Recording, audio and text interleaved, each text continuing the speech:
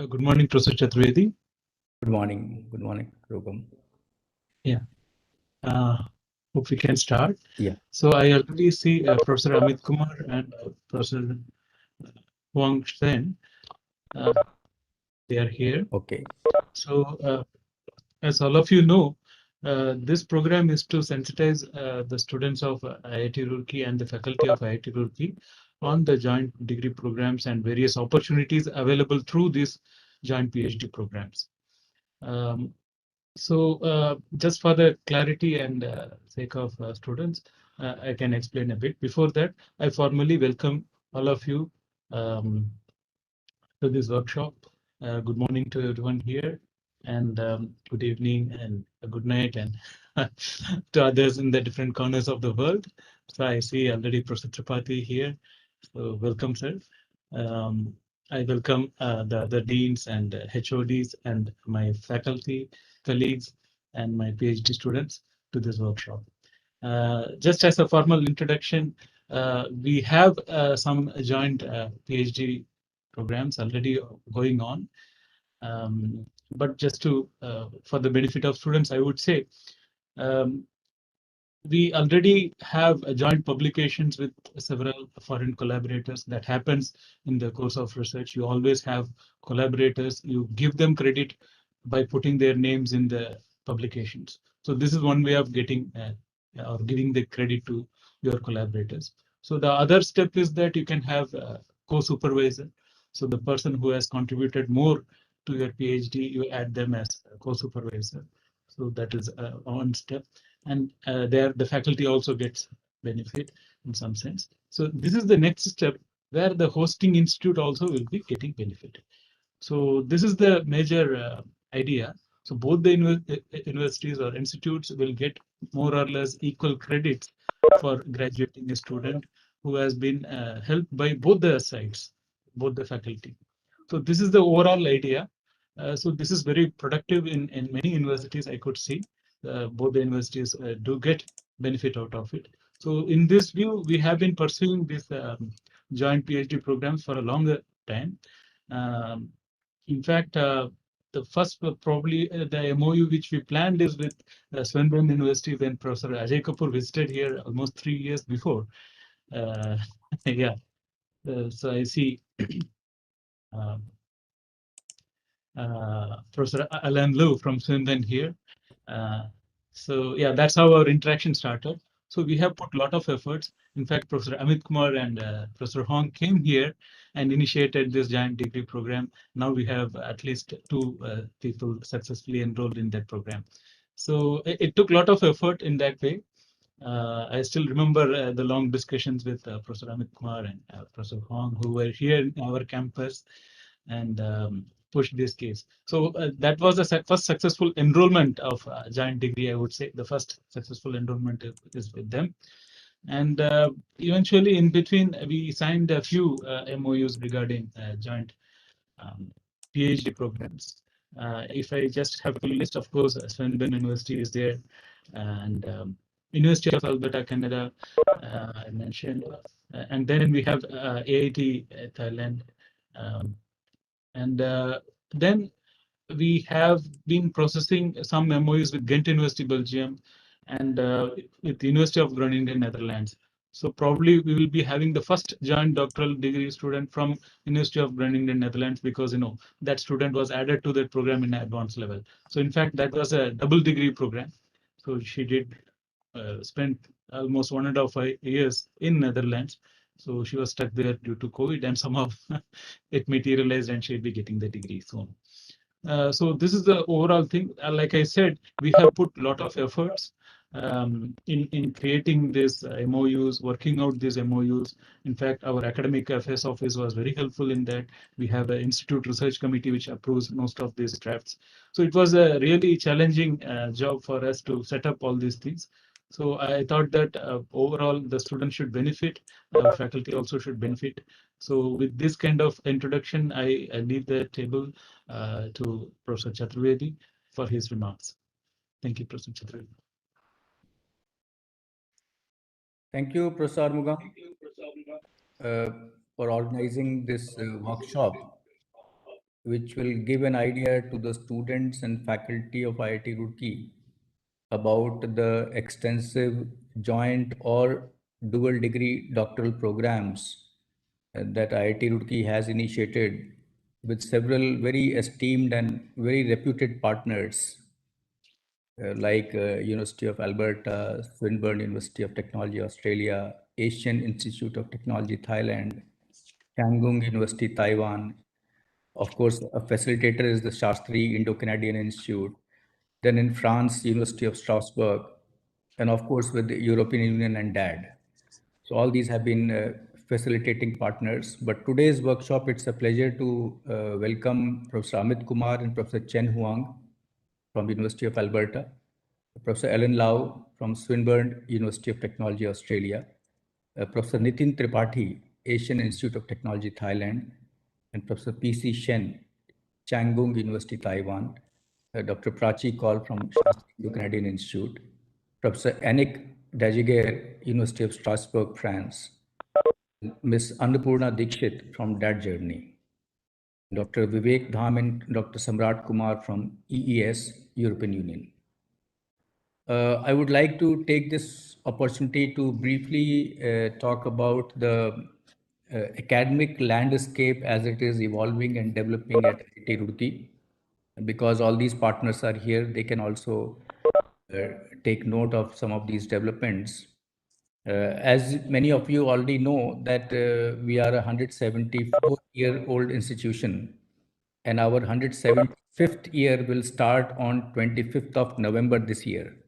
That means we are just 23 days away from starting our 175th year since our existence. During this journey, the institute has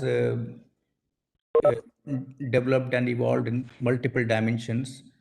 Today, we have 23 departments covering the entire landscape of engineering, sciences, architecture and planning, management studies, humanities and social sciences, earth sciences, and we have some very unique departments which are usually not found in institutions because they are very specialized in nature. For example, we have a department of hydrology, department of earthquake engineering, water resources development and management. And while this journey is continuing, we have created one new department this year, and that is the Department of Design. I would like to draw your attention to that the Department of Design is a new department at IIT Roorkee. Another new development in our landscape is a new school has been created. In fact, this is the first school at IIT Roorkee. It is a school in data science and artificial intelligence. And this school has been established with the generous support of the Mehta Family Foundation. So it is called as the Mehta Family School of Data Science and Artificial Intelligence. We are hopeful that very soon we will be establishing a dedicated center on dam safety and rehabilitation. Dams are a very important issue for all the countries across the globe. And many of these dams have been built 100 years back, 200 years back, and are doing well. But then they need specialized techniques to be able to sustain them, to keep them safe, to make sure that they are able to do the work that they were meant for. And IIT Roorkee is going to create that ambitious center on dam safety and rehabilitation. And all these centers will have very active academic programs. In fact, just in July this year, again 2021 has been quite momentous in this direction. We have created 7 new academic programs. I think 3 of them I've already mentioned. We have started a MTech VLSI in the area of microelectronics for industry professionals. We have started a MS program in economics.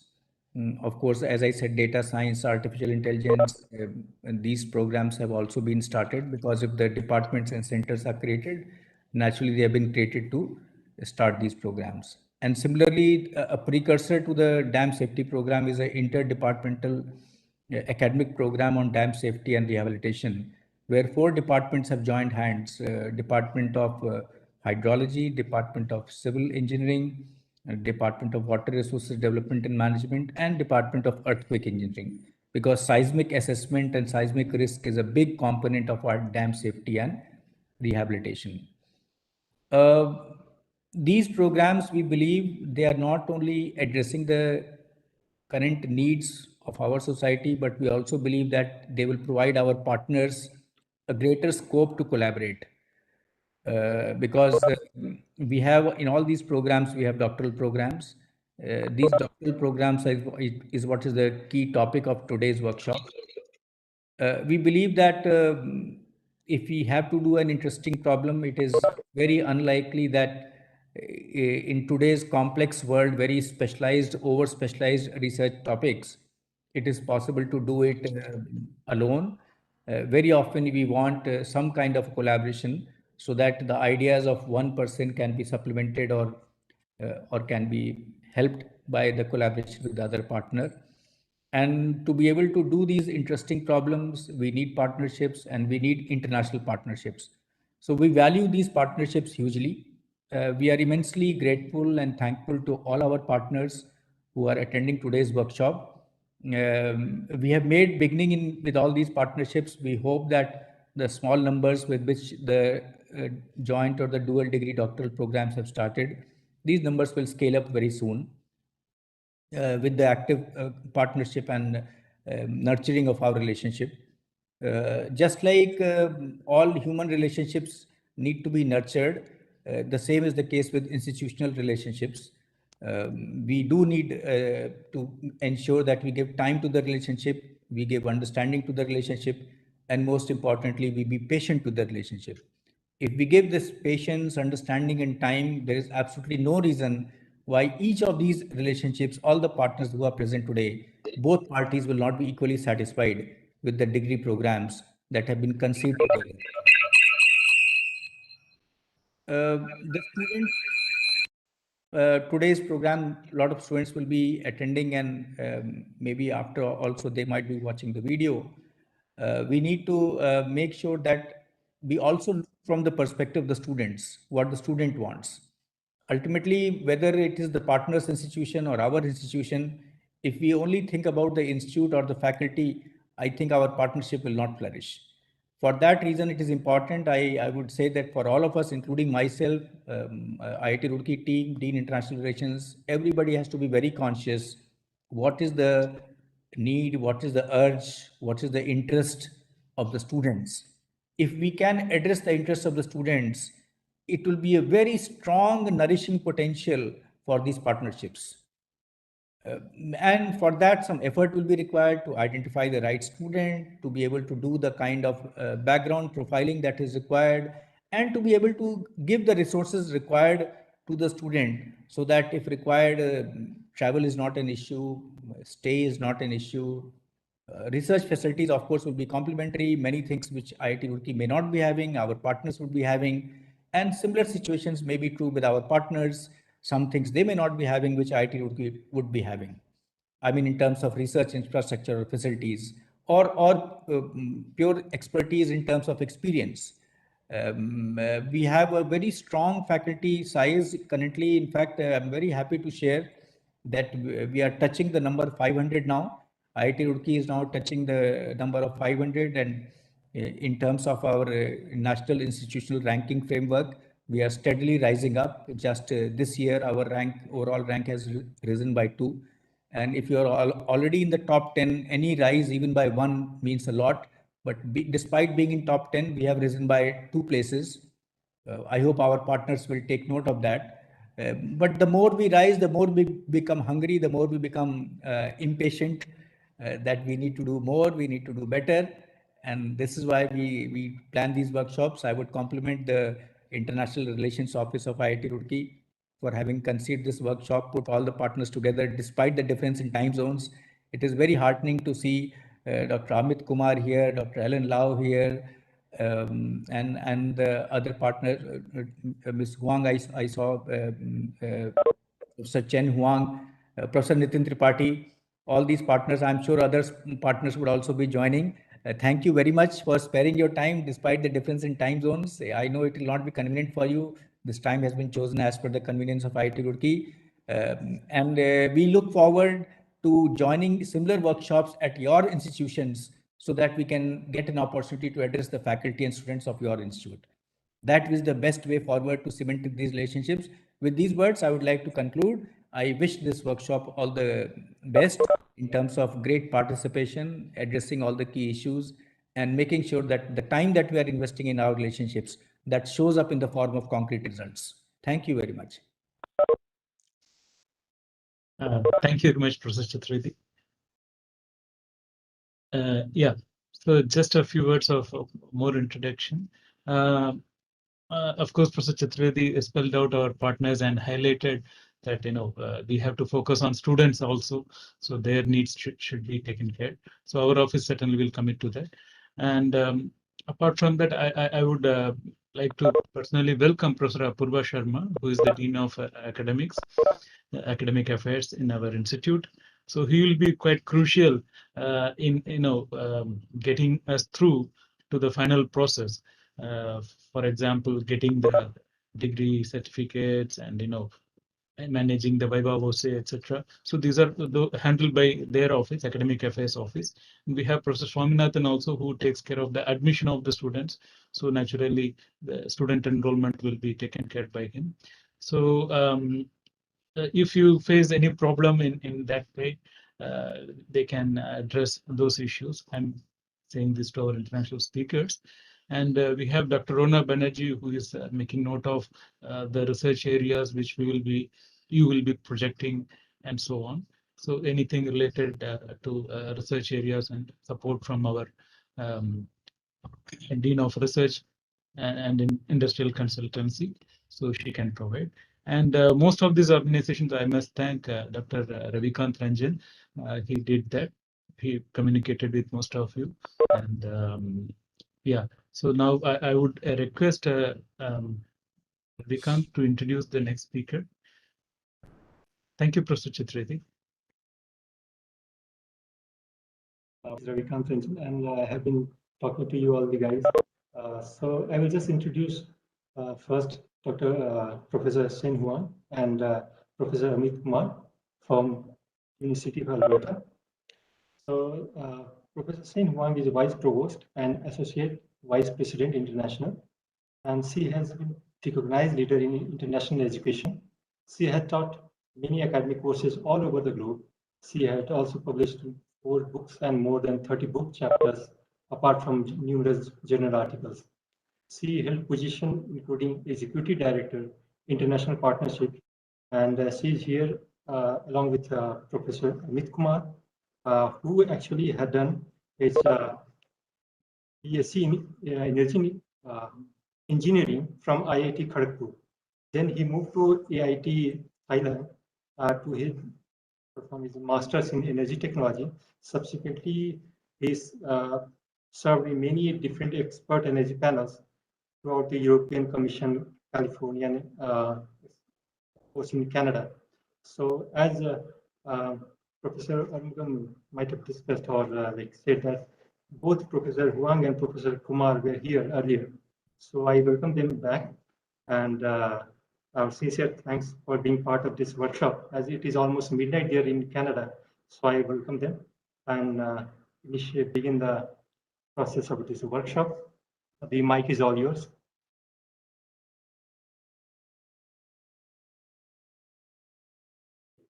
Chen, you can go. I'll share my screen.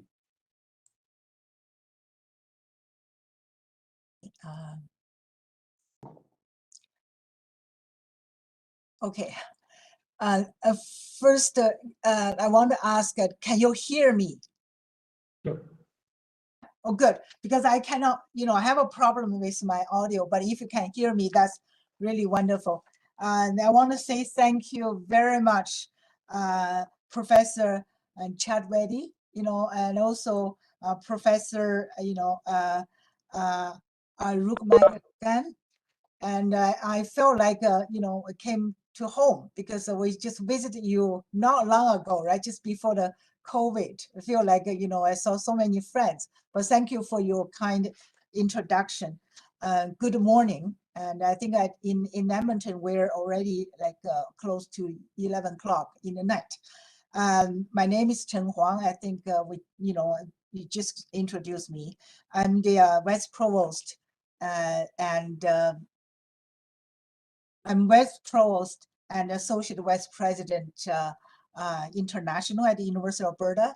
It is a great pleasure for me and my colleague, Dr. Amit Kumar, to join the workshop and share information about joint doctoral degree program offered by University of Alberta and IIT Rocky. We are very proud of our connections with IIT Rocky, which is one of the priority partners for University of Alberta in India. I had the pleasure of visiting IIT Rocky back in January 2019 and had fond memories of that trip. Before Dr. Kumar gives you more details about our collaboration with India and IIT Rocky and our joint PhD degree program, I would like to briefly introduce the University of Alberta. We are one of the top 5 teaching and research universities in Canada, with an international reputation for excellence across the humanities, sciences, engineering, business, creative arts, and health sciences. Can you hear me, right? Okay, good. We also ranked among top 150. By Times Higher Education, we're ranked at 125 in the world. University of Alberta offers over 200 undergraduate programs and 500 graduate programs in 18 faculties across 5 campuses.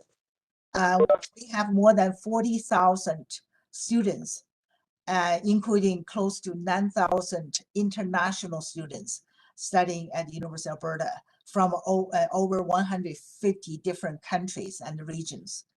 University of Alberta offer, we have over 90 Canada research chairs and an annual research fund of $500 million annual fund, using some of the world's most advanced research facilities and resources. Our researchers have discovered new knowledge in quite a number of areas, like in health, in artificial intelligence, energy, food safety and security, nanotechnology, the environment, and earth resources, just to name a few. Last year, our professor, Michael Houghton, became the first researcher at a Canadian university to win a Nobel Prize in physiology or medicine in almost 100 years. University of Alberta has always, we have always paid attention to international collaboration. We view our relationship with India as a key one and a high priority in achieving innovative solutions to global challenges. We are very proud to learn from Indian High Commission to Canada that University of Alberta is one of the most engaged Canadian universities with India. We are involved in a wide range of joint research with Indian partners in the fields of engineering, science, medicine, public health, and arts. In addition, with academic institutions, we have ties with government agencies, such as the Science and Engineering Research Board of India. We also have connections, very close connections with professional associations, such as the Shastri Indo-Canadian Institute, as well as companies such as Infosys, ONGC, and Indian Oil. we have many research collaborations with them. I'm really glad to see Dr. Parachikau of the Shastri Institute, our partner and our friend, will present at the workshop later. And before I pass it to my colleague, Dr. Kumar, I would like to emphasize that the University of Alberta is committed to further collaboration with India and with IIT Roorkee. I look forward to learning from other presenters today about new ideas for partnerships. So thank you very much for inviting us to this workshop. So I'm passing the floor to Dr. Kumar. Thank you. Okay, can you hear me? Yes, we can. Good, great. So good morning, everybody. Thank you, Chang, for the excellent opening. It is a pleasure to be here. I'm Amit Kumar. I'm a professor in mechanical engineering at University of Alberta. I lead a couple of chair programs, one of them in NSERC Industrial Chair Program in Energy and Environmental Systems Engineering. I also lead endowed chair program, which is again focused on energy systems based on my background. I also serve as the Deputy Director of Future Energy Systems. This is one of the largest initiative at University of Alberta on energy systems, a $75 million initiative funded through Federal Government of Canada. So it's a great honor for me to attend this workshop and present to you what we have been working at the University of Alberta. And it's a special pleasure because I'm an IITian, and I would say I'm an AITian too. So it's a special occasion. As Chen mentioned, the University of Alberta views this relationship as one of key importance and a high priority in achieving innovative solutions to global challenges. We have been collaborating with partners in India from humanities and social sciences to science and engineering, as well as medical and life sciences. Many of these collaborations are formed with researchers in India who are either UAlberta alumni or had pursued postdoctoral research here. In addition to a wide range of long-standing partnerships in India, we have various expertise related to India, including the Sigma Chair in Ancient Indian Society and Polity, which is housed at the Department of History and Classics within the Faculty of Arts. Engage India, an association of professors, which I'll talk about a little bit later. The South Asian Studies Council. We have been fortunate that many students from India have chosen UAlberta to continue their advanced education. Indian students now represent the second largest group of international students enrolled at UAlberta, supported by the university and many student organizations on campus, including the Indian Students Association. Currently, there are over 1,400 undergraduate and graduate students from India that are enrolled at UAlberta. Over 400 of them joined us in this semester, so the number has increased quite a lot. There are 60 faculty members with at least one degree obtained from institutions in India, and many more that have research connections with colleagues in India. Among them, there are also 10 IIT alumni who are full-time faculty members at UAlberta, including myself, as I previously mentioned. We all actively seek out and welcome many opportunities to develop ties between our institutions. So, for example, in 2020, UAlberta launched a joint doctoral degree program with 3 IITs, the first and the only of their one kind for a Canadian university. IIT alumni at UAlberta have provided instrumental support in the creation of these joint degree programs. We have now added one more IIT in the program, and I'll share more details about this program later. Interest in the program reaches far beyond the IIT alumni among our faculty members. However, in fact, there is such interest in engaging with partners in India that we created an association to help coordinate our efforts better. In 2019, a group of researchers from 5 U Alberta faculties came together to establish Engage India, Association of Professors. This includes myself, currently serving as the association's president. In past 2.5 years, our association's membership has grown to over 60 researchers from 9 faculties, each with their own affiliations and interest in Canada-India relations. It is important to note that we are not specifically an Indian Professors Association. While the majority of our members are indeed of Indian origin, roughly 1/3 of our members are from a number of other diverse backgrounds who have interest in India. Our association's goal is, as you can see on this side, to make U Alberta recognized as the Canadian leader of Indo-Canadian academic collaborations. We aim to achieve this by bringing together Canadian and Indian faculty members to foster collaborative research, promote educational exchange, provide a forum for discussion of scientific problems and challenges of common interest, and conferences, seminars, and workshops. Our members' various research engagements have contributed greatly to the success of our university, and their impact extends beyond just the U Alberta academic community. Some of our members are involved with the research projects for IC Impacts, the India-Canada Center for Innovative Multidisciplinary Partnership to accelerate community transformation and sustainability.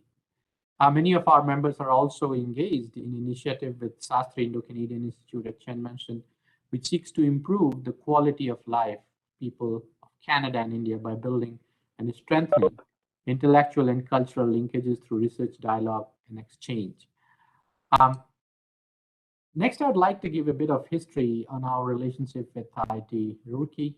A memorandum of understanding was first signed in 2011 to formalize our relations. The MOU supported a broad range of collaborative activities between our universities, from joint research to mobility of faculty and students, as well as special programs and projects. This MOU was then renewed in 2019 by Chang during her last mission to India. I had the pleasure of accompanying Dr. Gung on this mission, and we were preparing a follow-up mission last year, which has unfortunately been postponed due to pandemic. Over the past 10 years, and many years before, we had an institutional MOU. Faculty members and researchers at U Alberta and IIT Roorkee have been collaborating through many channels, such as joint publications, hosting research interns from each other, delivering guest lectures, and participating in academic workshops. Our record tells us that there are at least 26 U Alberta faculty members with known connections with IIT Roorkee. So we are also fortunate to have at least one alumnus of IIT Roorkee working as a professor at U Alberta. Professor Sandeep Agrawal is currently a professor at the Department of Earth and Atmospheric Sciences within the Faculty of Sciences. In addition to hosting many students interned from India in past, Professor Agrawal is also hosting first student that is participating in the U Alberta IT Joint Degree Program. I'm proud to share that this first participating PhD student is from IIT Roorkee. I'm also happy to see that at least 2 U Alberta graduates, Dr. Viramani Chidambarnathan and Dr. Avinash Parasar, are now working at IIT Roorkee as faculty members. I hope they would help encourage more collaboration with U Alberta. I am very much looking forward to seeing these numbers grow as the partnership between the two institutions continues to grow. Lastly, I'd like to introduce you the U Alberta IT Joint Doctoral Program. During our trip to India in January 2019, Dr. Gung and I met with a number of our partners, IIT, and discussed ideas on how to encourage more mobility of our graduate students. We then followed up with several conversations and video conferences. In 2020, U Alberta launched the Joint Doctoral Degree Programs, JDPs, with 3 Indian institutes, Indian Institute of Technology, including IIT Roorkee, to create a two-way flow for academic exchange, providing PhD students the opportunity to pursue research at the partner institution and receive a degree from their home institution with recognition of their participation in the joint doctoral program. In 2021, we reached an agreement with one more IIT, so now there are 4 IIT participating in the joint doctoral program. The joint doctoral programs aim to give students valuable international research experience at premier institutions while creating long-term linkages and collaboration between Alberta and IIT professors. The following 5 science-based faculties at Alberta are participating in this joint doctoral degree program. These are Faculty of Agriculture, Life and Environmental Sciences, Faculty of Engineering, Faculty of Medicine and Dentistry, Faculty of Science, and School of Public Health.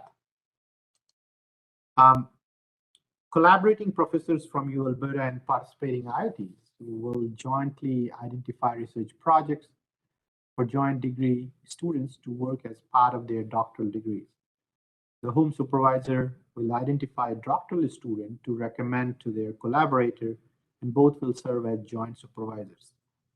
Students must spend 6 to 12 months at partner institution doing research related to their doctoral program, and the students must successfully complete all their required courses, comprehensive examination if required, and candidacy examination at their home institution before visiting the partner institution, unless a different set of courses at the other collaborating institution is approved by the Joint Degree Student Supervisory Committee. Joint degree students must spend at least 6 months or a maximum of 12 months at collaborating institution during the research related to their doctoral program, which will be counted towards their residency requirement of their home institution. Periods exceeding 12 months must be discussed and mutually agreed upon, writing by both parties. Students must pay at their home institution full tuition and all other required fees associated with full-time registration while they are at partner institution. They pay no application or tuition fees at the other institution, but some non-instructional fees are mandatory, such as transit passes and health insurance for students visiting Alberta.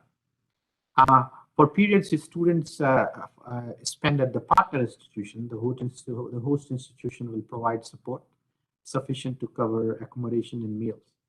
Airfare, insurance, visa fees, etc. are not covered in the fellowship. While joint degree program will only receive a parchment from their home institution, they will receive a special certification upon graduation, recognizing their participation in the joint degree program.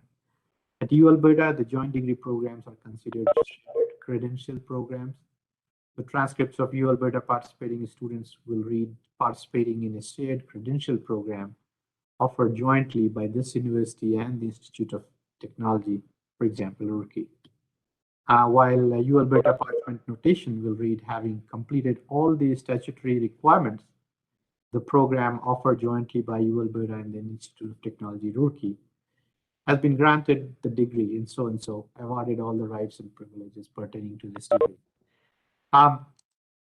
So here is a detailed look at how a student from IIT Roorkee can participate in Alberta IIT Roorkee Joint Degree Program. A student must first be admitted in a doctoral degree program at IIT Roorkee, meet their admission requirements of Alberta. Collaborating professors from both institutions jointly identify research projects for joint degree students to work as part of their joint doctoral degrees. The home supervisor identifies a doctoral student to recommend. The student supervisor submits any required documentation to International Relations Office at IIT Roorkee according to their processes. IIT Roorkee's designated office submits the shared credentials, initial approval form, shared credential application form, transcripts, and any other supporting document required by faculty to relevant faculty liaison office at Alberta. If approved, the host faculty department signs both these shared credential forms and submits them along with funding letters to Alberta Faculty of Graduate Studies, or FGSR. FGSR reviews documentation and process admission. After the student is admitted, FGSR notifies the successful applicant, host supervisor department, and University of Alberta International. The host and supervisor department manage further communication with the student. Incoming IIT Roorkee students to U Alberta will have tuition and most fees waived, but will need to pay the Edmonton Transit Pass and the health insurance. In addition to their host professors, faculty, or departments at U Alberta, the visiting student program at UAI also provides support on non-academic matters to the incoming joint degree program students from IITs. I'm really pleased to report that so far we have 5 IT students that have been selected to participate in the JDP, the Joint Doctoral Degree Program. Among them, 2 are from IIT Roorkee. As all of you can imagine, the pandemic disrupted our plans. So unfortunately, our students could not travel to each other earlier. The first IIT Roorkee student arrived in Canada in mid-September, and the other one is scheduled to arrive in December this year. Since the launch of the joint degree program, we have received a large number of inquiries from students at IITs in U Alberta.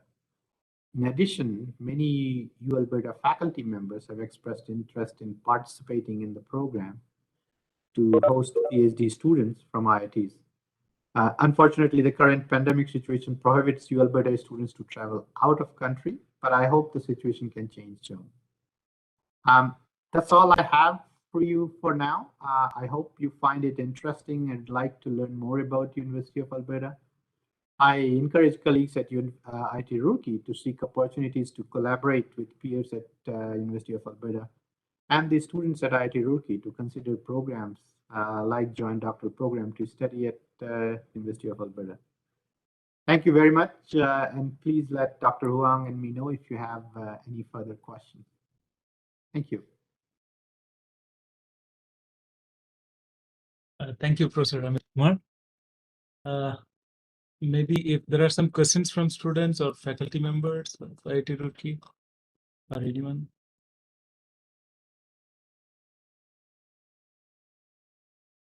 Hello, Okay, so one student has posted a message in the chat. So he's asking whether there are opportunities in the field of earthquake engineering.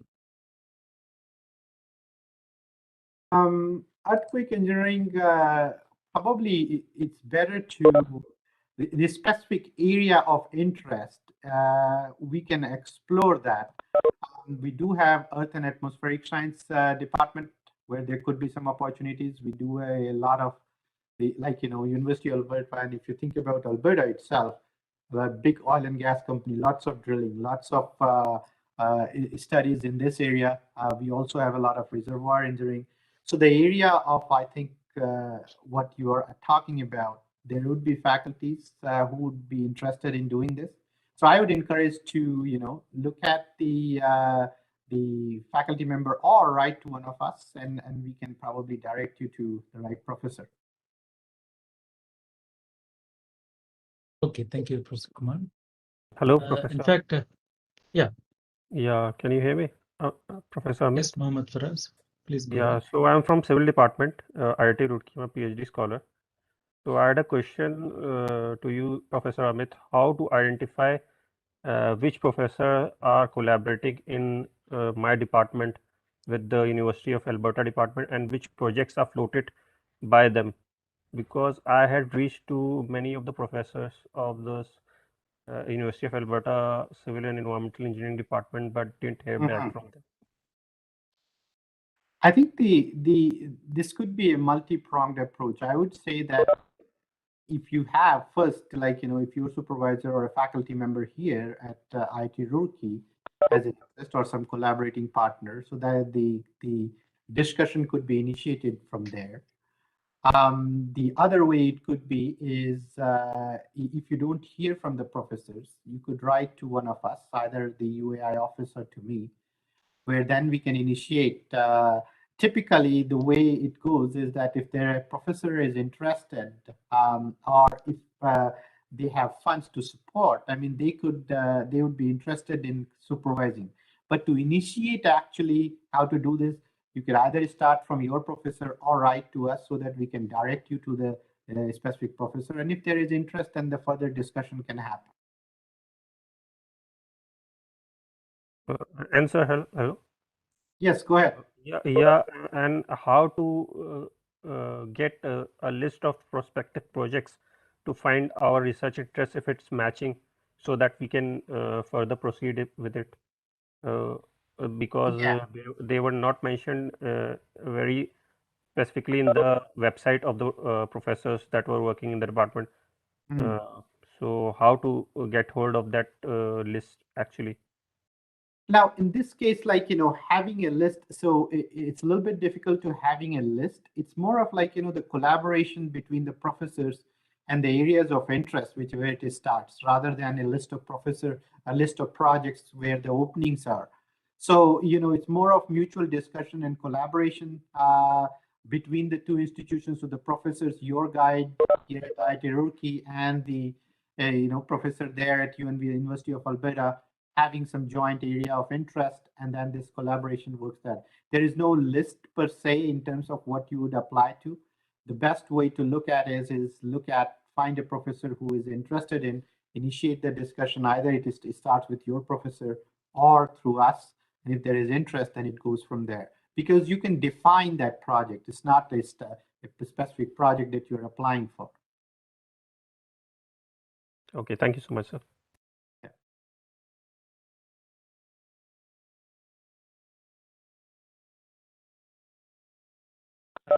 Of course, to the other students in general, our office can mediate in this process also. We have some records from the joint publications at least, to identify the possible collaborators in the partner institute. So I request, you may get some information from our office. In the chat box, we have written the email ID of Dr. Ravikant Ranjan, so who is taking care of the joint program. So you can write to him. So it's so very nice to meet you, Professor Hong and Professor Amit Kumar. I hope to see you soon here. Yes. So let's keep this active. Yeah, no, thanks a lot for this Plan opportunity. more activities. Like Professor Chaturvedi has pointed out, we also can gather some group of our faculties to present our priority areas of research to some of your students if you are interested, or faculty members. Thank you, Professor Kumar. Thank you, Professor. So now it's my pleasure to move on to Professor Alan Love. Yeah, so Professor Love, it was a wonderful association which we are trying to have with Swinburne for a long time. Though the MOU is in principle approved by our Institute Research Committee, we couldn't go ahead because we couldn't identify a student so far. So now we have more or less identified a couple of students. So I thought it will be very crucial for us to rekindle this and go ahead with our MOU. Otherwise, Professor Ajay Kapoor took a lot of effort. He came here and he visited our labs and had some interaction, and that's how we started, as I already mentioned. So before you start, Professor Love, I would request Dr. Ravikant to give an introduction to you. Yeah. So sure. Can you? Yep. Yes. Can you see my PowerPoint?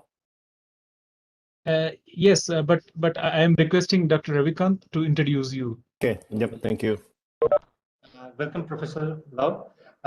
It is a pleasure to have you as here with us. And just to introduce you to our audience, that Professor Love is a Pro Vice Chancellor, International and Digital Research at Swinburne University of Technology. And he has long illustrious career, and he has conducted research in field of mechanical engineering, aerospace engineering, material sciences, and he's responsible for supporting and enhancing Swinburne's global ranking profile. And in the last past 20 years, he has received numerous international and national teaching and research awards, and in different capacity advises many international universities. And we sincerely thank him for representing Swinburne University of Technology. Professor Lal, please go ahead. All this. Thank you very much. My name is Professor Lau. I'm now in Melbourne. Just good afternoon to everybody. And thank you very much to inviting us, our university, to join this important event.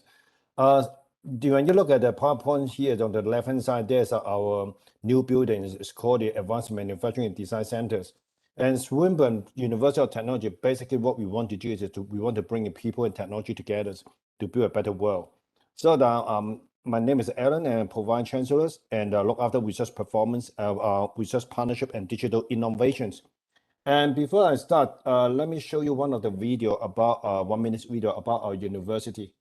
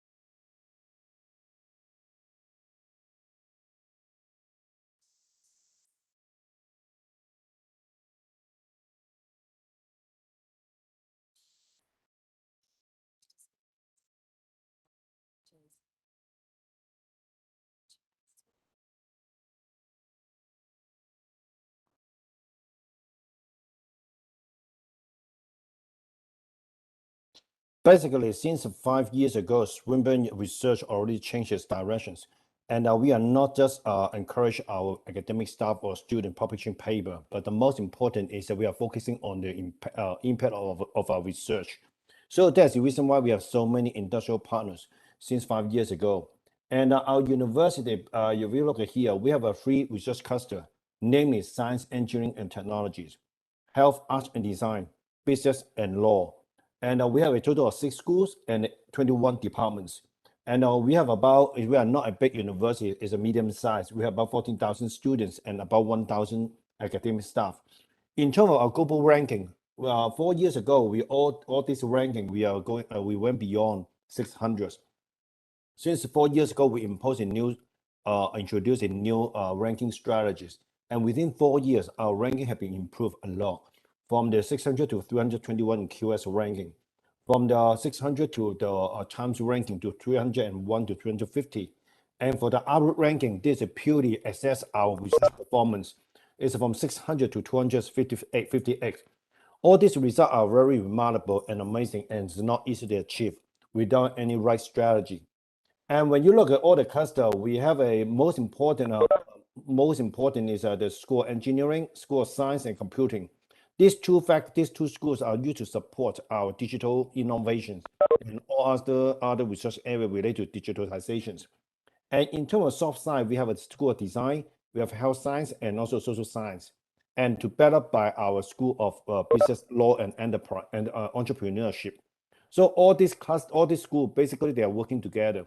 And now today, we have very few good research, just focus on one or narrow down into 1 or 2 areas. Most of the research are cross-disciplinary. So that's the reason why in Swinburne, we're so encouraging. So encourage all the schools, they have to join hands to work together to do some research with breakthrough. And our university have our own ecosystem. Basically, we have the first layer is innovation presence, design innovation capability platform, factory of the futures, research centers, and schools. In this along this layer, basically all the school, all the research institutes, all the centers, they are join hand together to support the digital platform.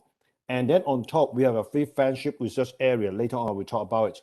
These areas, including the space and aerospace engineering, innovative panel, basically talking about the new energy, medical technologies. And then this area also work with all the cluster to support all the 6 research institutes. So this institute include data science, health innovations, smart cities, social innovations, manufacturing futures, and space technology and industry. So what is a research strength in the Swinburne? When you look at here, we have a very strong research team working on the data science, quantum computing, artificial intelligence, space technology, smart construction, basically focusing on the BIM, robotic and cobotics, astrophysics, design and architectures, deep learning. There is a major, very important elements behind the artificial intelligence. High velocity impact, we are talking about the small microparticle in the space, because we have one of the key projects working on the space structures. So the higher hyper velocity impact for the small particle is very important. It will easy to damage the structure. Renewable energy, including the solar, wind, and also the new energy type, there's a hydrogen. Psychologies, 3D printings, including the metal, polymer, and concrete, and the aviation. Now, so we just have a new project, okay, working with the Melbourne Airport and also Aviation Australia to drive the digitalize the aircraft repair process. So this, we just got a funding grant, and this is one of the new areas in the world, because in the past, talking about the aircraft repair, basically are very skillful, talking about the hand skill stuff, but now we want to digitalize the whole process. So all this area, we want to drive the research excellence of the university. And since we have a new vice chancellor on board last year, we are basically setting up the new Swinburne 2025 moonshot. And in this moonshot, we want to guarantee that all the Swinburne learner, the students, they will get a job experience during their 4-year studying period in the university. All the Swinburne graduates should get a job. And then we all work with our industrial partner to provide tech solutions. And then we want to set up a Swinburne is a prototype for global best practice. One of the most important things we are now working on is to set up the 10 Innovative University Network, or you can call it the InnoTech Alliance. We try to bring a key university together to develop this, what we call the global network, to support our student research and also the learning experience. Coming back to what I'm just mentioned about, we have 3 friendship areas. Friendship research area. The first one is space and aerospace technologies. In this area, it's used to support the new direction. Talk about eVTOL, electrical vertical takeoff and landing vehicles, advanced composite manufacturing, structural health monitoring for structures, automation for the composite manufacturing process, and artificial intelligence. So these we got one of the hubs. We call it an Aerostructure Innovation Research Hub. Just was launched last week, and you will see this a short video about the hub.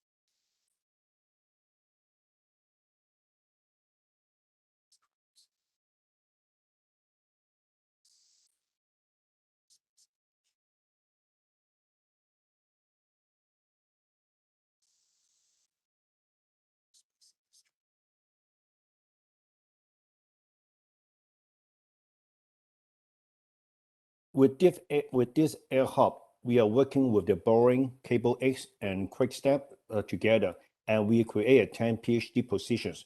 All the PhD students have to work with the industry together to develop a new technology to support the industry future growth. The second one is medical technologies. This one is focusing on the medical technology, digital health, medical device, and also the last one with the healthcare and service, and using the digital platform. The last one, innovative planet, later on we'll talk about that, is related to and highly related to hydrogens. This is covering how to produce the hydrogens, how to use the hydrogens, how to store the hydrogens. And one of the major goals is to build a hydrogen refueling stations in 12 months. So in the next June, we will have a new hydrogen refueling station in our campus. And this is one of the major projects that we work with the governments. All these 3 hubs, we got the funding is about 30 million Australian dollar. And when you look at this, all of these projects supported by our digital platform. And I would like to emphasize on this one as a medical hub, okay? And we have a professor working on a innovative helmet. And this helmet is used to capture your brain signal. And using this brain signal and can control the wheelchair. And when the patient sit on the wheelchair, they just try to think about whether he or she want to turn left or right. And the wheelchair will automatically turn left or right to the decided command given by the patient. And this is one of the word, okay, we're talking about designing an accessory device for the elderly or for the patient in need. And this is one of the key projects that we are driving. It's not only combined on the medical side, but also how to integrate brain-computer interface, how to integrate artificial intelligence, or also the self-learning capability of the whole system as well.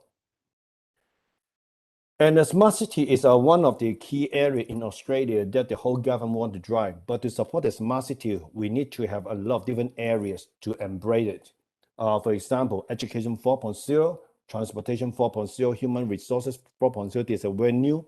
There's talking about how we can mix the old generation, current generation, and the new generation to work together by using the new technologies.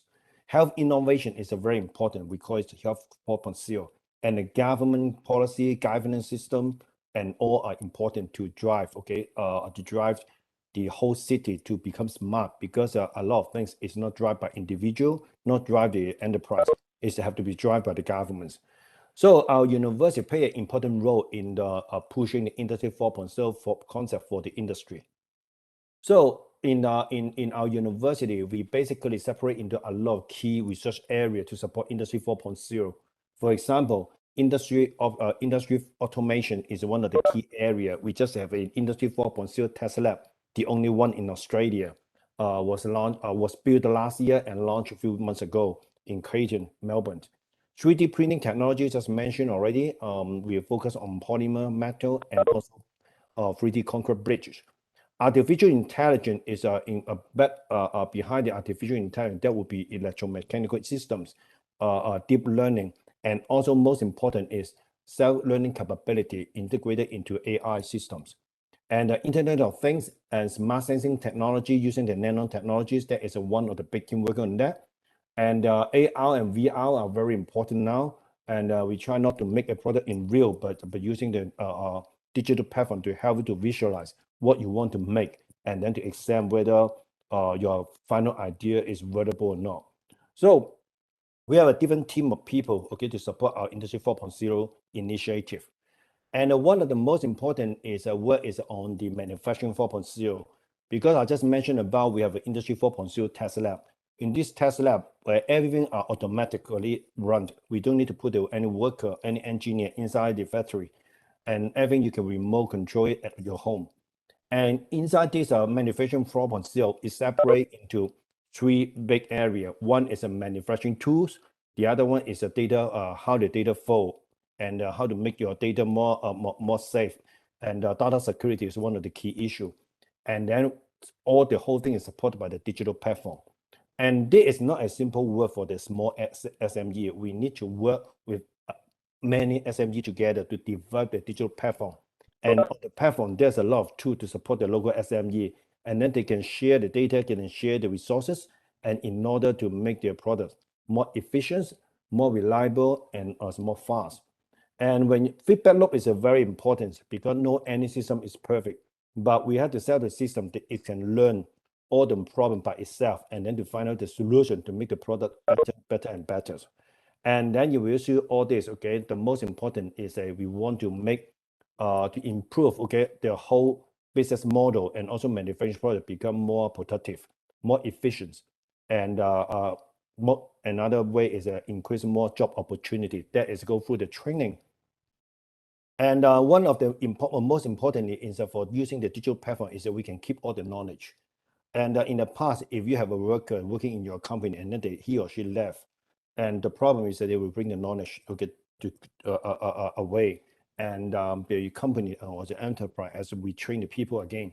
But now with the good digital platform, we can keep all the knowledge so that we can keep everything very safe and also very efficient when the new person comes to the companies, and then to initiate, we start the project manufacturing process. So this is our National Industry 4.0 test lab. Inside the test lab, we have a composite automation machine, and this one is a start from from zero. We only put the composite carbon fabric in the machine, and it will do the cutting, layup, melting, forming all together, including the structural health monitoring systems, and then eventually automatically come out the product you need. So this is the first one. We work with many local industry together, and a lot of industry they want to do a lot of trial using our machine, and that is what is worth. That would be very good because we can work with a lot of partner, not only within Australia, maybe some in India, can using the computer platform to control the machine. So what we call is a digital twins concept. When you look at this one, digital twins is mean that we can use a computer to control the whole system. But the real machine may not be in your country, maybe in other sides of the world. But at the same time, they can control, they can do the things simultaneously. We use the program to control, the machine would do the same things. So this is one thing we work with the Germany and also the Avena 206 and to set up all this network. There is the longest 3D printed concrete bridge in China, and is one of our partner working on it. And we have what we call our smart construction laboratory.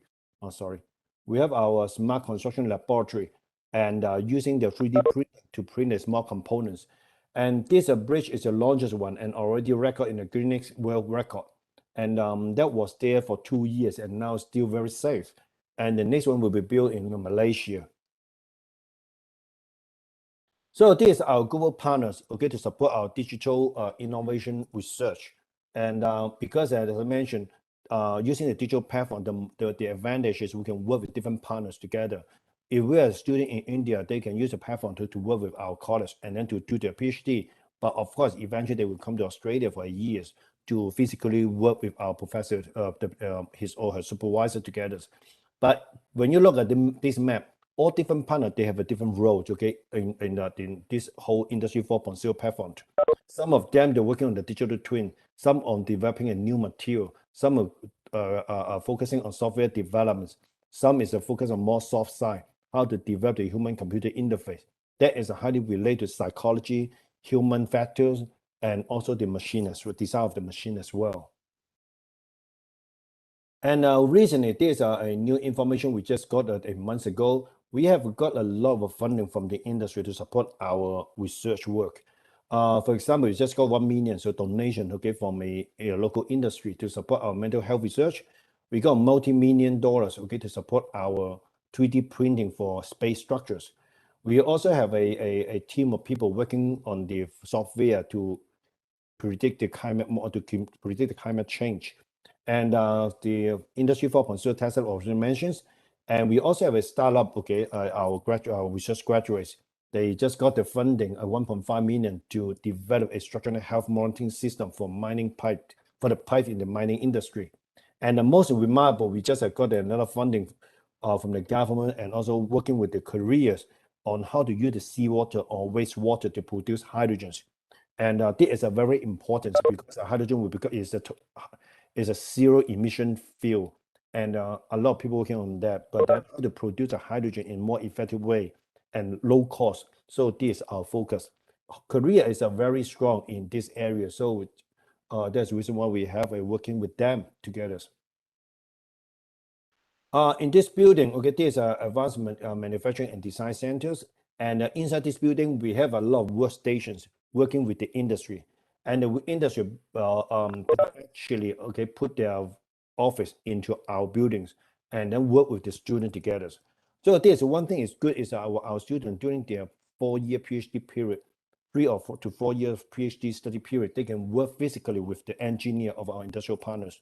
And that is the reason why we have a new scheme to work with the industry closely and then to grant them an office into our university.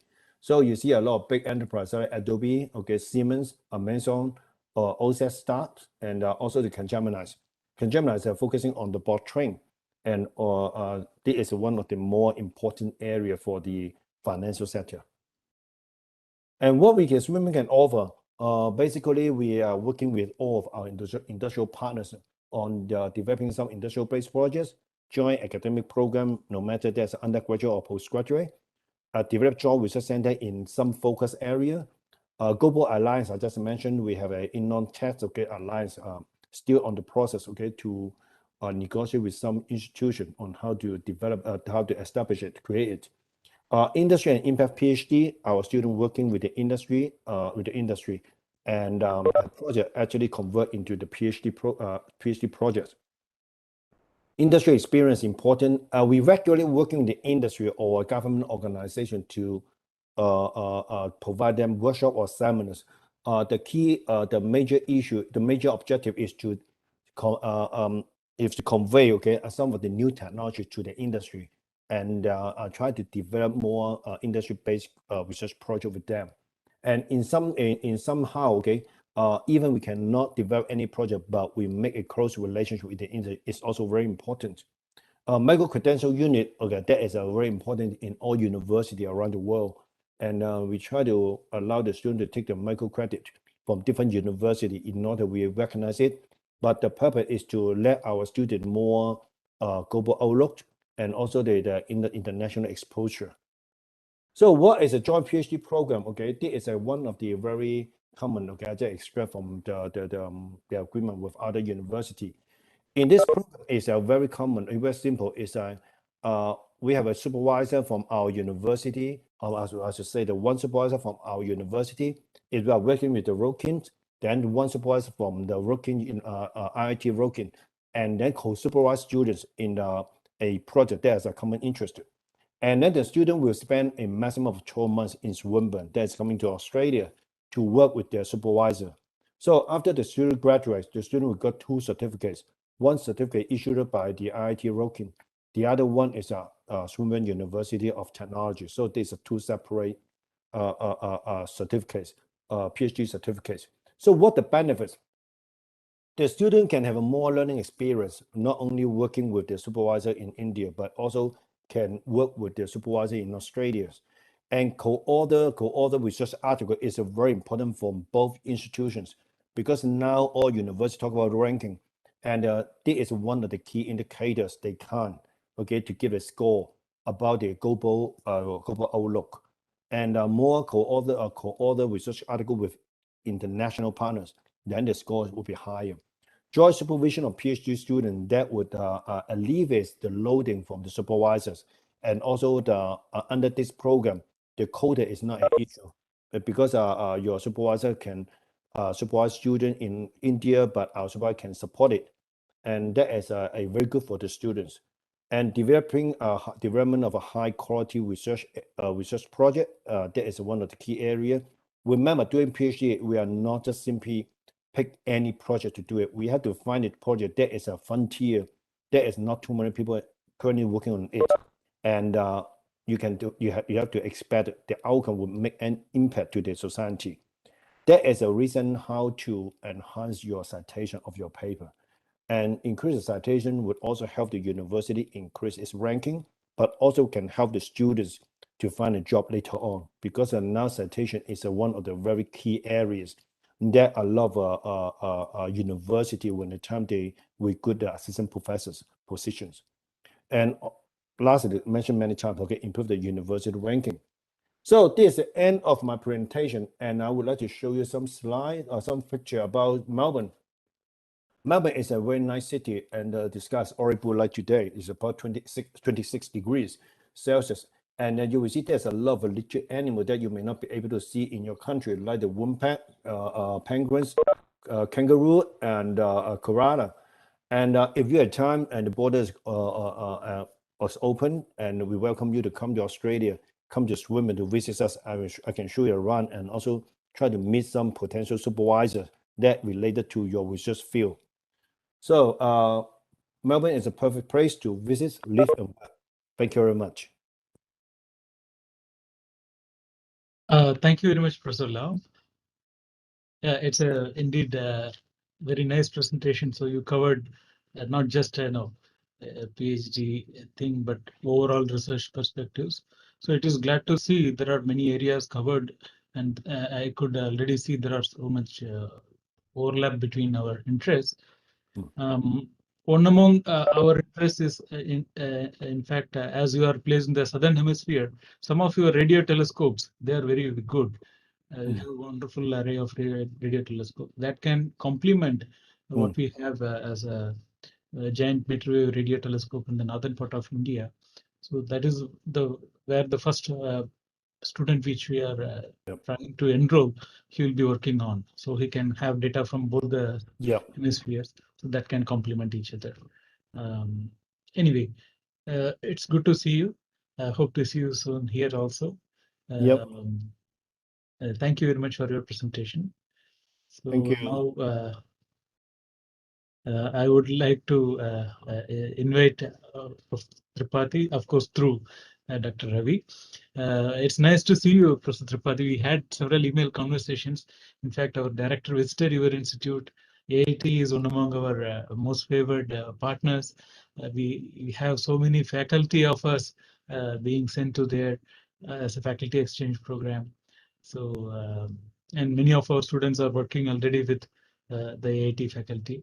So it's a very natural collaboration we have, and we hope to strengthen it more through this joint degree program as well. So with the small, casual introduction, I request Dr. Ravikant to introduce you to our audience. Thank you. I welcome Professor Nitin Tripathi, and as he has been long associated with IIT Roorkee, and just to introduce the audience, he is a professor in the School of Engineering and Technology, Asia Institute of Technology, Thailand. He has done his BTech from NIT Warangal and MTech PhD from IIT Kanpur. His research focuses in application of geoinformatics in environment, marine, health, and agriculture fields. He is highly cited author with numerous publications and honored with many prestigious awards from India, China, and Thailand, including Japan. As a student know, we already have a joint doctoral degree program with IIT. So I request them to pay closer attention to what Professor Tripathi has to say. And with that, I welcome Professor Tripathi. Thank you, Dr. Ravikant and Dr. Dean, International Relations. And I'm very happy to be part of the session today. So I'd like to share my PowerPoint now.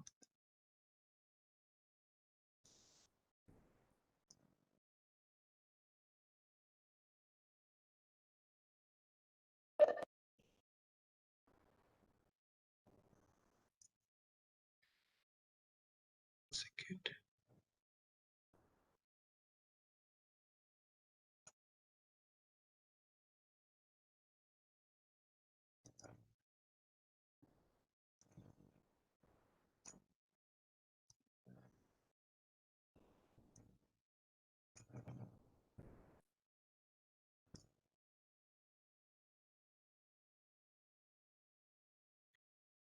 Dr. Arumugam, can you see my slide? Yes. Yes, we could see your slide. Okay, very well. Yeah. So thank you very much. It has been really a pleasure to see experience of other partners and what are the specialization they have. And I have been long associated with, I'm in IIT Kanpur. I was teaching in IIT Kanpur for 10 years. And then I moved to Asian Institute of Technology since year 2000. Now I'm completing 21 years here. And it is a research institute. So I will tell some background about AIT so that the students and faculty who are joining today, they can understand. After that, I will tell about my experience about joint degree program that we have with IIT Roorkee. AIT was founded in 1959 by Southeast Asia Treaty Organization, SEATO, and it was set up as a research institute. It is an international English-speaking postgraduate institute in Southeast Asia, and it has been a leading research institute since 1959, mainly related to engineering, environment, management education, and focusing on sustainability and social impact issues. So this is a very lush green campus, around 300 acres, 330 acres, located 42 kilometers north of Bangkok. And it is adjacent to a very big university, Thammasat University. And we have Thailand Science Park, and number of projects are going on in National Science and Technology Development Agency, with whom we are working very closely. And we are home to around 2,500 students and from 50 plus countries.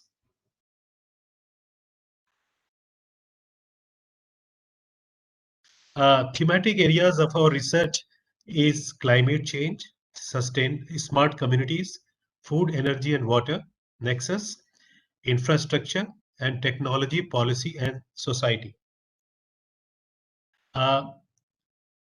We have around 40 plus academic programs from 3 schools. All courses are taught in English, and we have very good integration of research, industry, and education. Many of our programs are always developing and based on the big projects that we get from many countries. And so we start some program, like right now we are having a marine plastic program supported by Japan. And so similarly, earlier we had from Norway and Denmark about marine and coastal zone management. So these programs keep on coming, and then Bill Gates Foundation, Melinda and Gates Foundation, they are supporting a waterless toilet and energy efficient toilet program. So that we have completed, and we are giving not only doing research but degree programs in that. So main thing is our alumni base is it looks small because 25,000 alumni, but they are spread into 100 plus countries, and they are in many top positions. AIT is in Thailand, but it's not a Thai institute. It is an international institute managed by 34 board members of board of trustees from 19 countries. Uh, Many ambassadors are our board members, and they govern our AIT. And we have many outreach center. I will be telling about that. Now, student composition that we have around 5% from Bangladesh, 6% Nepal, 6% India, 4% Pakistan, 7% Sri Lanka, 4% Philippines, 3% Taiwan, 18% Vietnam, 27% Thailand. We cannot grow any country more than 30%. So that is the charter, and to preserve our international status, and then 5% from Myanmar. And other country like Japan, South Korea, France, Germany, US, Hong Kong, we have 12% student. So this is one of the advantage we have, that a small institute, but a well spread population of students from many countries. This is the pie chart which is showing, and even many countries like Malawi, and then we have Fiji. Small countries are also coming, like Timor-Leste.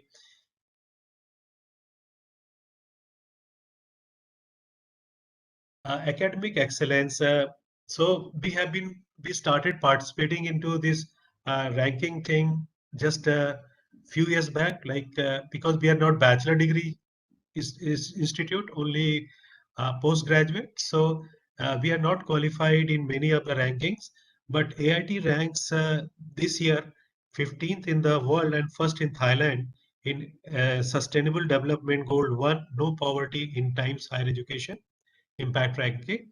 And AIT ranks first in Thailand and 14th in Asia for MBA program. AIT is ranking second in Thailand in engineering and technology by QS World Ranking 2020, and earlier by EU multi-rank consecutively for 2 years. In 2000, I think 17 and 18, we were number 1 in international orientation. So these are the some of the things, and if we go by branch-wise ranking, so that I'm not included in this slide, but we are in top 200 institutes in branch-wise ranking as far as research is concerned. And some of our top alumni, I have not included all the list. So like Dr. Prasan, he was the like governor Bank of Thailand. He's our alumni. Then Dr. Bindu Lohani, he was the Vice President of Asian Development Bank. And Dr. Mao, he was the Prime Minister of Taiwan. Even the Princess Sirindhorn, she is our alumni. She did in space technology, in which I am teaching. And then Mr. Fernando, he was the General Manager of Ceylon Electricity Board. Dr. Tong Yu, he's the President of Gung University, South Korea. Professor Kam Tim Chao, Chair Professor in Geotechnical Engineering, Hong Kong Polytechnic University. And then Dr. Pama, he has been president to many universities in Philippines, and he was vice president in AIT also. Then Mr. Penjo, he's the current minister of agriculture in Bhutan. There are many more successful alumni in Vietnam and other places in Thailand. Many ministers, even the Supreme Commander of Army once was our alumni. So in Southeast Asia, we have a very good impact and a very good base. Now, study in Thailand with AIT. I'm very happy that IIT Roorkee has partnered with AIT. We are very fortunate. And this is your window to Southeast Asia. And Southeast Asia is very much interested into IITs. And I hope our collaboration will be very much growing. Why study in AIT? So, like for students, I can say you can study in a truly international and multicultural community, and you feel like a global village. This is the thing that we want to generate, that it is a global village, and people from different ideology and culture, they live together, they enjoy the food of each culture and talk to each other, understand the issues and do research together. Then alumni network and achievements. We have a good, very strong alumni network, and they are very much integrated into AIT system. Even in the governing board, we have alumni who are in the governing board, and they always support AIT for research and academic programs. Excellent academic programs is another thing. Like we always develop a new academic program, old one we say we transform, and always come out with new, like artificial intelligence, data science. It was launched just 3 years back, and now it is one of the most sought after program. Then climate change and sustainable development is a very powerful program that we did. Then marine plastic, we are giving 30 scholarships per year for the last 3 years, 2 more years to go. And we are doing a lot of social impact research. So these things are connecting us to the society, and many of our research are being implemented in many Southeast Asian countries. And there is a wide range of opportunities for students. I will be talking in my next slides. Uh, Now we are very small, just 3 schools: School of Engineering and Technology, School of Environment, Resource and Development, School of Management. So being small is very manageable for our like academic and research. And out of these 3 schools, but we do not have silos like departments and other things. But we have the, just for name, but many faculties are aligned to different departments. So we are working together in a very interdisciplinary manner. And we have outreach center. So we have 10 outreach center. AIT Extension, which is conducting training programs for many countries. AIT Solutions is doing projects for many countries, and many faculties are working in this. AIT Artificial Intelligence Technology Center. So they are doing a lot of projects for Thailand and other countries, and we have implemented for traffic police department system. And when you come to AIT, you enter, then you will have a feel of our artificial intelligence, uh, like how the people are recognized and gate opens and everything. Then AIT Entrepreneurship Center, AIT Center in Vietnam. We have our center in Vietnam in Hanoi and Ho Chi Minh, and we are conducting our programs there. Then Belt and Road Research Center is there, Geoinformatics Center, which was well supported by France and Japan earlier. And then now many countries are part of it. Then Internet Education and Research Laboratory, Regional Resource Center for Asia and Pacific, and UNIS Center it was supported by Mohammad Yunus Nobel Laureate Yunus Center at AIT.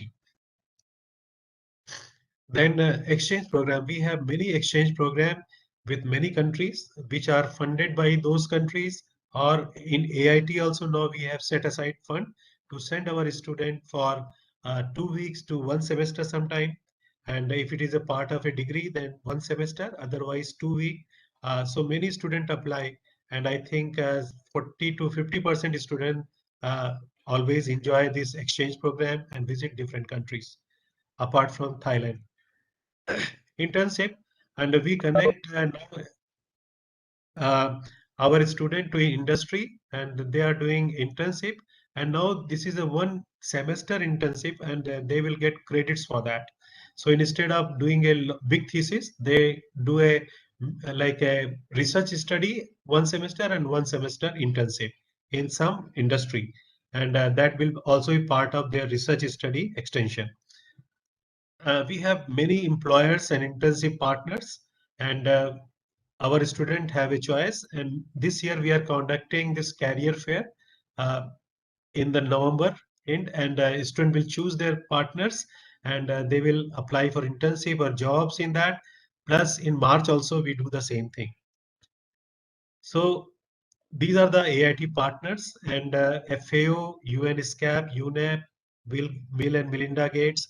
So big projects are going on. JAXA has been very strong. Government of India, Ministry of Human Resource Development, they send 12 faculty members to AIT every year for 1 semester. And under that scheme, we were lucky to have a number of faculty members from IITs, especially from IIT Roorkee. And that is how this program developed, joint doctoral degree program.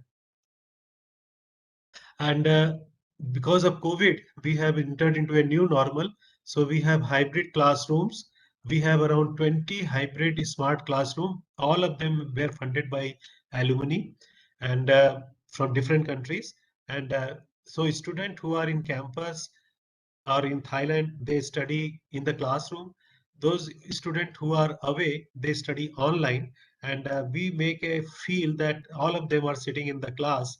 And this is a very good experience that has been adopted now. And we have campus quarantine facility. So due to COVID, anybody who comes to Thailand till November 1st, they had to go for quarantine.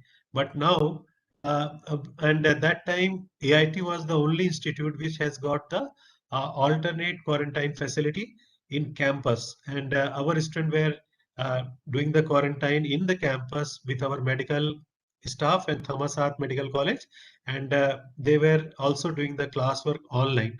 So, and they were spending almost no money because it was 100% subsidized by AIT. And then this is about AIT. I will not take much time now to describe further. And now I'm going to discuss this special degree program. I'm director for special degree programs in AIT. We have unified bachelor and master program with 16 countries that I look into that. Plus we have started this dual doctoral degree program with IIT Roorkee. And this is a very first experience that we started last year in 2020. Unfortunately, COVID came, but still we were working hard. So IIT Roorkee and AIT Roorkee is really 150 years. Congratulations now. I'm very happy. I'm very much attached to IIT Roorkee. Many of my friends are there. And then AIT is now 62 years. We were founded in 1959. So we together have a good experience, vast experience for our students. So we have developed this dual doctoral degree program, which has many advantages, as Dr. Lau has told. And we are giving 2 doctoral separate degrees for the 1 thesis, and jointly supervised by 2 institutes. And so the student must spend at least 4 semesters in AIT, and then remaining part like 3 semester or maybe more if required, they can spend in IIT Roorkee. So this way, many students from Southeast Asia will get an opportunity to study in IIT Roorkee and benefit from the vast experience of its professors. And also a student from IIT Roorkee can come and study in AIT, minimum 3 semesters. And they can also see what are the experience and facilities in AIT and work with our faculty. So, and requirement is that we will follow our own requirement for admission, and so student will be either admitted into IIT Roorkee or AIT, and then once they are into this program, then they will be evaluated by the research committee, academic program committee of jointly set up by IIT and AIT. So AIT student will pay tuition fee, which is highly subsidized. Almost 60% is subsidy is there, which we call it AIT scholarship. They have to pay only 40%, which is quite a enormous reduction. And second, there will be no tuition fee when they go to IIT Roorkee. They don't have to pay anything to AIT. Plus, I'm very happy that IIT Roorkee has waived off the tuition fee. Plus, they will give sustenance allowance to the students. So students will find it very lucrative. And I think this will be very good to enhance the collaboration. We are also working out so that the fee that they are paying to AIT, that also can be further reduced.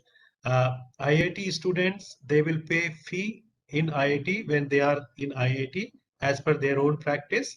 And when they come to AIT, AIT will provide IIT Roorkee always gives a scholarship to their students, so that will continue. In addition to this, we will also give them like accommodation, hostel accommodation free, plus we will give them health insurance free. So, and with their scholarship that they are getting in IIT Roorkee, they can sustain their food. And AIT will not charge any money, any fee from IIT Roorkee students. So this is a collaboration financial arrangement that we have. And benefits, there are many benefits. I'm very happy that this is the with IIT, this is the first program that AIT has developed for dual doctoral degree program, and it is going to be very high demand, at least in India, because there is a high demand for PhDs in India, and all engineering college must have faculty who have PhD. So there is a big pool of PhD we need in India. So hopefully we can also chip in our effort through this dual doctoral degree program and produce some global PhD degrees for our faculty members in India. And reduced fee, as I told, plus reduced, they are going to share the labs and facilities plus expertise of 2 universities. That is going to be really very good. And another benefit I feel is that culturally India and Thailand are quite similar, and it takes only 3.5 hours from Delhi to fly to Bangkok, and from Kolkata only 2 hours. So I think we are neighbors, and this program has a very good future. And Embassy of India is supporting also very much, because the Ambassador of India is in the governing board of AIT. So she's also supporting, and I'm very happy that Director Professor Chaturvedi visited us, and he signed the agreement for dual doctoral degree program. And we have good success in the very first year. We have advertised it just last year only, and we have already admitted 2 students into this program. Almost, I think, 7, 8 applied, and then one student, 3 students were there. One student got scared of IIT Roorkee because somebody told that it is very tough to pass from there, and then he switched over to normal doctoral degree program. But others continued. 2 students have continued, and one is from Bahrain, one from India, and I hope uh, in January we are going to get another 2 students from Philippines. So uh, slowly this program will be understood, and I think we will have more collaborations, and these students will be our ambassador in future. So with this, I will not take much time, and I will stop here. Thank you very much. Thank you very much, Professor Tripathi. You explained many details, including the advantages the students will get, and you, in fact, went ahead uh, and mentioned all the practical things the students should do. So it is a wonderful association we have, and we hope we will push it ahead. And we will also push a few students from Roorkee to IIT. That's in pipeline. Thank you very much. I hope to see you soon here. We will also be there in a short while. Thank you, Professor. Thank you, sir. Thank you. Professor Arumugam, if I can make a comment there. Yeah, please, Professor. I was like listening to Professor Tripathi. It was really very, very nice to hear Professor Tripathi. Professor Tripathi, thank you. Thank you so much. Thank you, Dr. Sharma. Right. So you are most welcome to our institute also to discuss further and to make this program to a new dimension or like that. One statement that touched me is one of the students got scared about the IIT Roorkee program. What I can interpret this is in two ways, probably. Like first, it talks about the rigor of our system. That's a good part of it. Okay. But at the same time, the other point is like probably the student unfortunately did not explore the teacher connect aspect. Actually, like probably he missed out somehow because of various reasons or whatsoever. But otherwise, as you might be already knowing, IIT Roorkee is known for a friendly atmosphere as far as the teacher students are concerned. Teachers are very, very friendly and they are very like helpful to take their students along and help them out in their difficult times. And the system also as such like supports that very much. So probably, unfortunately, that student missed that component somewhere, and it's really it's a bit unfortunate. But otherwise, it is, I assure you that it's always there. That warmth will be always there between the students and the teachers, and no student hereafter from your institute will have any reason to get scared for their academic studies, like academic programs in this institute. Fine. Thank you. Thank you so much. Thank you, Professor. Thank you, Professor. Over to you, Professor Arumugam. Yeah. So is there any question from our faculty members or students? Hello, Professor Arumugam. This is Gopinath from Nanotechnology, Center for Nanotechnology. Professor Nitin, please, Professor Gopinath, go ahead. Talk, Professor Nitin. I was enjoying the talk and got to know that a lot of opportunities are there for our students to collaborate. So I'd like to know that is there any opportunity for the nanotechnology students, like it's upcoming field, and so I'm heading the Nano Center, and if there is any opportunity for exploring the nano materials, for example, for degrading the waste materials, and we have multidisciplinary faculty from different aspects. We also use nanomaterials for dye degradation and to remove the pollutants from the water. And recently we made a nanofiber-based mask for air filtration as well as for the this one to prevent the COVID and biomedical applications also. There are a lot of faculties. We have around 21 faculties working on different multidisciplinary aspects.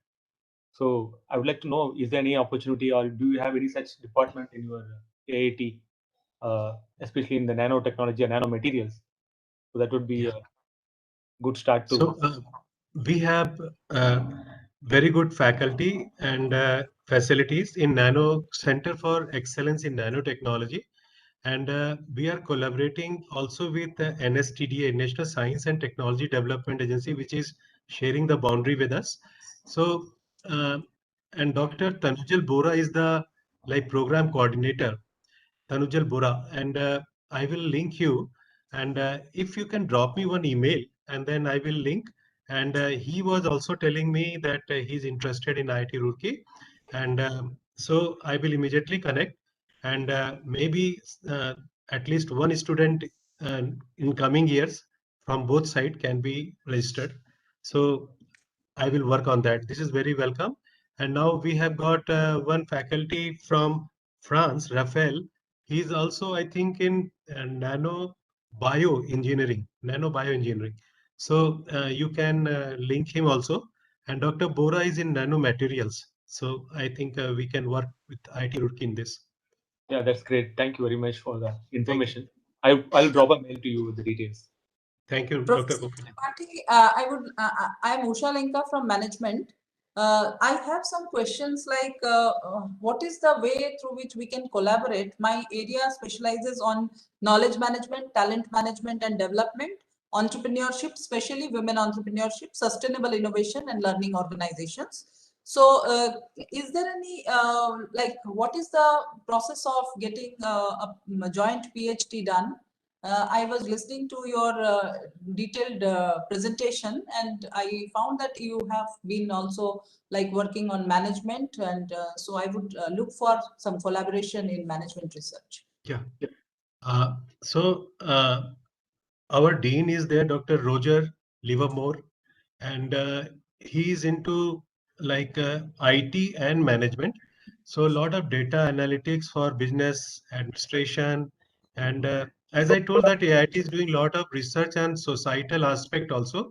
That is also I can see that your experience, IIT Roorkee experience will be combined with AIT, and we can serve the region very well. So if you have some student who are interested in dual doctoral degree program, you can write to me and I will connect you, and we can have a joint meeting with our dean and you, and then you can propose some areas. He will also propose, and then we also have good pool of PhD student, and we will be very happy to co-supervise with IIT Roorkee. So I think that way. And one good thing is that faculty from IIT Roorkee can always visit us for one semester at least, supported by Government of India. So that we go there to in the selection process, and we can say that this program is there, so we will give priority, and you can come here, and so that is one thing. Plus, always we can have online like supervision. So I think let us explore in management also we can go. Right now, we are doing in engineering and technology mainly under this program, but I can we request Dr. Roger to extend it to the management because he's into energy business and many things. So I think let's explore that possibility with him. Thank you, Professor Tripathi. Thank you. Yeah. Thank you. Sir, yeah, if I can ask some questions, I am Professor Soham Chakrabarti from Electrical Engineering Department in IIT Roorkee. Please go ahead. Sir, I am since in your presentation you mentioned a lot about artificial intelligence. So I am presently working in the reinforcement learning segment and trying to work with like planning of robot motions in face of some supervisory sort of control and some additional constraints along with the robotic motion. So in this direction, is there any enthusiasm in AIT labs and research environment? And then we can possibly collaborate because two of my students are actually working in this direction. Yeah. Dr. Soham, there is one Professor Manukid. He's heading the robotics laboratory in AIT, and he's working, I think, on the similar issues like robots and driverless car, plus in ocean also like ocean robots. Some he has developed, and he has a strong team of researchers.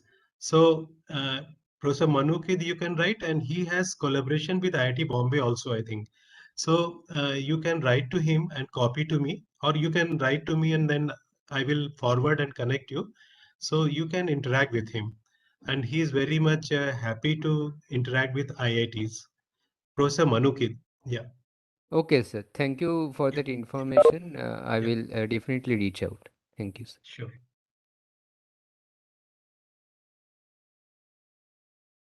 Is there any other question from Professor students? Tripathi, good morning. Thank you for a nice presentation. Thank you.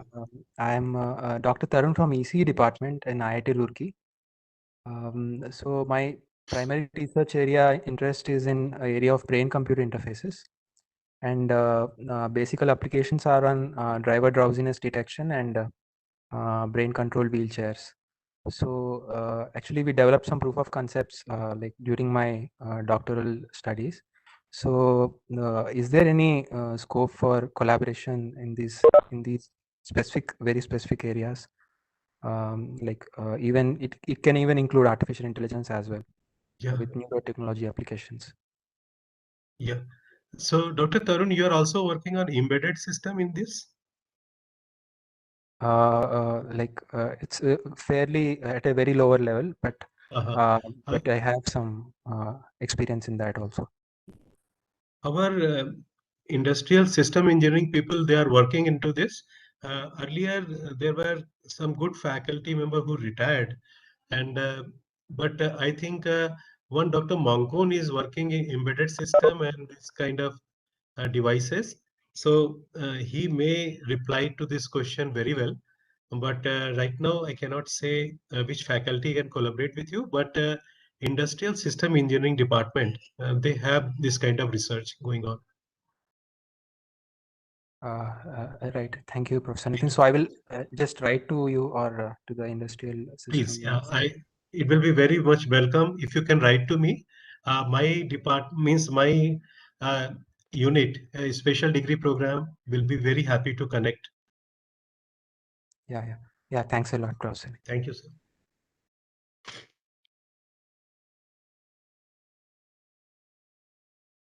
Akshita Bharadwaj, you can proceed to ask your question.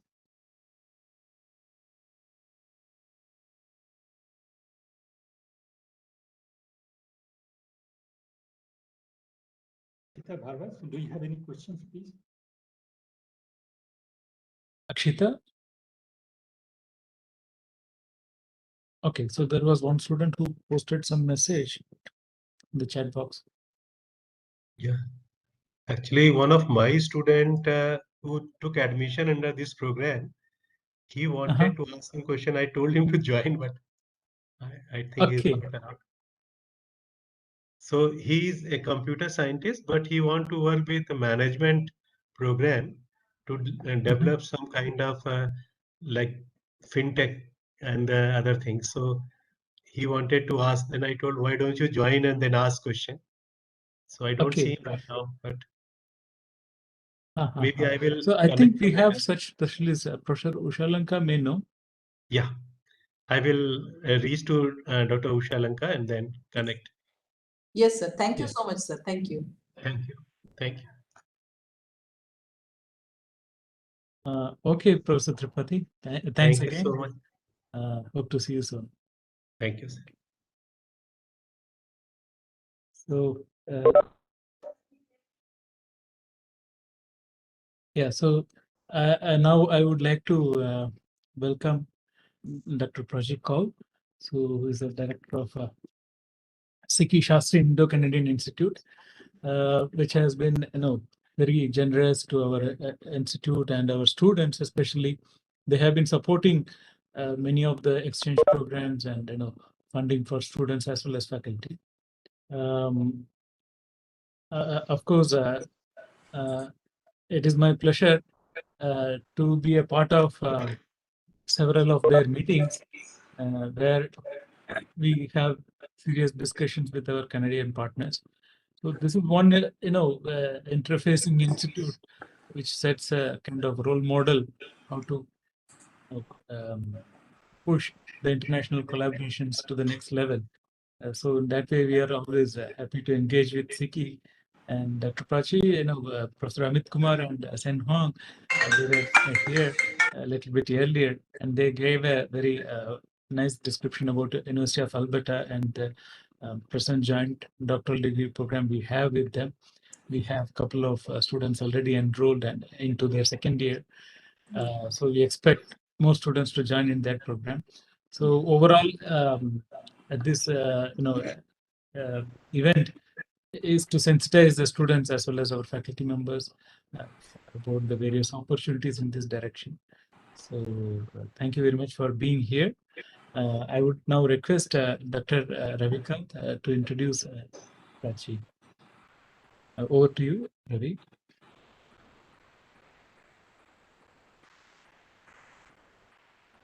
Thank you, Dr. Arumugam. Dr. Prachi Paul doesn't need so much of introduction, as she has been in this field for almost 16 years, as I can see.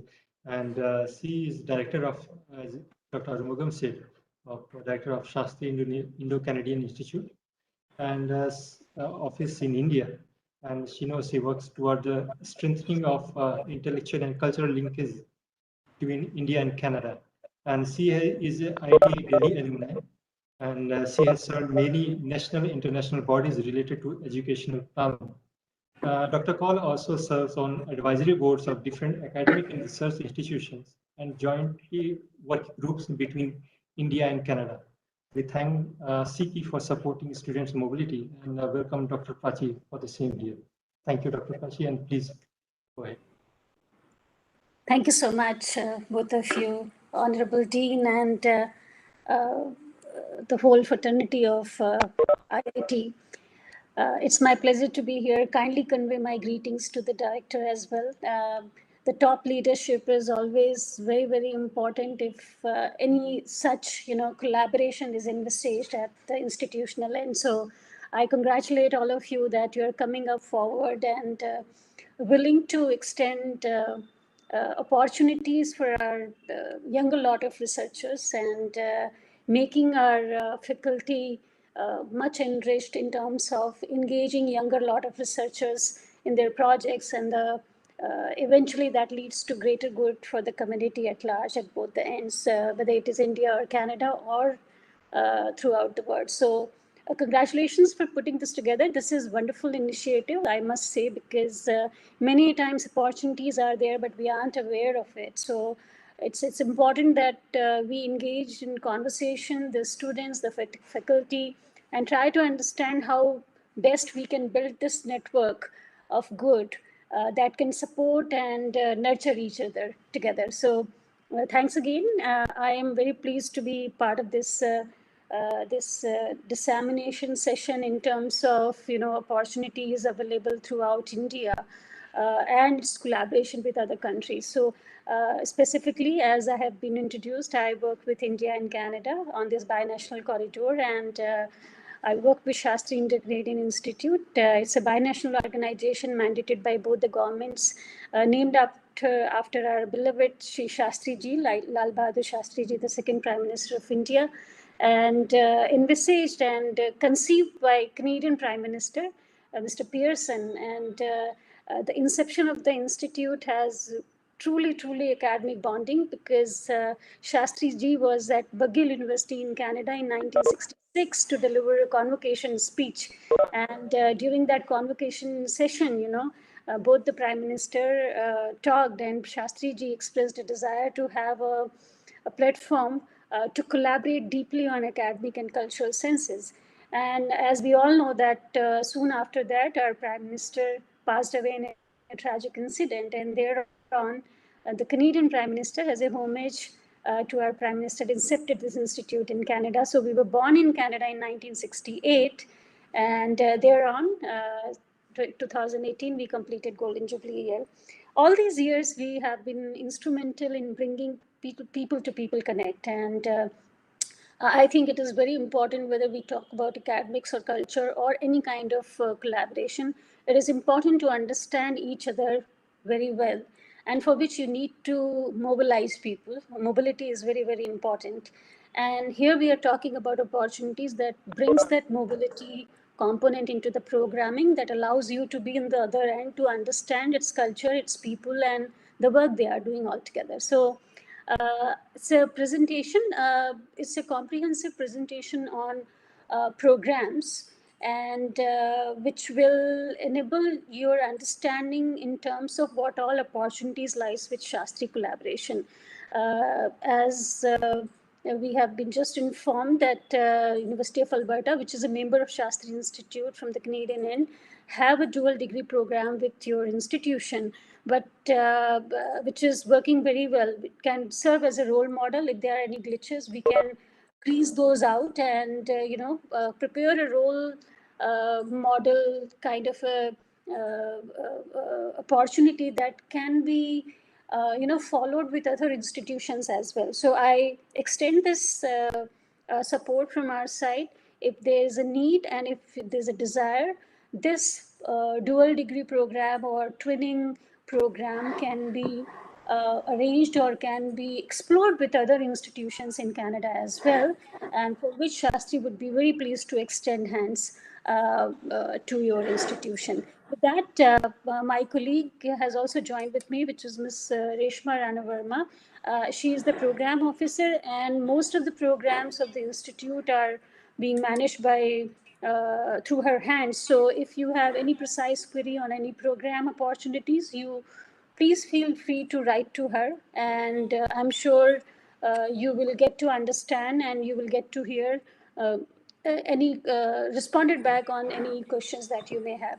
So to begin with, this is a presentation. I will just go through a few slides. Reshma, I think we can skip this because I've just briefly talked about and it's more focused on programs. So these are the two Prime Minister. This is all about Shastri. I just informed you. You can skip this as well, Reshma. This is the mission of the institute, and these are 4 broadly defined role of Shastri. As you can read there, knowledge mobilization and capacity building, partnerships, mobility, engaging countries and stakeholders. And these are kind of a windows through which, there are a couple of windows through which we follow these arenas of work. Go on further. Skip this. This is the growth of Shastri, of course, for 5 years. You can see that we have doubled in number, and which is because people are recognizing the benefit being accrued by being associated with the Shastri Institute. Go on further, Reshma. Thank you. And this is important slide, like there are a couple of windows of activity that Shastri has, and the very first window is student mobility. Very pleased to share with you that the grant that we received from Government of India or Canada, specifically I would say from Ministry of Education, 70% of the grant, total grant goes to students. So we ensure that this generation, the new generation of researchers have ample opportunities to uplift their skills and knowledge, and the enrichment is being given to them. By that, we create a better future for ourselves. So first window that we have is student mobility. Second is faculty mobility. Of course, they are also instrumental in building this students' enrichment. Third is collaborative research, which is primarily for the faculty, but there can be team formed, which may include, from doctoral to postdoctoral scholars to young students, undergrad students as well. So collaborative research is also an important component of our programming. Fourth window is application of knowledge, and which means that whatever the enrichment that we receive, we disseminate it through different activities like conferences, workshops, and events, academic events like that. Plus facilitation, which is very, very important, as I just extended my support by saying that if you are interested in twinning program similar to what you are doing with University of Alberta, we can be instrumental in forging your ties and collaboration with other universities in Canada. So this is a kind of, it's just an example of facilitation that Shastri provides to our scholars and member institutions at both the ends. Go further. So this is a screen that that presents what kind of programs these are. So for student mobility, if we talk about, there's a specific program called SRSF, that is Shastri Research Student Fellowship Program. It had 3 components, and what I'm talking about right now is the past year's program. This year we are formulating our programs in consultation, and everything is under submission to Government of India. The moment we are done with the approval, we will announce the program for this year. But till date, what in last 5 years, what we have done is to offer these programs. And as I said, Shastri Research Students Fellowship Program has had 3 components. First is for undergrad and integrated master's program. It is an internship program for 3 months. Students can go to Canada, be affiliated with a university or institution that is part of network of Shastri Institute. And similarly, Canadian students can also come down to India to be affiliated with member institutions of Shastri Institute for 3 months' time. It is fully funded program by Shastri Institute. So there's no financial obligations to member institutions or the awardee of this grant program. So that is one. The other is doctoral program and postdoctoral program. Doctoral program is for 6 months, and it remains open, even if it is a training program that you offer, the financial support and the application that you submit to Shastri Institute can be blended in a manner that you can propose to request for a fellowship or a grant to Shastri Institute, giving a premise that you are already enrolled for a training program, and that will boost your financial outlay for your being there and doing your work. Not just that, being a Shastri awardee is a kind of a added advantage because it brings prestige to your curriculum vitae, and more importantly, gives you an opportunity to collaborate with other institutions as well while you are doing your twin program with a particular institution there in Canada. So that can also be explored, or standalone also. You can be there in Canada on doctoral program for 6 months. And for faculty, it is important to note that you can even ask your colleagues there in Canada to send their, PhD scholars or postdoctoral fellows to your lab or to your institution to work with you. So there can be two-way exchange. Not just I'm talking about the mobility of Indian students and Indian scholars to Canada, but herein I'm promoting and encouraging you to encourage and support the out to inward mobility as well. So mobility of Canadian students and researchers to your institution is equally important, and that only creates a truly international perspective on campus. So it is important that you convey these programs or share these program details to your counterparts there in Canada and make them understand that these can be instrumental in building the collaboration by bringing their Canadian students to India and Indian students to their lab in Canada. So these are 3 programs under SRSF program, and as I said earlier, these are all fully funded program by Shastri Institute. The other component of student mobility, I'm going to talk about a little later while I have completed the other programs. So the second window that we talked about, that I mentioned earlier, was faculty mobility. So there are programs that that provides opportunity for the faculty to be in Canada. I think I heard the name Dr. Usha Lenka. She was recipient of it, and there were many awardees from your institution that have gone to Canada under SMP program. Similarly, Canadian faculty can be with you. So there can be n number of activities jointly done. Whether you want to co-teach a course or you want your Canadian associate to teach a module of a course or conduct a workshop for 2 weeks or 3 weeks, because the tenure of the award is 3 weeks. And similarly, you can do the similar activities or extend your enrichment to the Canadian faculty and academia and research fraternity there, being on this fellowship, on this mobility award to Canada. So this is an important component for the faculty to explore.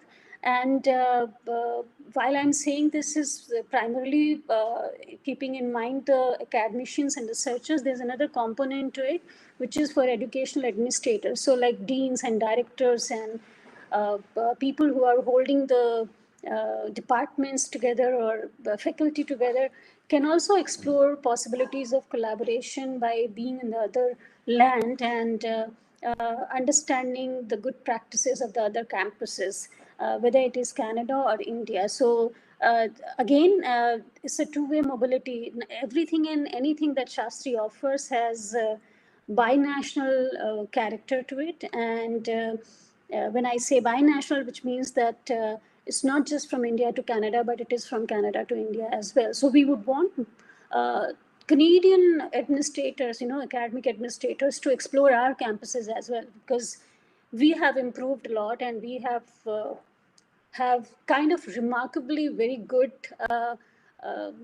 reputation now worldwide in academics and research. And I would personally feel delighted if we share our best practices with them. It is important that we make them understand what went behind, building these campuses and building these institutions. So it is important that we share with each other the good practices, and for which this faculty mobility program, Shastri Mobility Program, is an appropriate opportunity for you to explore.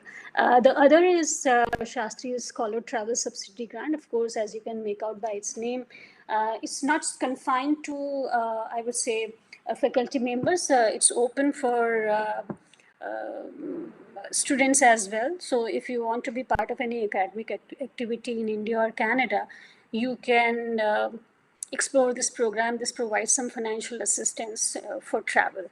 Right now, of course, because of the travel restrictions, this program stands postponed, but soon, when normalcy is resumed after COVID, we would be probably offering the same program or a program similar in nature.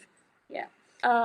So coming down, Program Development Grant. Shastri Program Development Grant is a program that allows you to develop an activity which is like dissemination of knowledge through various academic activities. So this workshop is also an important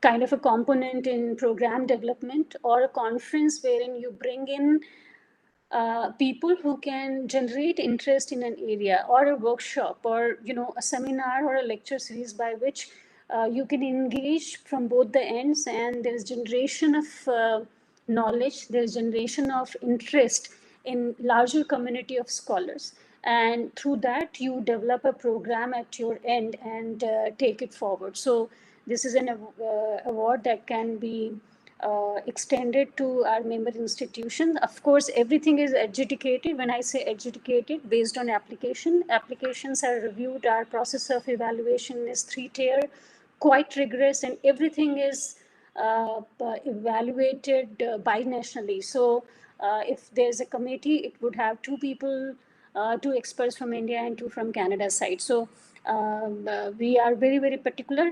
Why it is so? Because we don't have any personal interviews. It's just on paper that you are evaluated. And if there is any clarification needed, we connect virtually with the scholars, and based on that, we grant these awards to the applicant. So that is also one of the important angle to our programming. So Shastri Program Development Grant is to support any academic activity at your campus. You can extend, Shastri can extend this grant to you. Faculty Development Program for Vocational Education might not be too appropriate, but can be appropriate if you are dealing at the tertiary level of education. Many institutions in India, not particularly IITs, but many universities have vocational education programs, and primarily it is focusing on train the trainer. So we send somebody from India to Canada in the areas they have expertise, and similarly, if there's an interest and we have some skills, of course, Canada is one of the best in vocational education. So we built up this program primarily to support Indian vocational education institutions. Sometimes I have seen there's a scenario by which an institution is also tagged along grooming a not so good in standing the institution. So just in case you have any institution attached to you, you can make this award, you can process this award for them, and you can make them understand that they can actually explore this to avail the opportunity as train the trainer. Window 3 is collaborative research, institutional collaborative research grant, which is very, very popular amongst the Canadian scholars and Indian scholars. And many of awards have gone to your institutions as well. This brings in opportunity for you to form a team of PI and co-PI from both the ends, and form a team of scholars at both the ends, and coming together to solve a problem. So this is an opportunity wherein also, you can tag along your doctoral and postdoctoral scholars. So even if you have a twinning program, and though, Shastri do not support twinning, do not have any specific program which is termed as twinning program or dual degree program, but all these programs can weave in, the component of student mobility, which can be reflected differently, but the purpose will be met through the funding that Shastri provides for the research that you submit, the research proposal that you submit under this particular SICRG's Shastri Institutional Collaborative Research Grant.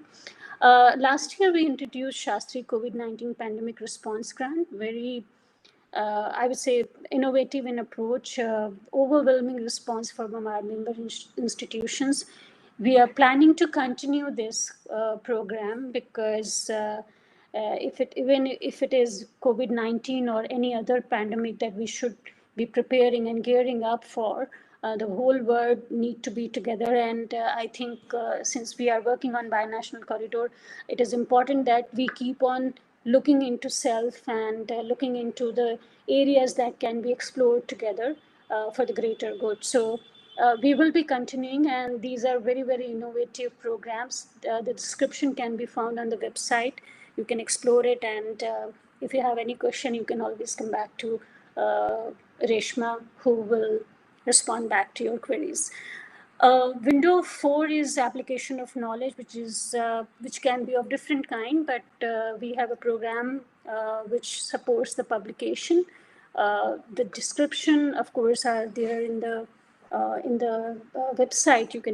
You can have a look to that. There are a couple of other programs as well that I can talk about, but maybe it would be appropriate to focus on programs that helps you to develop opportunities or increase opportunities for doctoral level students or so. Going on further, if you can, I am not going to talk about this because all these details are there on the website. These are further details on what I have already talked about. This presents you the funding available for and what it all covers, the fellowship package. So we can skip these, Reshma. This is the one program like SICKI MITAX Global Research Internship Program. As I said, I will be talking about the other component of student mobility, and this is the one that I meant at that time. SICKI MITAX Global Link Research Internship. It is through an MOU that we have signed with MITAX. Shastri and MITAX have come together, and we have created a number of opportunities for internships, which means undergrad and integrated master's program students can go to Canada for 3 months' time. Again, it's a collaborative approach, so part funding for the same comes from Shastri and part from MITAX side. And there are, I would say, many vacancies. So it's not a disappointment. I think if you are a good student, you make it for sure. So keep it in mind. I request all the faculty also, an international office and office that arrange for these internships, etc., need to keep in mind that these details be shared with the student fraternity. There are different arrangement with MITAX, as you would be aware that University of Alberta also have a collaboration with MITAX. So they have their separate slots for themselves. So this is beyond what all arrangements everybody have at their respective ends. So if you talk about University of Toronto, they would also have an arrangement within MITAX, and they would have different vacancies for to fill in from the Indian end under this program. But what I am talking about is exclusively for the member institutions of Shastri, which means I can't say competition is less, because last time around 2,500 applications we received and we were to grant only, a little over 100. So you can imagine it's too competitive, but if you are a good student, I'm sure you would be able to make it. Go to next slide, Reshma. This is the GRA program, and this is also very, very interesting program. As you would be knowing, it enables mobility of graduate scholars, which means doctoral and postdoctorals. And this is also in collaboration with MITAX and Shastri Institute. So, and exclusively for the member institutions again. And this is also an opportunity for you to join in, to club in with your tuning programs. So not sure, what is the funding mechanism, whether it's partial funding or if the scholars are given stipend at that, and how the provisions are made, whether if there's a collaboration with your institution in Alberta about waiving of fee, if there is any, or providing domestic support. So whatever the arrangement is, this can be squeezed in, this program can be squeezed into to help you out, sort out the financial outlay for the award that you are extending to your students for twinning program or dual degree program, whatever the modalities be. But this is very, very interesting program. Overwhelming response was received last year, and despite COVID challenge, I'm very pleased to share around 25 students are going to Canada. And again, this is not just one way. While internship program is only one way mobility, especially with MITAX and Shastri collaboration, it is an opportunity and exclusively for Indian students. We are trying to negotiate and building the other way mobility as well. But GRA program that I'm talking about, which is for doctoral and postdoctoral students, is open both ways. So you faculty can also have, students coming to your campus, your department, and your labs from Canada to work on the research that you and your partner from Canada are carrying out or plan to carry out. So this is a kind of opportunity for you to explore further. Wonderful opportunities for doctoral and postdoctoral awardees. Yeah, go further. I'm not going to talk about this because I've just touched upon. Skip this. This too. Yeah, skip all the programs. Yeah.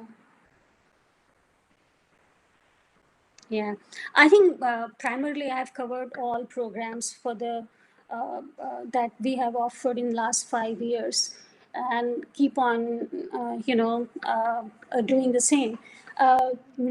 Next 5 years are very, very important for us because we have developed quite an extensive framework of research programs at our end, and this is going to bring in opportunity for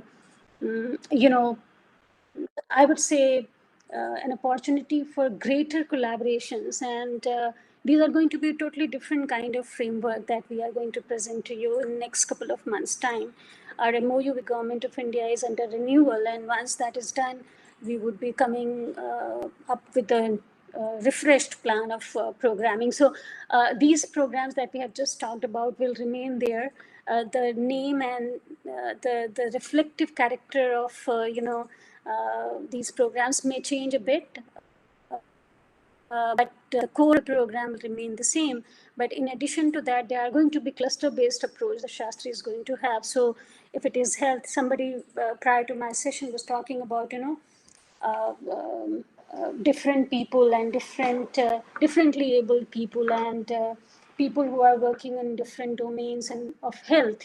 The other day we witnessed collaboration or MOU with Dalhousie University and Sikkim and Manipal University, Mahi, and they came together to work on immunotherapy for cancer treatment. And there are many areas of health that we have covered till date. And we have realized that it is important to have an inclusive and very comprehensive approach towards one theme, one domain of knowledge. So what we have decided that we are going to focus on clusters. So cluster of health, inclusive of one health component, is going to be introduced by us, and which will bring in all the important stakeholders. When I say important stakeholders in health, whether it is federal government, whether it's a state or provincial governments from both the ends, or it is important agencies that are working on this domain, or it is faculty or students, hospitals for that matter. So important is to bring all the parties together and bring them under one umbrella and try to understand commonalities of issues across the border and provide a solution. Of course, industry is going to be, because it's R&D, so it's going to be integrated here too. So that's the kind of approach we are going to take in different, theme-based, cluster-based areas. Public health, and One Health remain ones. Agriculture is second, very, very important, because it remains very, very important to India as well as Canada. So agriculture is the second domain that we are working rigorously on, and we are hoping that in next 6 months' time you have greater opportunities to collaborate with Canada on these clusters. The clusters are going to be, other clusters are going to be artificial intelligence and robotics, ocean life and marine life, and many more. So there are going to be ample opportunities in precise areas that you are working on, and that is one. There's going to be another program that I would like to mention, this thematic research clusters, applied research program. We had a wonderful program called SHARP, Shastri Applied Research Grant, and which was kind of a very impact-based program, and we would like to reintroduce that program very soon, which will enable, applied side of any research that is facilitated by Shastri. Very soon, you will have a notification from our side on mapping and matching workshop, the interest workshop. So what we are planning that before we head for these clusters, we bring out people together, if I am a person working in precision farming and agriculture, and I would like to connect with the Canadian counterpart there who are good in this area, what we are going to bring, we are going to write to all our member institution. And when I say member institution, it's 170 institutions, best of the best from both the ends. So I'm going to write to them and ask them to place their expression of interest to be together. When they will be coming together, you will be matched with the interest of theirs, and we will form a subgroups within particular, theme. So if it is a health cluster, we will have people coming together for different aspects of health, and then we will be able to map and match them for their credentials and for their interests for that matter. And this workshop will be instrumental in building up these clusters that I've just talked about. So these are going to be a couple of programs, new initiatives that we have in mind for next 5 years. And these clusters are going to be operating for 5 years time. And if successful, then can be extended to next 3 years. This is all in plan, quite ad hoc, but I think that is the way to nurture collaboration further. So, and these clusters are going to create any opportunities for different kind of mobility of students as well. I think that's the future planning is from Shastri's side. But what are programs I have just mentioned will remain and will be available for all of you to explore and make use of. So that is it from my side. I think I have tried to bring in all the important component of our programming. And if you have any questions, I would be pleased to receive right now and respond to that.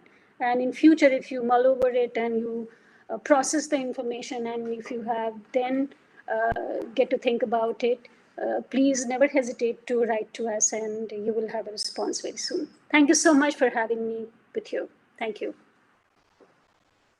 Thank you, Dr. Prachi. It's a pleasure to hear you. Is there any question? from faculty members or students? Dr. Prachi, this is Usha Lenka. And first of all, I would like to thank you for always supporting my applications, and your SICI has been kind enough to award our institute as well as my applications. So there is one, as I'm always I'm yet to submit my report. Just wanted to know whether this can be converted into a joint PhD program. The work which I am doing it, a PhD scholar is also working with me. So is it possible to convert it into a joint PhD? Thank you, Dr. Lenka, and congratulations once again for completing your research. I'm sure it was worth investing your time and resources and our resources. And I think it's a wonderful proposition. You are the best judge here, because I am really not sure how you plan to evolve this research to a PhD program or doctoral research. If you think the student of yours has have been involved greatly into it, and the PhD is concerned directly related to it. It is, and if there are no legalities, I am not aware of that. That's the responsibility of IIT and your institution to ensure. If you think that can be done, we have no problem.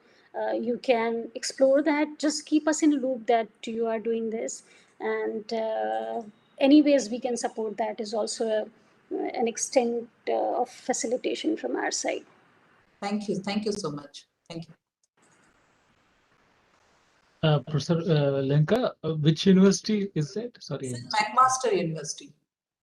Okay. So we will try to contact them in that regard. So in general, for the benefit of other students also, any student can be enrolled into a joint degree program before the comprehensive examination. So that is the IIT Roorkee bottleneck. Okay. Because once the student's candidacy is approved, then you don't have a scope to add a co-supervisor. If the student already has a foreign co-supervisor added, then even at a later stage we can switch to a joint degree program. But the first bottleneck is that if you want to enroll a student into a joint PhD program, first add the joint supervisor. So that is easy. From your student research committee, you can recommend and you can add any foreign faculty as a joint supervisor. Then eventually we can process for a joint degree. Okay. So in fact, Dr. Prachi, we are working with University of Quebec also at Quebec. So Professor Hugo Germain from there is a joint faculty here in our biosciences department. So he has also visited us. He's had a long stay here for a few months, and we are hoping to have a joint PhD program with them also. Great. I really appreciate sharing of this information. And for that matter, as I said earlier, if you are exploring the idea of partnership on similar program, do let me know, and we can explore it at your end, from our end for you.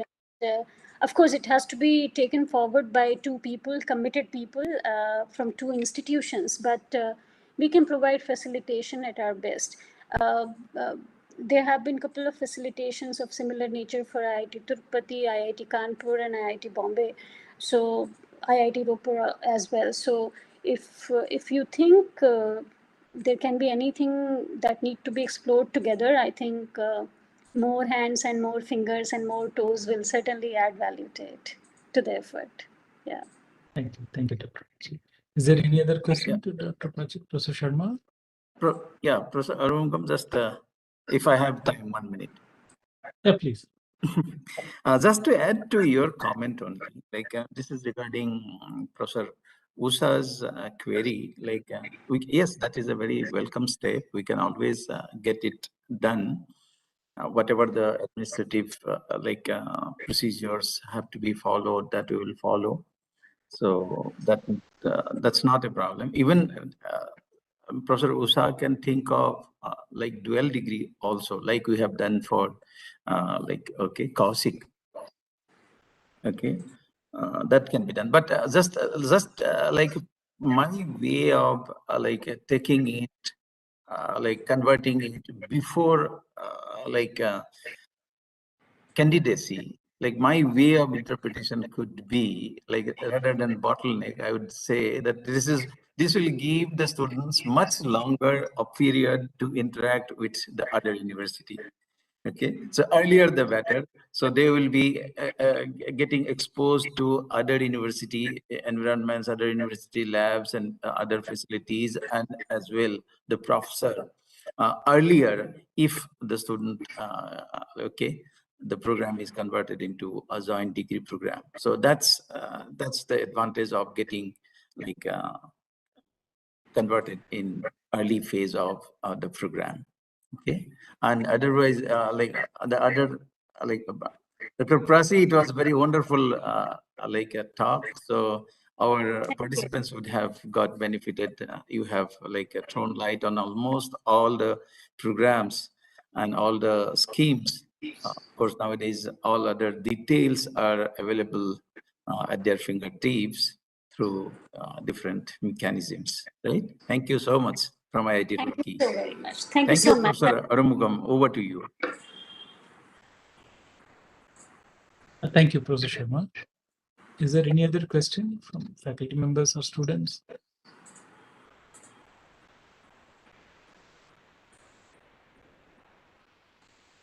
I see Professor Gopinath, he is also an alumni of Sikkim.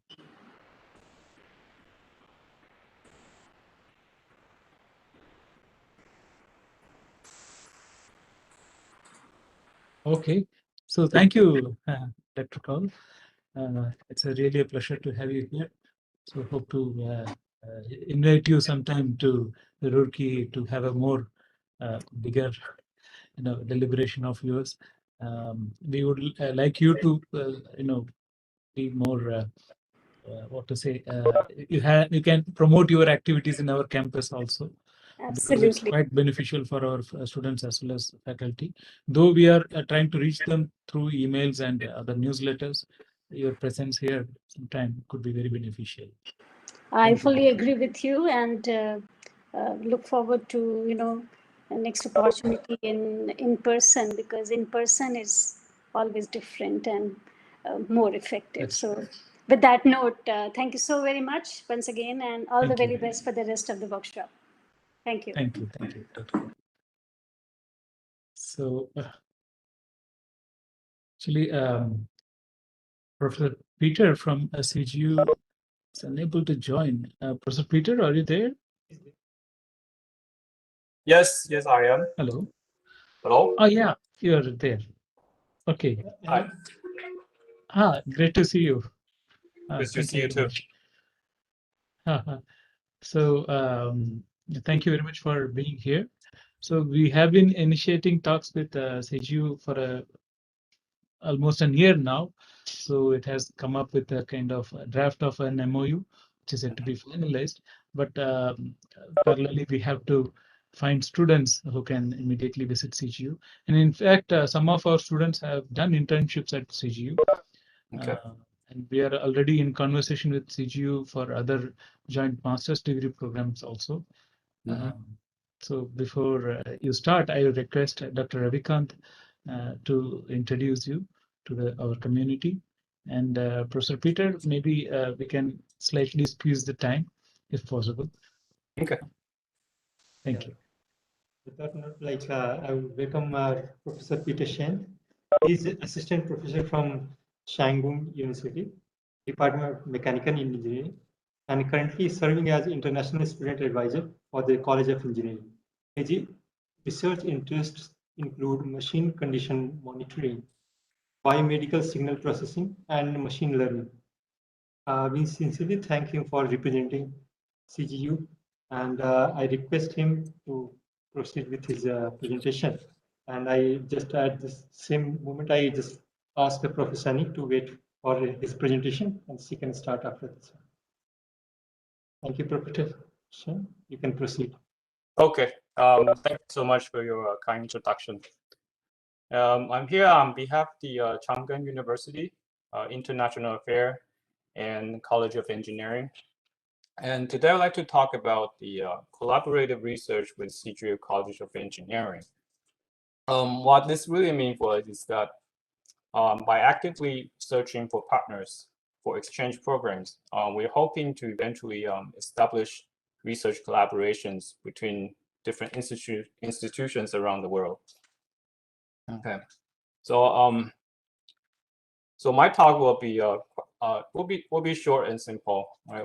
Just mainly to introduce a little bit about our school, our research, and talk a little bit about the dual degree program. And then well, I also like to share a little bit about how it is like to live in Taiwan, so the student can have a better understanding, because we are from Taiwan. The culture is quite different, so it would be great for a student to have a little heads up.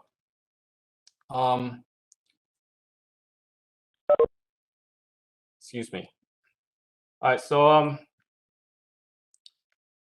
Chang University we're the private institution founded by the founder of Formosa Plastic Group in 1987. Formally, we are part of the formally we're part of the Formosa Plastic Group, which has a presence across China, Southeast Asia, as well as the USA, with very diverse interests in different industries, including all the conventional ones like the plastic and processing, or the petrochemistry, fabric and textile, as well as the more advanced sectors such as the medicine, biomedical, semiconductor, and energy. Okay. Now that I'm proud of the Formosa group, because all the money they make did not go into our professors' pockets, but then we are fortunate to have a close tie with the corporates and the Chang hospitals, such that we can enrich our research opportunities. As of now, we're the ranked among the top 500 universities worldwide. Okay, so the university consists of the 3 colleges, namely the College of Medicine, College of Engineering, and College of Management. We do have 13 research centers, but admittedly, they're mostly for medical researchers. But the one that we're more involved in are the green technology, biomedical engineering, and artificial intelligence. For College of Engineering, we currently have about 1,300 undergraduates and 450 graduate students. And we have about 110 faculty members. The department that's currently offering the PhD degrees are the chemical and material engineering, computer science and information engineering, electrical engineering, electronics engineering, mechanical engineering, and also the Graduate Institute of Biomedical Engineering. Okay. So for the research, because I myself am a mechanical engineer professor, so I'm not quite familiar with the other departments, so I try my best to gather the information I have. So for electrical engineering, they're currently researching the including fiber optics, wireless communication, okay, intelligent control, and they're also involving medical engineering, including imaging processing, also the Internet of Things and machine learning and such. For electronics, they're mainly in the semiconductor design, solar cells, MEMS, microfluidics, and so on. And for the chemical and material engineering, they're mainly on polymer science, engineering, separation science, biochemical and biomedical engineering, and so on. Okay. And for mechanical engineering, we have robotics, intelligent control. We also have the condition monitoring. We also have professors who specialize in polymer materials.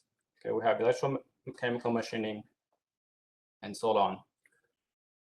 And for computer science and information engineering, we have the autonomous robots, artificial intelligence, and also they are specialized in computer architecture and operating system. Okay, so above this, okay, and finally the Graduate Institute of Biomedical Engineering. And they're currently researching tissue engineering, biomaterials, biofluidics, and biochips, and so on. Okay, so these are some little rundown of what they are doing currently. But I encourage you to go on to the website to find out more information about our professors and their research and publications. So about the dual degree program, I believe most of you already know what is it about. So it's basically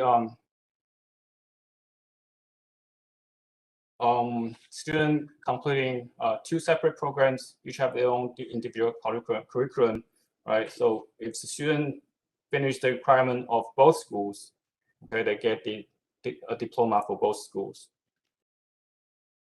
For application-wise, it's actually quite simple, right? So first you have to nomination from your current institution. So what that means is that either your students are currently already enrolled in the PhD program, and they wish to join the dual degree program. So your institute can write up a letter for recommendation, right? And then submit the application to our school. And if this want to start in fall semester, the preferred deadline will be May 31st. For spring semester, the preferred deadline will be October 31st. But these deadlines are actually quite flexible, as far as I understand. Right? These are not firm deadlines. So but then we have to process the application, especially the student will have to apply for visa. That usually quite time consuming. So then it will be better if this apply. Okay, by that deadline will be preferable. Okay, and then the online submission decision will take about a month. Okay, and then we'll publish the decision online. And after that, will take about a couple weeks to a month for all the papers going back and forth, right, including the acceptance letter and the pre-arrival package. And then the student will be off for applying for visa. Okay, if everything goes well, then the student can join us. For fees and financial aid wise, we don't have the grant for the students, but we do have a tuition waiver for them. And then it depends on the agreement between the student and professor, right? And if professor agreed to accept is accepting you as a graduate PhD student, usually they will have a sufficient fund for the student to have the I mean, there is financial assistance usually enough to cover their tuitions and living expenses. Okay, when I talk about tuition, is that maybe the program will have a maximum 2 years with the tuition waived. If they go beyond that, they will have to pay tuitions. But then it shouldn't be a problem because the professor's funding should be enough. We also have a teaching assistant or part-time employment that's available around campus. So overall, the financial part is not really an issue from my understanding. All right, and then lastly, it's about living in Taiwan. So accommodation, Chang University offer dormitory applications, and then usually it's 100% rate of acceptance. If you apply for dormitory, you're guaranteed to get it. And the living expense is about 7,000 to 10,000 per month. That's pretty much covered by the financial assistance provided by a professor. Food is actually the part that most students will have trouble with because of culture. But so most Indian students here will cook, and the spices are readily available to purchase. So it's not a huge. It is an issue, but it's not a huge issue. Language-wise, it will be useful to know some basic Mandarin. Although English can get you quite far because most of us know some degree of English. But if you know some Mandarin, that helps a lot. Okay, social life, we Taiwanese people are very friendly. You're able to make good friends here. We welcome foreigners quite well. And then for tourism, we have cities, mountains, and beaches all within the easy reach because we're a small island. So we have everything here. So that's about the program that I would like to present. Thank you. And thank you, Professor Peterson, for a very succinct talk.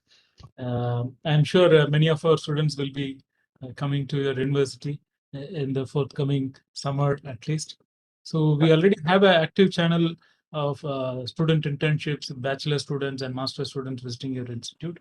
So this we will try to push one step ahead to have this joint PhD students. Are there any questions to Professor Shen from our faculty members and students? Professor Peter, this is Usha Lenka from Management Studies. So I would like to understand what is the kind of collaboration we can have with your university in the field of management. Currently, I believe so far the talk are mainly for the engineering department. My understanding, am I correct? So far the agreement, the contract is made on the so. But if you're interested, we can pass on the information to our management department of management, see what they're interested in.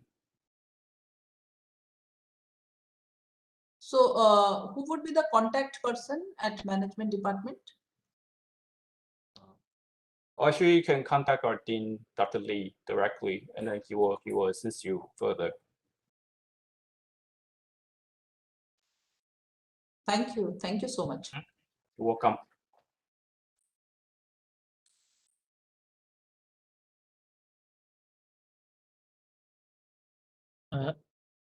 Any other question? Okay, so if not, let me thank again Professor Peter for sparing your time, and we look forward to engage with you more in near future. Thank you, Professor Peter. Thank you very much. So it's my pleasure to invite Dr. Annick. In fact, she is representing University of Strasbourg, France. It's a very long collaboration we have. It initiated with a visit of Professor Yannick to IIT Roorkee in 2018, especially with the chemical engineering department. And then a remarkable event, I must say, what UNISTRA could manage is that they organized a UNISTRA India workshop where they picked a few top institutes from India and gathered them in Strasbourg. And there were so many intellectual discussions for almost 3 days continuously. And that initiated the whole process, not only just in Roorkee, but in other IITs also, the collaborations with UNISTRA. So we took some inspiration from your UNISTRA India workshop in organizing this event, today's event also. So of course, I have already appraised you, Trannik. We have a long, history. There was a huge delegation of 5 people to Strasbourg to discuss various possibilities. We have a grand signing ceremony in Strasbourg. So it's nice to meet you people. It's unfortunate that you couldn't come here this time, but hopefully we will see you soon. So now I request Dr. Ravikant to introduce Nick formally. Thank you. Welcome, Professor Nick, and we have been communicating on email for a long time. So Professor Nick is the Dean of Graduate Studies. She also has keen interest in molecular interactions between biological molecules and their ligands using computational analytic approach, bioinformatics and all. And she is representing University of Strasbourg, which is established in 1538, like 480 years ago. And the UNISTRA is ranked among the best European research universities. I welcome Professor Nick and sincerely thank for participating in the workshop. So please, Professor Nick, please go ahead.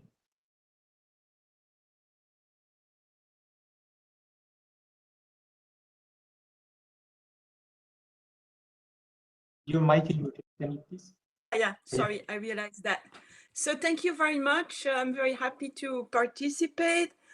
I have prepared a PowerPoint, but I'm using Safari, and so it's just telling me that it's not going to work. I don't know if you want me to mail my PowerPoint and you use your own screen, but otherwise I can do without the PowerPoint. So I will.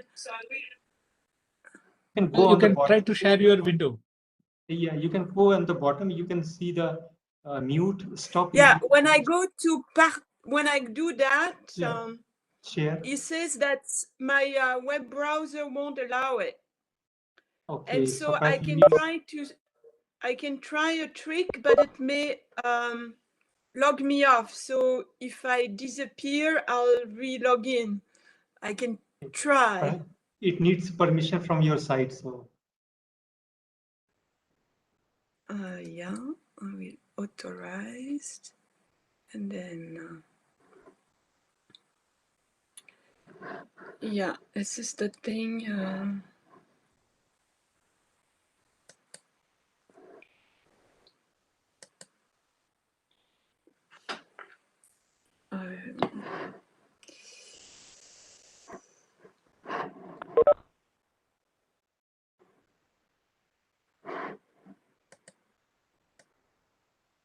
If you wish, you can send it to us. I will just share it from here.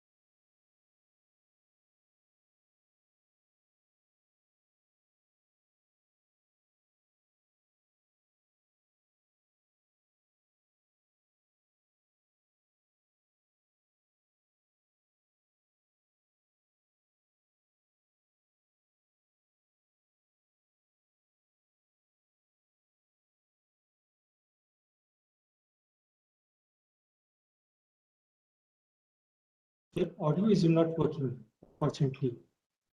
So.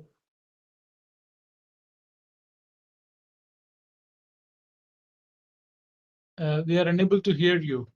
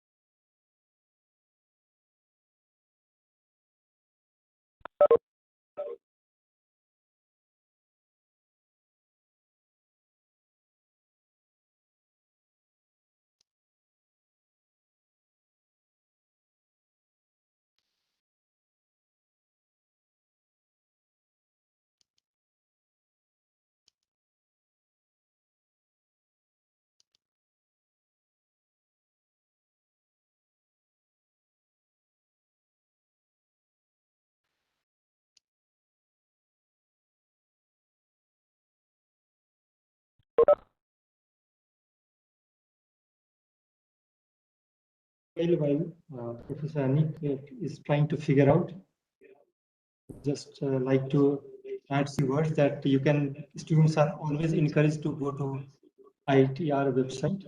On our international relations website, all the details are given for joint doctoral degree program.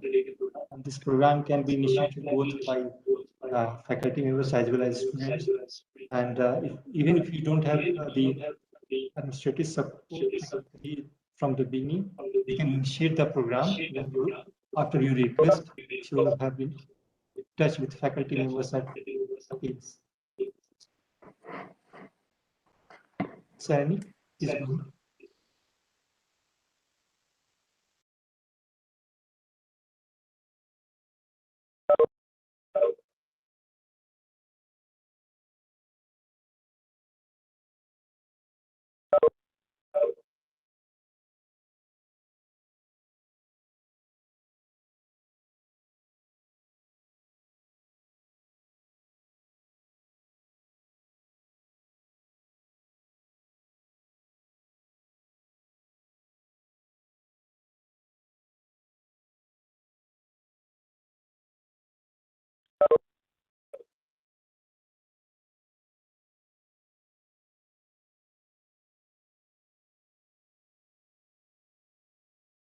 He will join again.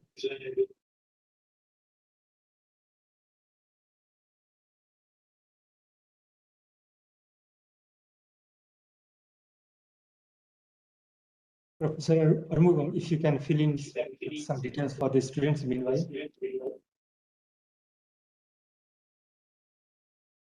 Yeah, okay. Just to highlight what we have in the collaborations with the University of Strasbourg. In fact, we have a few points listed in our website, and then of course, University of Strasbourg made a comprehensive set of presentations. Okay, about 20 presentations. Regarding what are the priority research areas. Okay, so maybe I will just share my screen.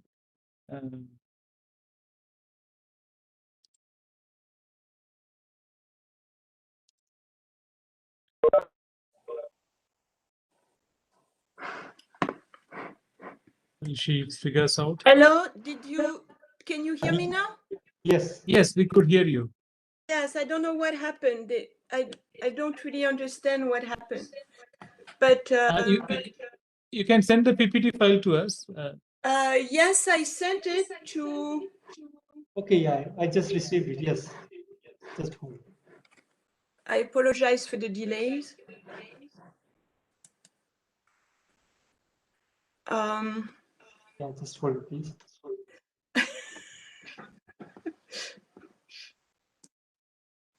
Okay. Yeah, I think we. Okay, now I have a feedback. Okay. Thank you. Okay, so I will give you a quick overview of research and doctoral training at the University of Strasbourg. Do you have a feedback or no, it's good. So if you want to put the next slide. So I will first introduce a little bit University of Strasbourg.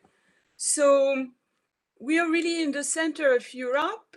We are at the frontier between France, Germany, and Switzerland, and we're not far from Belgium either, and Luxembourg. In Strasbourg, there are many European institutions, and we are a historical university founded 400 years ago, or 500, as you said.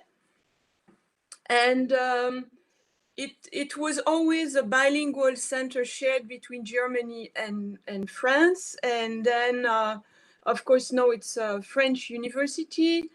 And it was for a while divided between a University of Science and Technology, one of humanities, and one of law. And then in 2009, the three universities merged again under the label University of Strasbourg. And then in the next slide, so this final merge a little bit over 10 years ago created a large multidisciplinary university that has about 55,000 students and about 3,000 faculty plus some researchers who work in our walls but are not affiliated with the university. And so we have a large diversity of programs. We have bachelor's and master in really all fields.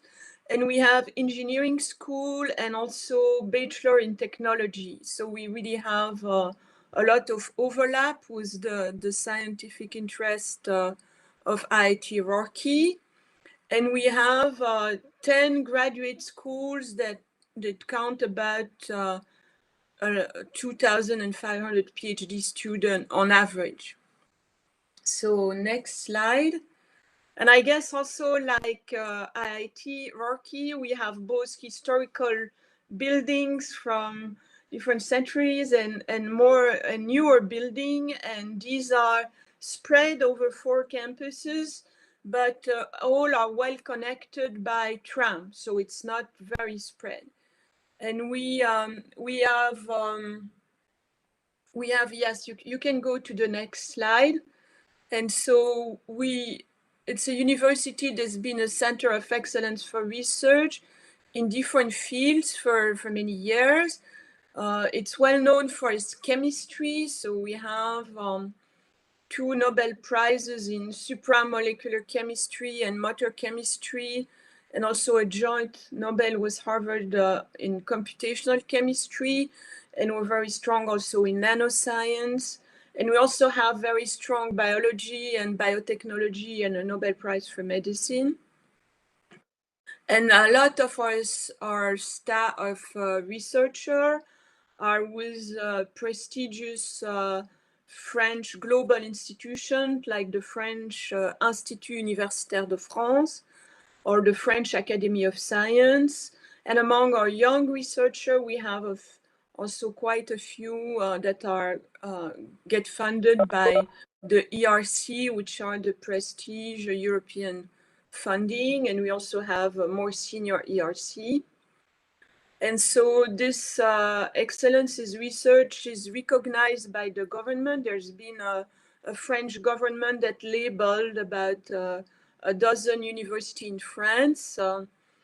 And so in France, the research is also led in partnership with governmental organizations such as the CNRS, which is the French equivalent of NSF in the US, if you want, but it also funds permanent researcher, and INSERM, which is the French equivalent of NIH, and INRA, which is the Agricultural National Funding Agency. INRIA is a national funding agency in computer science.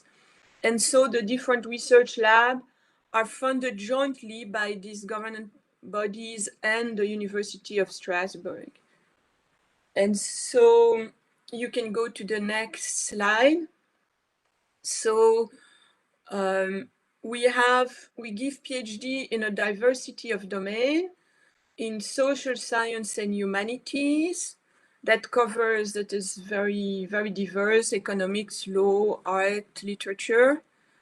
And then next slide, also in all areas of science and technology: chemistry, physics, computer science, mathematics.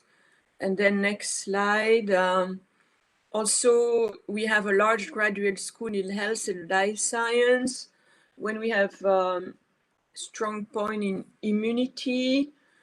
And we're also very strong in there is really all aspects of molecular and cellular biology. There is a lot of genomics going on, neuroscience. We are very strong in structural biology with all the facilities for cryo-EM, and we have research in biotech. So there was an agreement between our university and IIT signed in 2019. And so there's been, of course, this was, then this agreement for traveling was hit by the pandemic. So there's not been that much exchange of scholars in the last 2 years for the reason we all know too well. But if you go to the next slide, we hope that this will improve in the future. So I guess for people who would be interested, whether thesis advisor or student would be interested in benefiting from this co-direction. So all the co-direction is in place, but you still need to find a thesis advisor, of course, in India and one here. And then I put the email of the administrative responsible for the College of Graduate Study. And so if you are interested in this joint PhD, she's a person who will give you administrative information. And so we do not have a formal dedicated funding for this program. There are different sources of fellowship that you can apply to. that I think are probably well known to you, like the Raman Charpak or the Eiffel program, that you can find information on the Campus France website, and also the cultural attaché of the French embassy in India has all these details. And so the idea of the co-direction is that the PhD student will spend time both in India and here.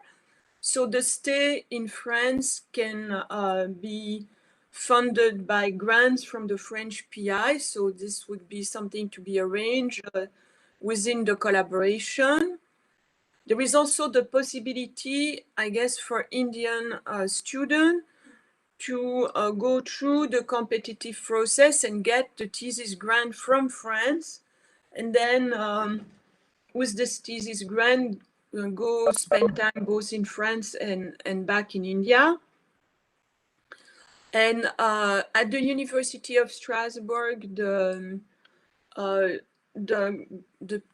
enrollment for thesis that would begin, let's say, in September, we don't have. You can formally enroll in a PhD anytime, in fact, between September and April, it's possible. But the granting is generally given in the spring for a thesis that starts in the fall. That's the most common way of getting funding for a thesis. And so you need to file. So my advice is plan early if you want to do that, and identify the collaborating supervisors that would guide you through the process.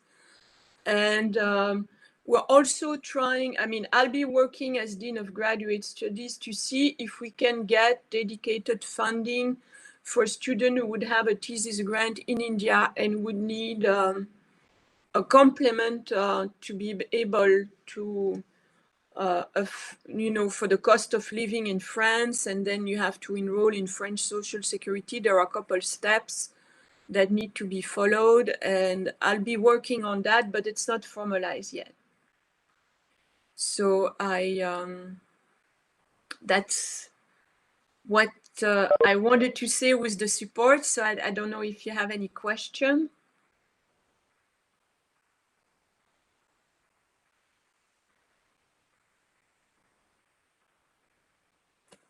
Oops.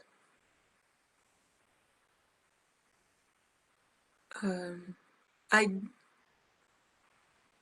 don't hear anything right now. Yeah. Thank you, Professor. And Okay. I hope the students are aware about this. We have joined doctoral degree program with UNISTRA, and they're having many queries, and we are working on that. So any student or faculty member have any queries, they can of course reach out to us. Professor.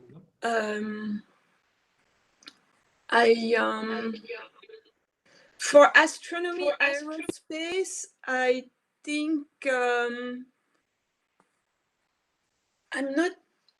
not sure. I would have to go. I mean, there is definitely opportunities in mathematics and computer science, but with a special training, we have an observatory.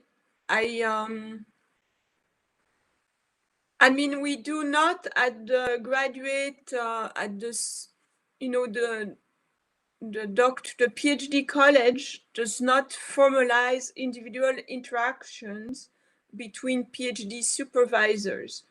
So we not for so I advise that you look on the website of the University of Strasbourg to see if you find professors with the expertise that you're looking for, because I don't know really what very specific field of astronomy or aerospace you're looking at. There is a European Space University in Strasbourg, but it's not a PhD program as far as I know, and it's not affiliated with the University of Strasbourg. So the European Space University, it's a different institution, and there you should contact the European Space directly if you want. And there is astronomy within University of Strasbourg, and I could the best thing is to look, and then if you need to get in contact, you write to the dean of the faculty in physics or astronomy, and you put this person Joël Hubé, whose name I put on. I can write it again. We will share that with students. And so you can write to her, and then she's the administrator of my office, so we know that there is somebody who's looking for an advisor, and so then we can help with directing you. But there was also some effort that needs to be made by the students, because it's difficult for us. As you saw, my field of research is computational biology, so I don't know which subset of astronomy or aerospace you're really interested in. So this also requires some investigation on behalf of the student.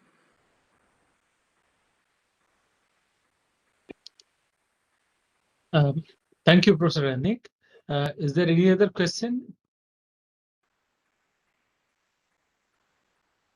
So can I? Yeah, please go ahead. Good afternoon, Professor. Good afternoon. I have a question like the live lab of Your audio is not clear. Can you? Your audio is not clear.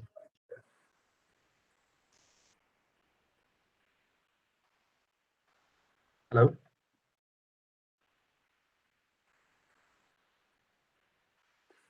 It's clear now? Yes. Okay. So I was talking about the your live lab. It's the laboratory of about it's like image, villas, and environment. And I wanted to work with a professor there, but as I came to know that she's a part of CNSRS. So can she work with us as a in a program like in the doctoral program with us as a co-PI? I'm not sure I understood all your questions, but if researchers with CNRS or INSERM are funded by this agency, but they're affiliated to labs within the University of Strasbourg. So they can direct PhD thesis. It's so it doesn't matter. You need, in order to be a PhD supervisor, you need to have to be recognized as such, but this means very, very junior faculty may need co-supervision from a more senior faculty, but otherwise it doesn't matter if you are if you're an assistant professor at the university or a professor at the university or a CNRS researcher or an INSERM researcher, you're all allowed to supervise PhD students. That's the basic question I have. Like, see, she has not affiliation for the PhD supervision. She is a part of the laboratory and she's a really senior faculty, senior member there, researcher there, but she's not affiliated to have a PhD supervision. So what is there any alternative what we can go through? But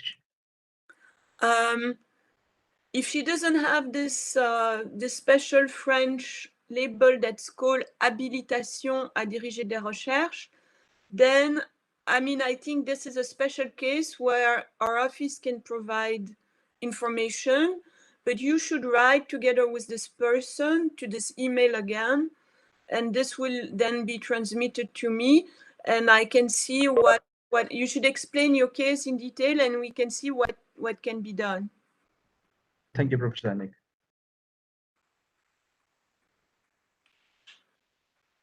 Any other question?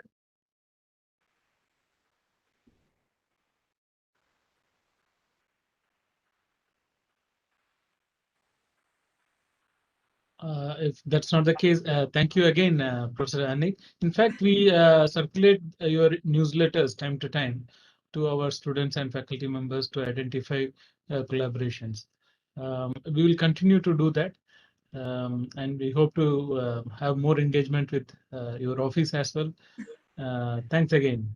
Thank you very much. Thank you very much. It's a pleasure meeting you, and I hope there'll be collaboration going.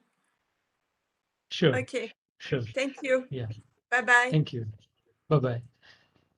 Now it's my pleasure to invite Professor Apurva Sharma, the Dean of Academic Affairs at IIT Roorkee, to sum up the whole story and guide some of our students, if at all they have some queries regarding the enrollment in these PhD programs. Professor Sharma, maybe again, I think we don't have to have a formal introduction to you. It's mostly our faculty and our students. So I will ask Dr. Ravi to skip that content and we can go directly to Professor Sharma. Professor Sharma, please. Thank you, Professor Arumugam. Well, thank you for sparing me from introducing. Okay, so yeah, we are a bit tired also by the time we have been listening to our colleagues spread over the entire globe. Thank you for that arrangement, really making it international or global, right from Canada to Australia. Okay, so good morning to our colleagues at Canada and other part, and then good afternoon to our European colleagues, and maybe good evening to our colleagues at Taiwan and Australia. So anyway, so without losing more time in this, so just I would like to sum up that this is yes, we have listened to various provisions and at different universities in our partner institutes, and those are really wonderful. And our students and faculty colleagues, if they are going to I'm sure they will be going for it, and they will take the benefit of these provisions and in the times to come. And in that process, both the institutes, the other institute and we will be benefited. Just let me remind you that ours is a institute of 10,000 students roughly, with 500 faculty members, and we have a history of 175 years, and I love to call this institute as a 175-year old young institute.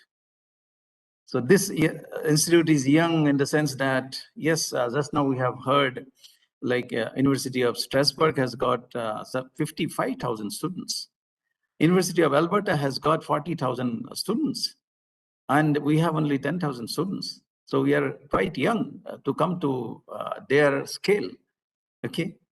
The other aspect I would like to talk about is we are getting younger day by day by adding newer and newer provisions to our academic system, our institute.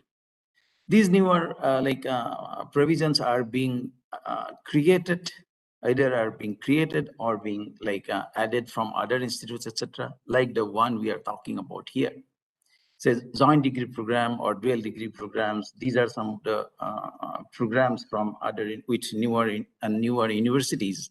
Okay, so this creates a kind of new provisions and new opportunities to collaborate with our newer partners, and that gives us a lot of thoughts and opportunities to work with our academic partners.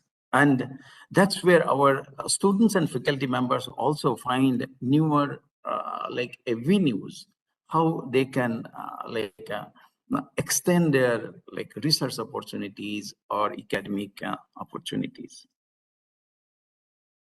We have at present we have number of joint degree programs. I have a list of 7 right now, and there may be more. And all these things are being listed in our websites, and Professor Arumugam has got it displayed in international relations website as well. And this has been, every day, this list is getting inflated. It's getting increased, thanks to the vibrant international relations office led by Professor Arumugam. So they are working very hard in this regard, and thereby making the system very, very dynamic. Then, having said that, one more thing I must say, that we welcome, as a system, IIT Roorkee, we welcome these initiatives. However, we are also having a robust approval system. We have different committees at institute level, like institute research committees, then Senate, and any such initiative or any new academic initiatives or academic proposals must go through this approval process. But then it's nothing to be scared of, and we are trying to make it as friendly as possible, as simple as possible. And all of us working very hard or working very sincerely to make it happen as early as possible or with minimum lead time. Okay. However, since this is a big system and because of the procedural aspects, it may take some more time or whatsoever for case-to-case basis, but we welcome this. And I take this opportunity to make an open invitation to all our students, all my faculty colleagues, to come forward with proposals for, say, joint degree program, for dual degree program. And you should not think that I'm alone here. How can I do, or whether the institute will grant me this permission or not, or something like that. No, it's not the question. Just at the beginning of this session, also I mentioned we took up one case of Pallavi Caustic, and we got it approved by Senate that yes, dual degree is possible. IIT Roorkee has approved a dual degree program. So there can be many more Pallavi Caustics or many more faculty colleagues who can contribute, who can take initiative to bring such proposals.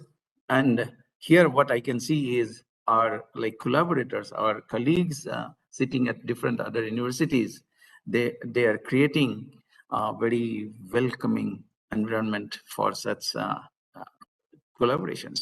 So let's take help of that. And I'm here to assure you that the process will be facilitated and completed with as minimum lead time as possible.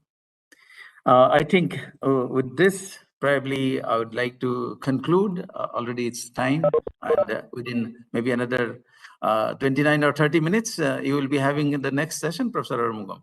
Okay. So thank you so much. Thank you, my colleagues all over the world. So thank you so much. Thank you so much. Thank you. Thank you, everyone.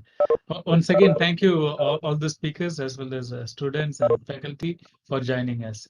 If it is some other event, we could have gotten together and had a wonderful lunch. But I invite all of you to International Relations Office for a snack or a coffee anytime. Please visit us. Thank you, everyone. Thank you, Professor Anik. Special thanks to you. See you soon. Bye.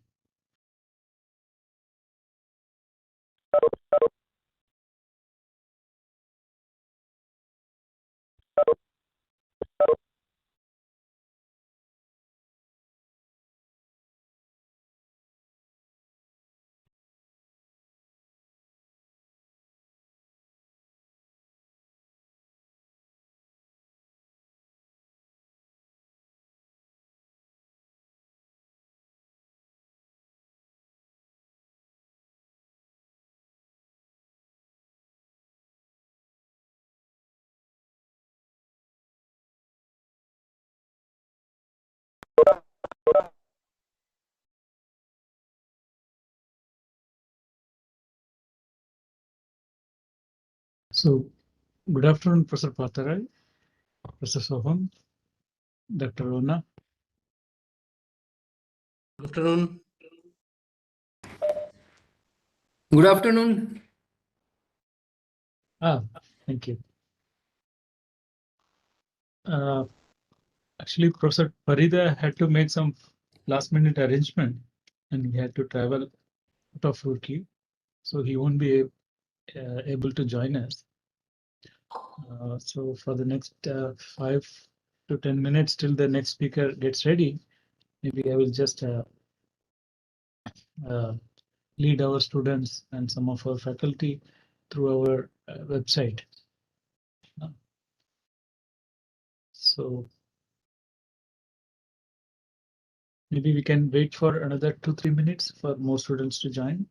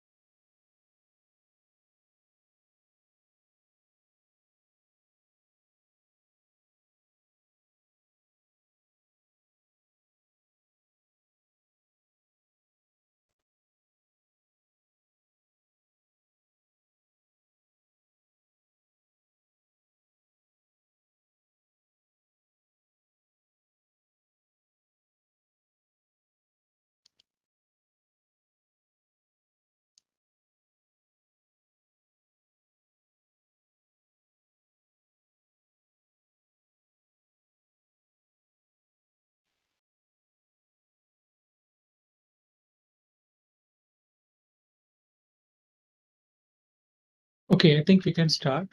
Some of the students are watching it through YouTube, and probably some of them may see the recorded version. So I will have a quick review of our website where our students can find most of the details. Of course, for our faculty also, there are several details we have uploaded. So in case if you have missed it. The first thing is about the joint degree program that is in today's agenda. I hope you can see my screen, which is essentially our website. So there are two possibilities here.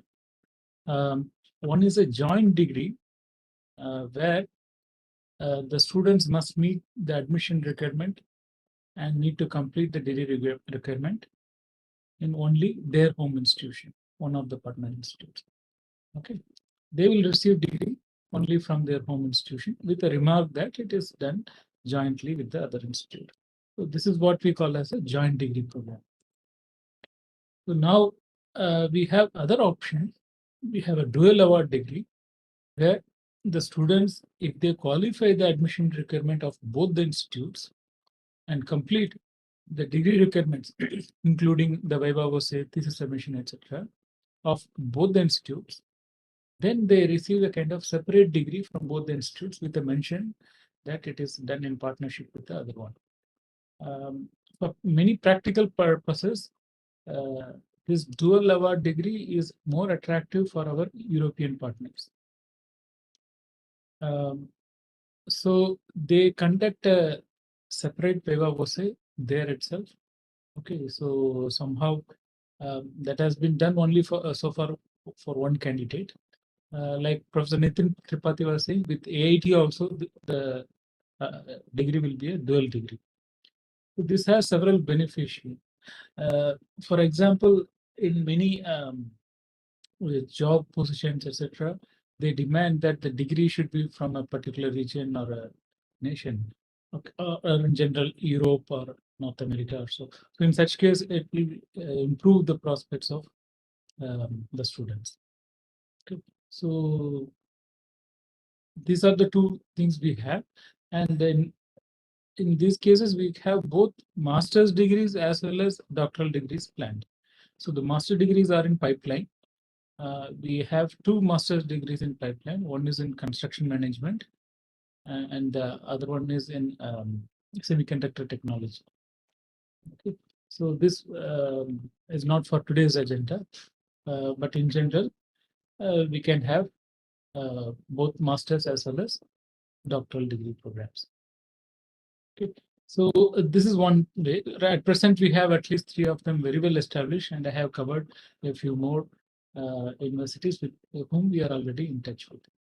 So now many of the students have this question.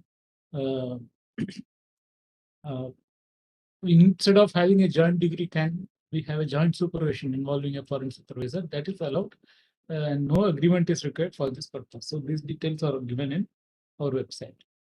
The required forms, etc. Those details are also very much available in the website. So I require any student who is aspiring to join this joint degree program to get into these details. As I already mentioned in one of my previous clarification I gave for a student, if the student is in an advanced stage of research, the first step could be to add a joint supervisor, and eventually a joint degree program can be worked out. Okay. And then we have several options for the student exchange programs. So if it is about IIT Roorkee students, there are these several calls which we put it here, and there are a few categories here. So in the first category, we have the applications managed by our office, where the students apply to our office, we shortlist and send the shortlisted names to our partner institutes. Okay. So the students apply through our channel live, through our online portal, and we do a shortlisting here. And here the prospects are more because we already have an agreement with our partner institute. They will take minimum of this many number of students from our institute. So sure shot selections will happen here. And then there are other applications where we have made the network, but the application has to be submitted directly. Okay, so and then there are open calls which are open to everyone, not just our institute. So all these we periodically update, and any student who is willing to do a joint PhD can manage funding through these calls also with respect to countries. Some cases, for example, the Duo India Fellowship Program, where the student has to identify a partner. Okay, it's a mutual exchange from one European nation and IIT Roorkee. So it can happen only as a dual thing. Okay, so it's a duo fellowship. So this really is something which we need to be careful about, because if we don't get many students from other countries coming here as exchange students, we may not be able to send many students outside. So there should be some balance between the inbound and outbound students. Of course, we always have more outbound students. Inbound students are very less. But our institute has lots of support for inbound students. I'm sure Professor Patara will explain about some fundings from his office for both students as well as faculty members. So I would request our students also to be careful in this regard.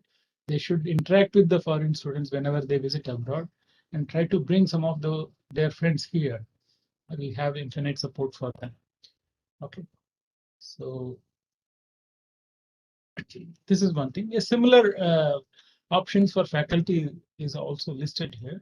So we have several list of exchange programs for our faculty members, including the ones by our government, and then special agreements like this Duo India Fellowship, SICI, UKRI fellowships, and of course DAAD will be covered today. We have Anurupa Dikshit here. Welcome to this event. So she will be talking more about it. And in fact, we have some support from our own institute through the DORA office. And then there are some regular jobs. So for our faculty, I should say we should advertise more about these opportunities for foreign faculty as visiting faculty in our institute. So they do get considerable support. Sometimes the emoluments are quite attractive. One can see it can go up to 3 lakhs per month with the contingency grant also. So these are quite attractive schemes with which we can attract foreign faculty to our institute. This could be in principle additional to any support they may get from their own funding agencies. That's also a possibility. So this is a kind of additional thing. But for most of the partnerships you want to build, you just write to our office, you write to dean.ir or our executive officers. We will try to help you in formalizing the partnership. So in fact, we have a very standard ready template for MOUs. We have so many MOUs with different institutes. All the details are available here. And then we have special research networks, which are also listed here. And yeah, so for MOUs, you just have to write to us, and we will do the bureaucratic work for you. If you click this partnership page, all the details are given here. Okay, so there is a template here in PDF as well as Word for agreements. If the foreign institute is going to follow our template, there is no further approval required. It can be readily signed. If there are substantial changes, or if we have to follow the foreign institute's template, then our office will process it for further approval from other deans and so on. So in any case, our office will serve as a single window system for any international activity. So please don't hesitate to visit our office, talk to us. We have 3 executive offices. Dr. Ravikant Ranjan is there, Dr. Himadri Pukan is there, and then we have Dr. Shantanu Bahal. So please visit our office. There is always plenty of coffee and snacks for you. Have some time with us. Get yourself involved in more and more international activities. So with this general remarks, I will stop and ask Dr. Ravi to take over. Dr. Ravi.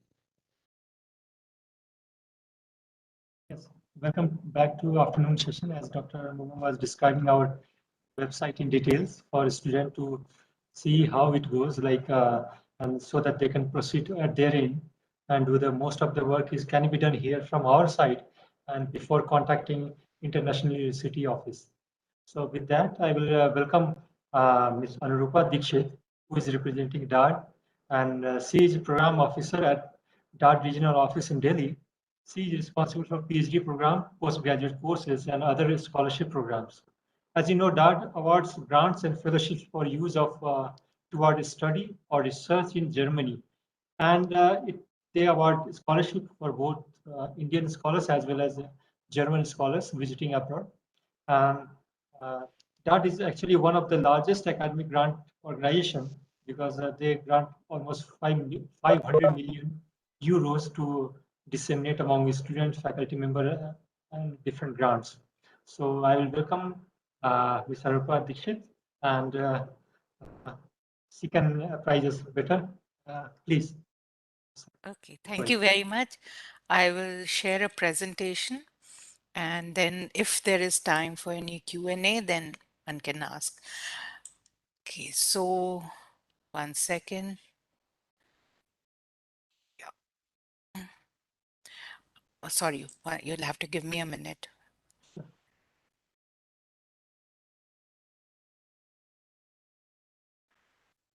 Okay.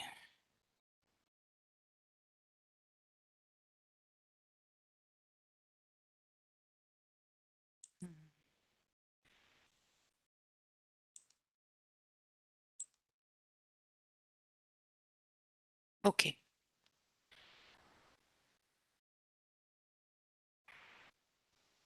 Oops, what happened?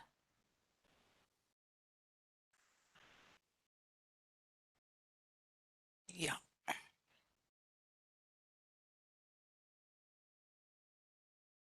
Okay. Okay, so I'll very shortly speak about the funding programs that are offered by the German Academic Exchange Service. We have a very short introduction about the organization. It's a self-governing organization of German universities and student bodies present all over Germany. So what is interesting for universities in Germany is that they are not located in one place, in one city or one area, but they are spread out over Germany. So this is our management and the committees that they are. The president is Professor Dr. Joyobrata Mukherjee. General Secretary General is Dr. Kai Six, and Vice President is Dr. Muriel Helbisch. The Secretary General and Vice President have recently joined. Other part of the management are selection committees, board of trustees, our offices, for example, universities and student bodies. This is where all we are present around the world. And in India, we are in Delhi, regional office, in Dhaka, sorry, not Dhaka, Mumbai, Pune, Bangalore, Chennai. And apart from that, we have offices in Dhaka and Colombo. They are also part of our network. So just a very few numbers, more than 11 lakh scholars were funded in 2020. Our budget is like 549 million euros. That's all last year's. And we give scholarships and grants for all disciplines at all stages. So we also have internship programs. We also have academic collaboration between universities, and we also fund students, professors, etc. I will show you a few of these programs that could be of interest to you.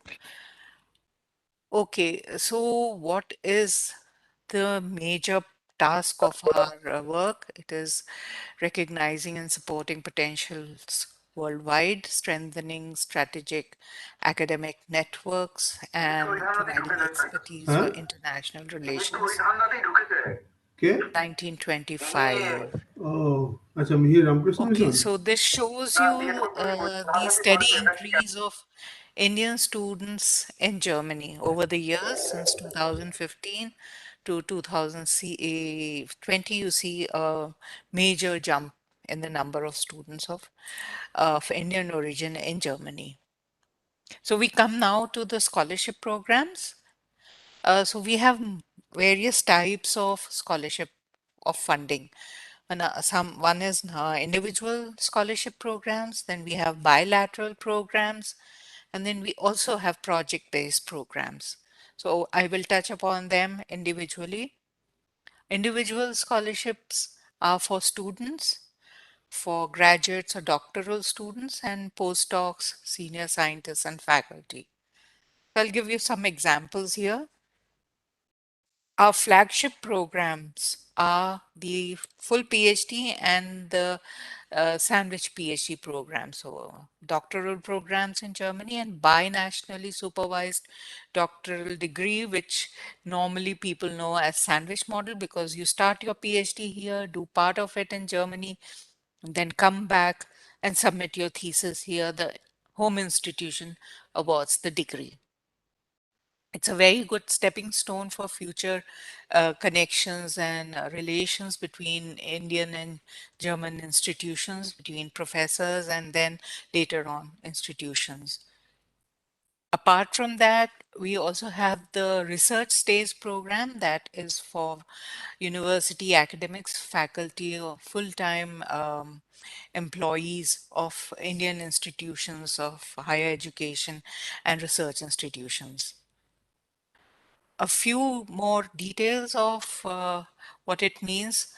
There are two ways of doing PhD in Germany. One is the individual PhD, the way we do it here, or we also have structured PhDs where the topic is already defined, and sometimes you also have funding within this program.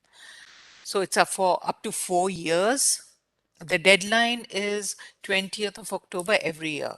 And what you get in terms of value is 1,200 euros per month plus health insurance plus travel lump sum and a research subsidy. Of course, there is spouse allowance also. What is the eligibility? That you have a master's degree or you are going to complete the master's degree. Last degree award should not be older than 6 years, and you will do a full PhD at any German university or non-university research institution, just like Helmholtz, Max Planck, Leibniz. So all these non-university research institutions. Duration, as mentioned, is 4 years. This is again the same amount, what all you get. Yes, what I forgot to mention was as a part of the scholarship, you also get a German language course. For PhD, 4 months. For sandwich model scholarships, 2 months. The last 2 years, we've been having these language courses online, but I just hope that next year when the next group of awardees have to go to Germany, they will do the language course on site. Okay, now to the next flagship program, that is for those who are registered for their PhDs in Indian institutions. Maximum duration can be 2 years. You can extend it by 1 year. Starts with 1 year and then you can extend it by another year. Financial value is the same as with PhD. What is important here is that the applicant should be registered for their formally registered for their PhD here, and registration is not older than 3 years at the time of application. And this is a joint supervision program where both of them, Indian and German professor, guide the student. Here also there's a language course. Now this is a program which is for faculty, full-time faculty at any Indian university or non-university research institution to do same at German university or non-university research institute.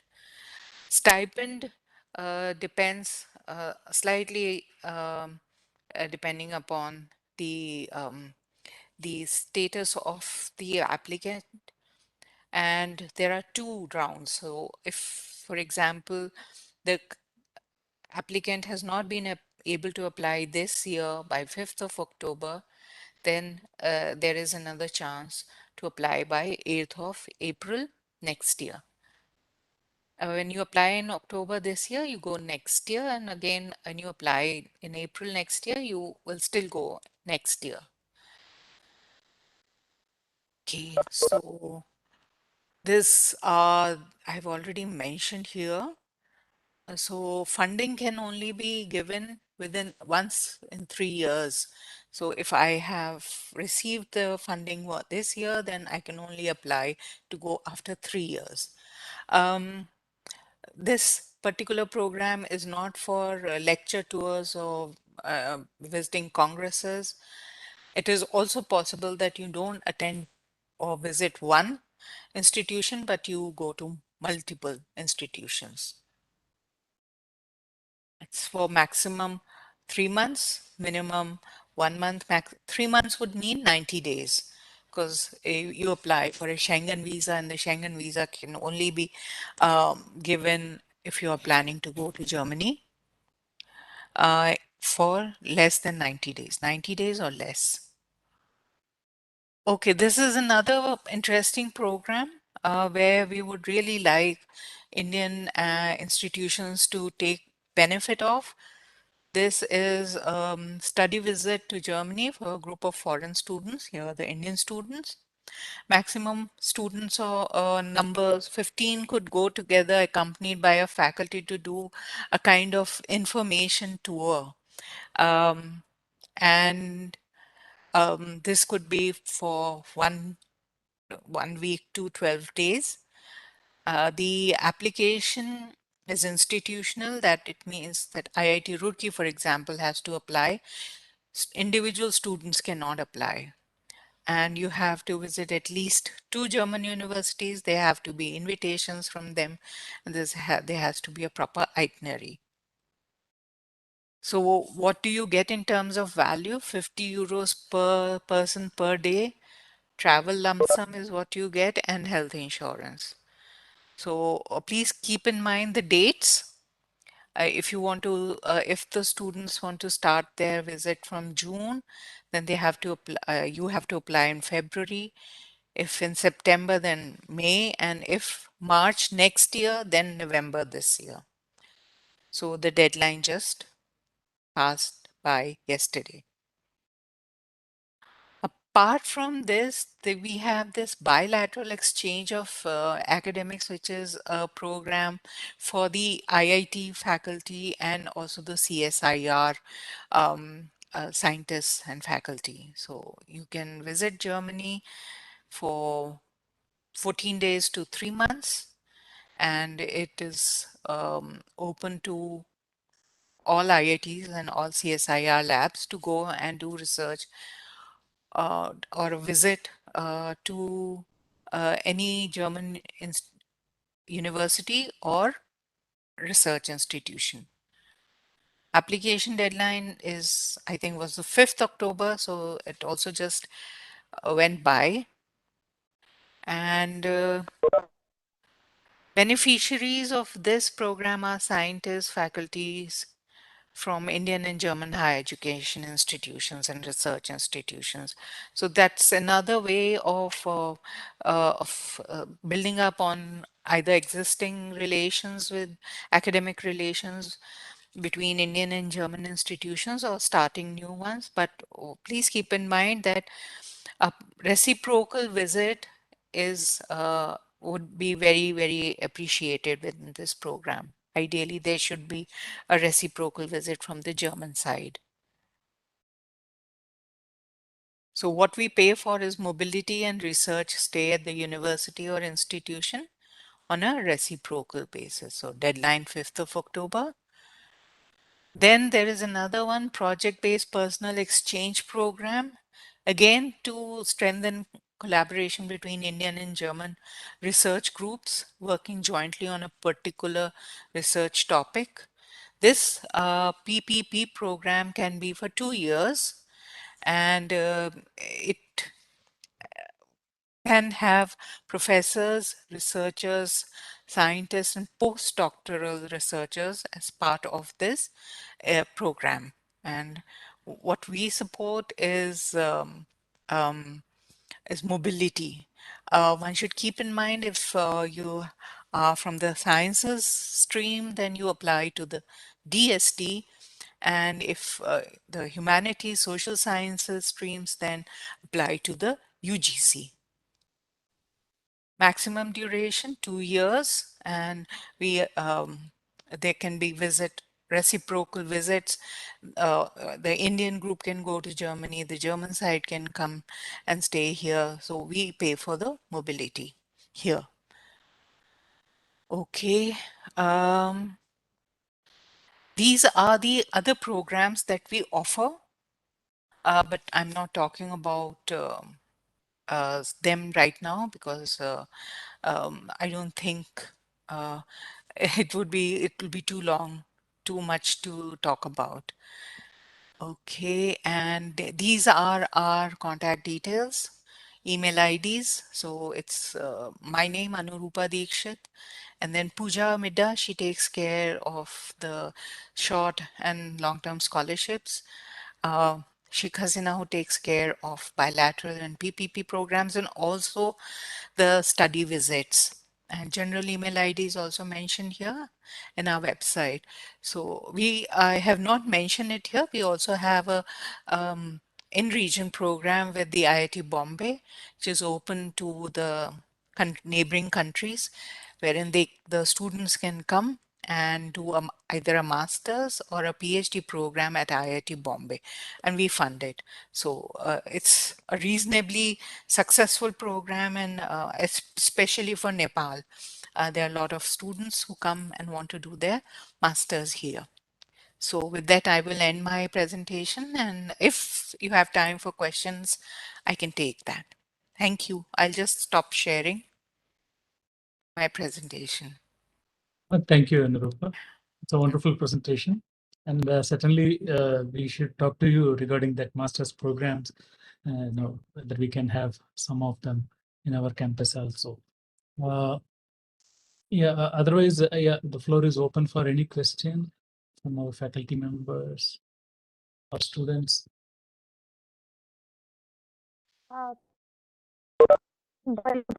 your permission, can I talk to Miss Dear sir? Please, go ahead. Good afternoon to everyone. I'm Masuda Siddiqui from Afghanistan.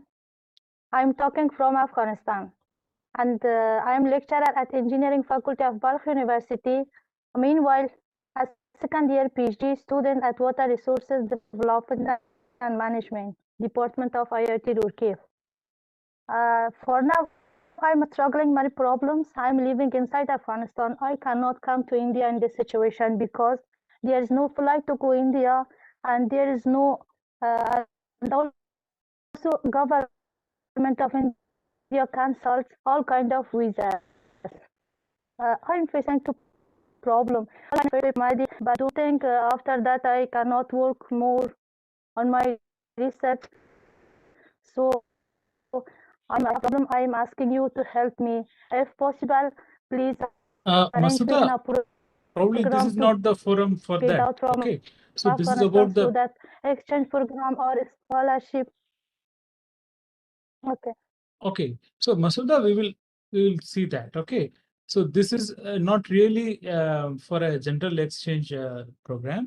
Okay, usually the exchange programs are not open for foreign nationals who are studying in India. Okay, so that will be a limitation. I suppose Anurupa also will agree. No, she can apply if she was Okay.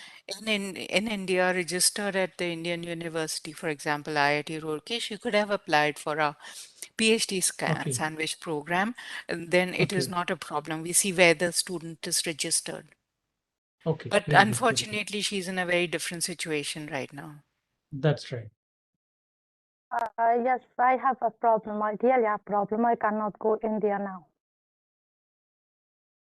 Yeah, you can look for the calls. Our office also will advertise.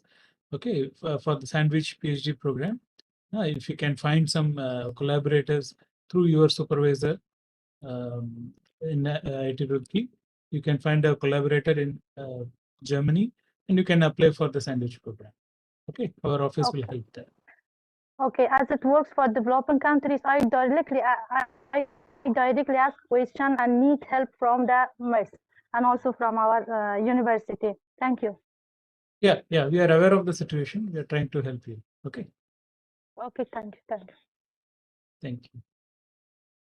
Any other question?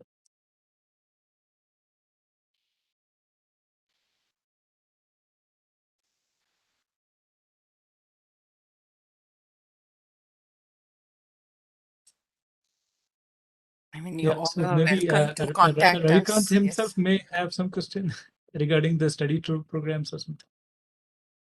Yeah, actually, I'm in touch with Ms. Anurupa Dixit separately, so we have been in contact. So as you remember, we were discussing about the support letter from DAAD regional agencies. So faculty member from our side has submitted the application, and she will require perhaps from your office direct message to DAAD headquarters as a support letter. The colleague who handles this is Ms. Shikha Yeah. Sinha. Unfortunately, she's on vacation right now. But you have sent her the email, so she will have a look and she will get back to you. Yeah, I just hope that it doesn't fall in the late category that from our office or from our side, it was completed. I just wanted to apprise that. Okay. Yeah. Thank you. Good. In fact, we rigorously promote many of the calls of DAAD among our students and faculty members. So whenever some opening comes up when fellowship opens, we circulate those emails to our faculty members as well as students in an internal circulation with the mention of who are the earlier awardees or beneficiaries in that context. So we look forward some support from you also to help us promote the calls of DAAD in our campus. I think last year Aditi Gosbi was here to give a kind of seminar to our students. What are the openings possible? So now the situation is normal. I hope we can have a physical activity, offline activity also. We will see. We will see who's going to travel now.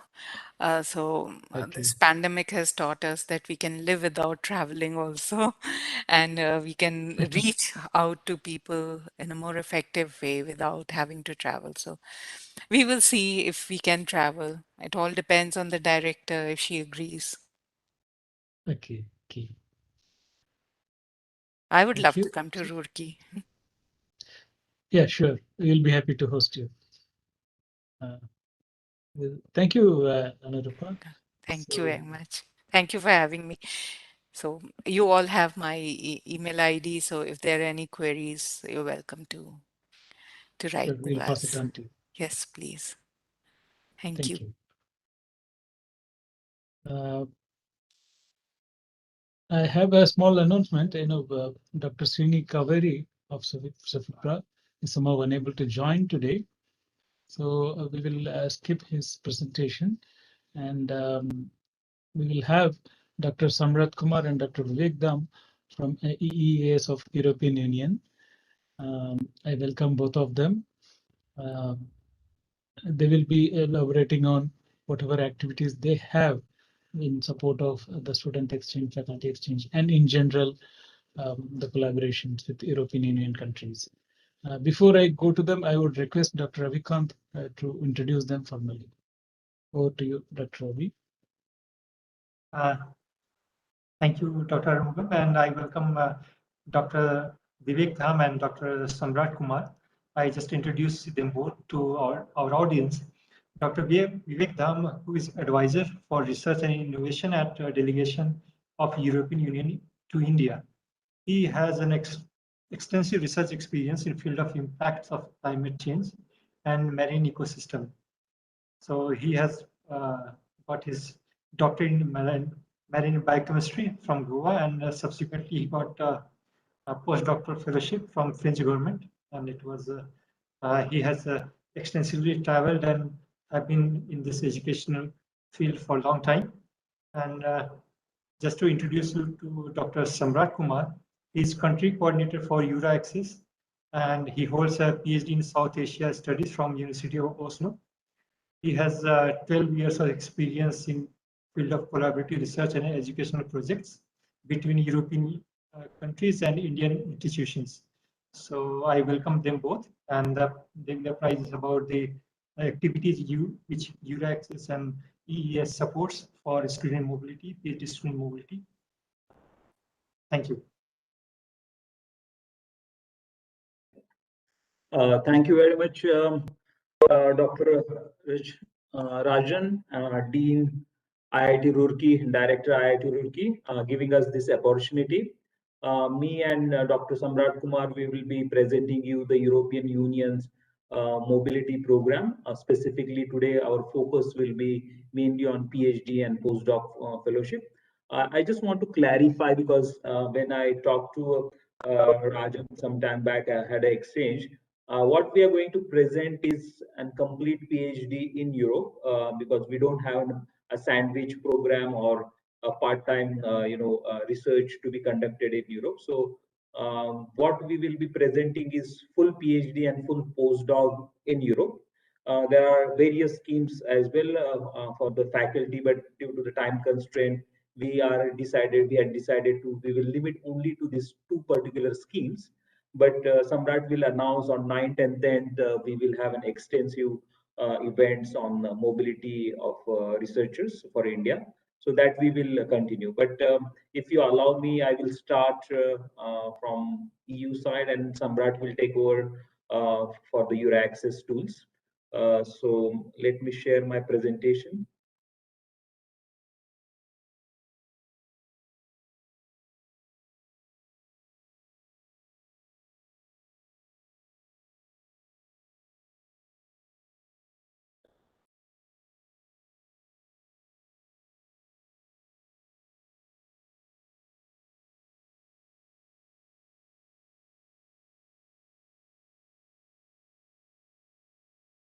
just confirm me if you are able to see my full screen.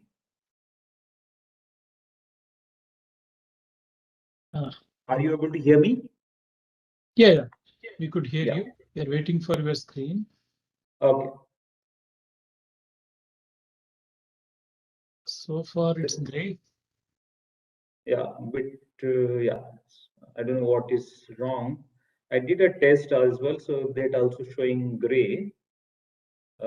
Is that the We front could see page it is in the displayed? regular view, not in the slideshow.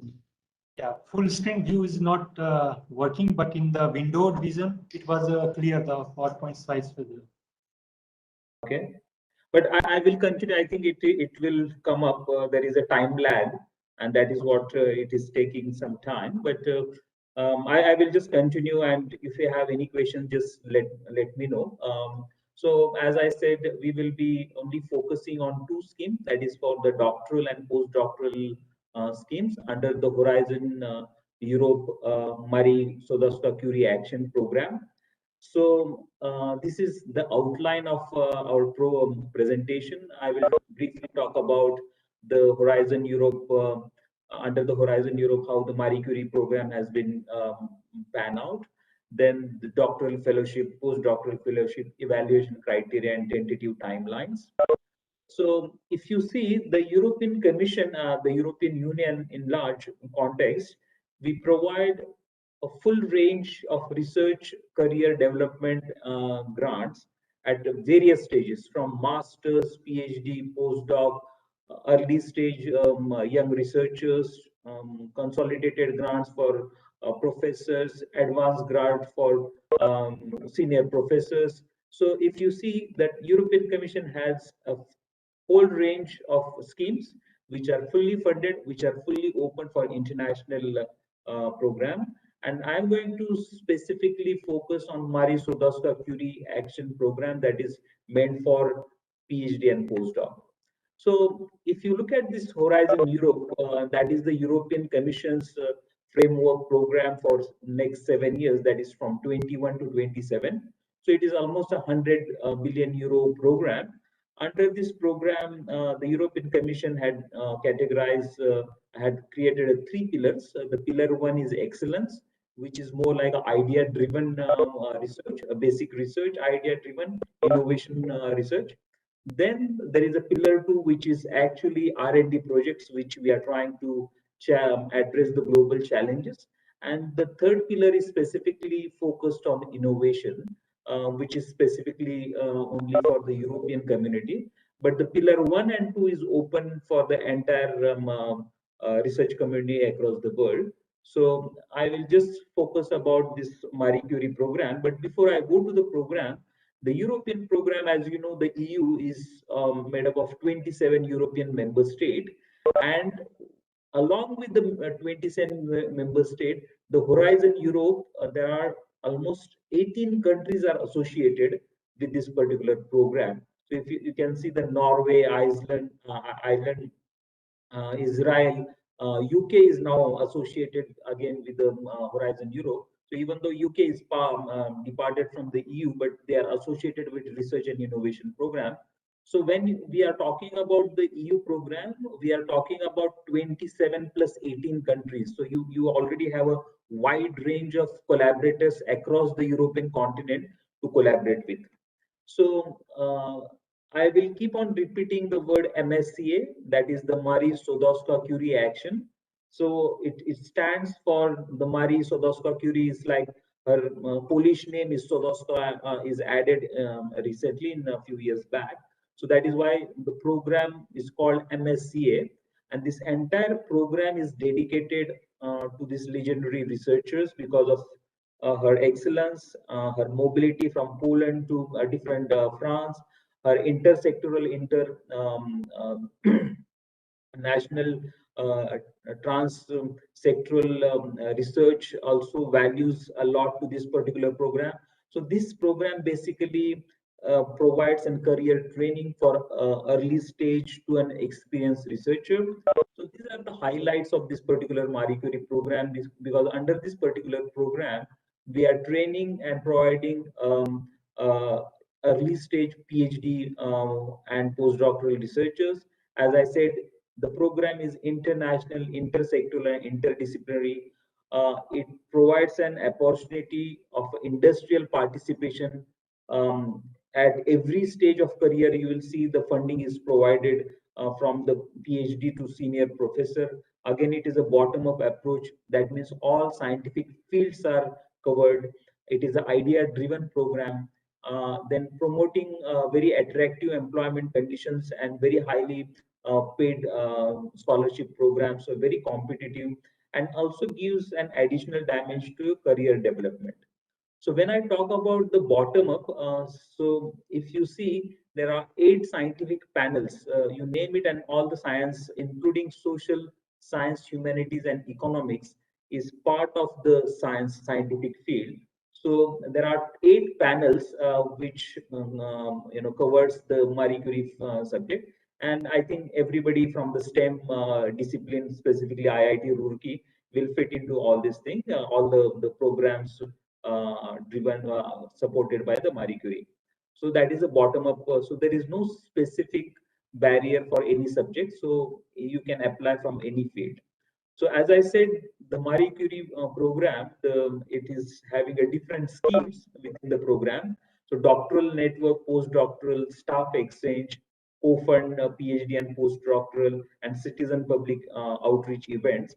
But as I mentioned, we will be only focusing on PhD and postdoctoral program. So I go to the first initiative, that is the doctoral network. This particular doctoral network is having an opportunity for the organizations as well as the individuals. I will give you the details how it works. The main objective, because the Marie Curie doesn't support a regular. Sorry to interrupt you. Can you switch to the window vision of the PowerPoint so that it is visible? Actually, like full screen version is not working. Like. Okay, just a minute. Is that fine? Is it working? Is it visible? No, it is not. So I will stop it and I will share it again. Okay. That may work. Yeah, perhaps that would work.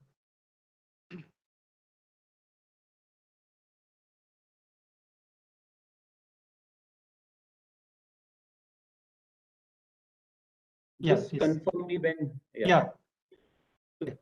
So the full window doesn't work, isn't it? Yeah, keep it like this. Okay. So I don't know whether earlier slides you are able to see, but I'm just going to give you a brief overview about the doctoral network program. So the main objective of the Marie Curie doctoral network program, because these are not in regular PhD programs, they are something in very advanced and next generation programs the commission supports. So if you see, these are the well identified needs of various RNI areas where the consortium of universities and industry can come together and form a PhD program.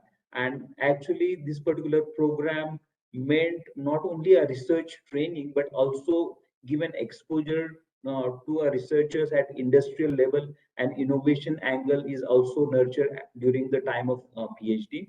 The focus of researchers is like more transferable skills, intersectoral and secondments are part of this particular program. So from the PhD level, the program makes sure this research is not only meant only do a research, but he is also developed as an entrepreneur.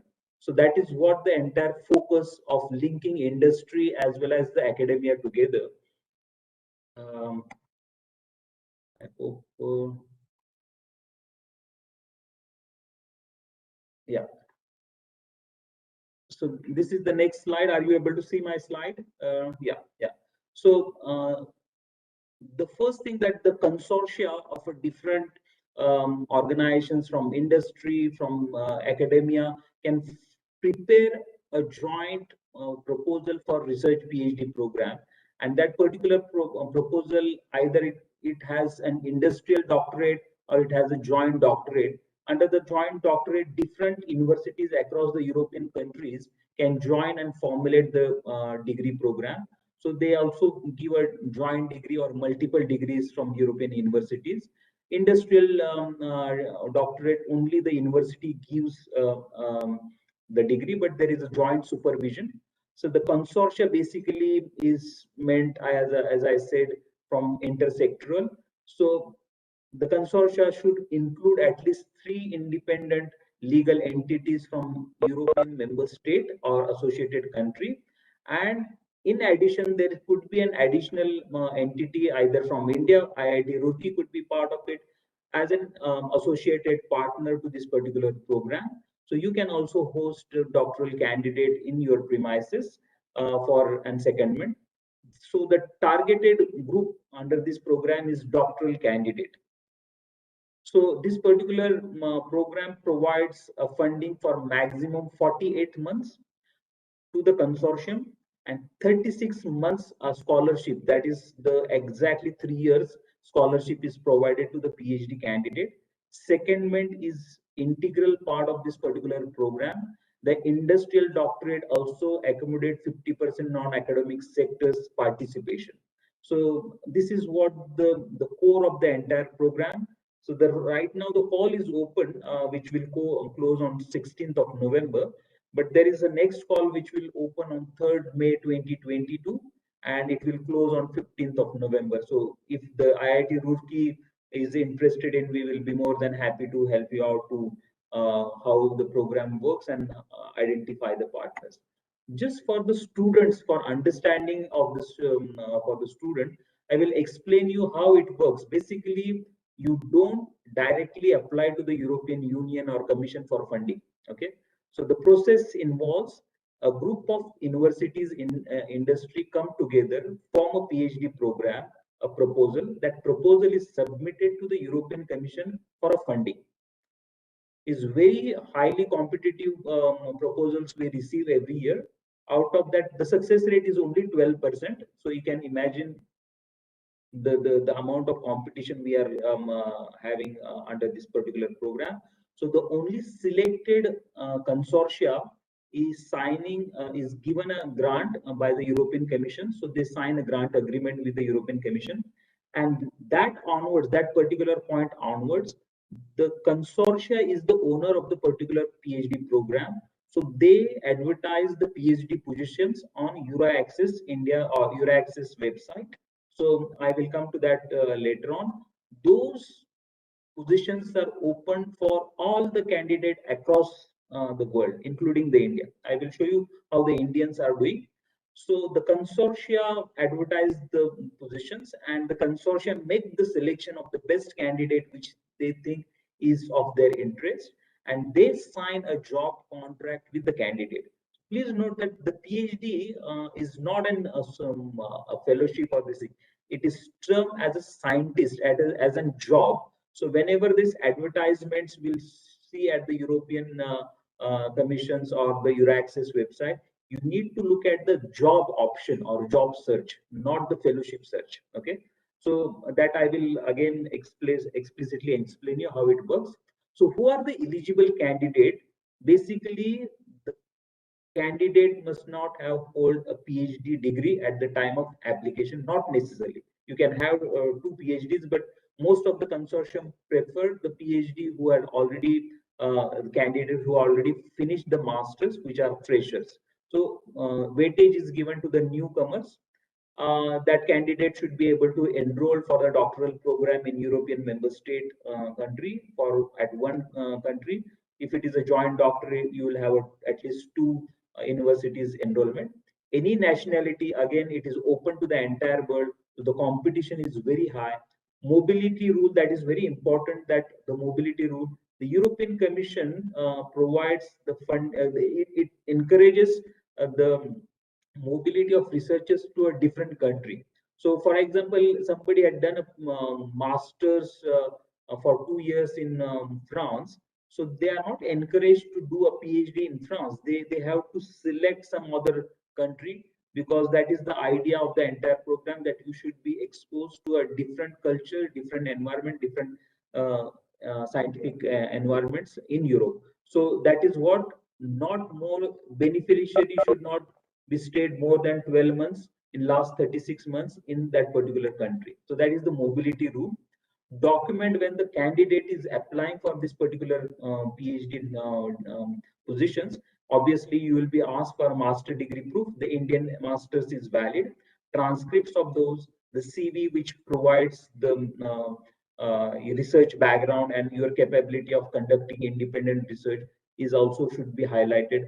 Then personal statement carries a lot of weight. You can see number of videos and guidelines available on the website. This is very important document. Then also you will need a reference letters and recommendations.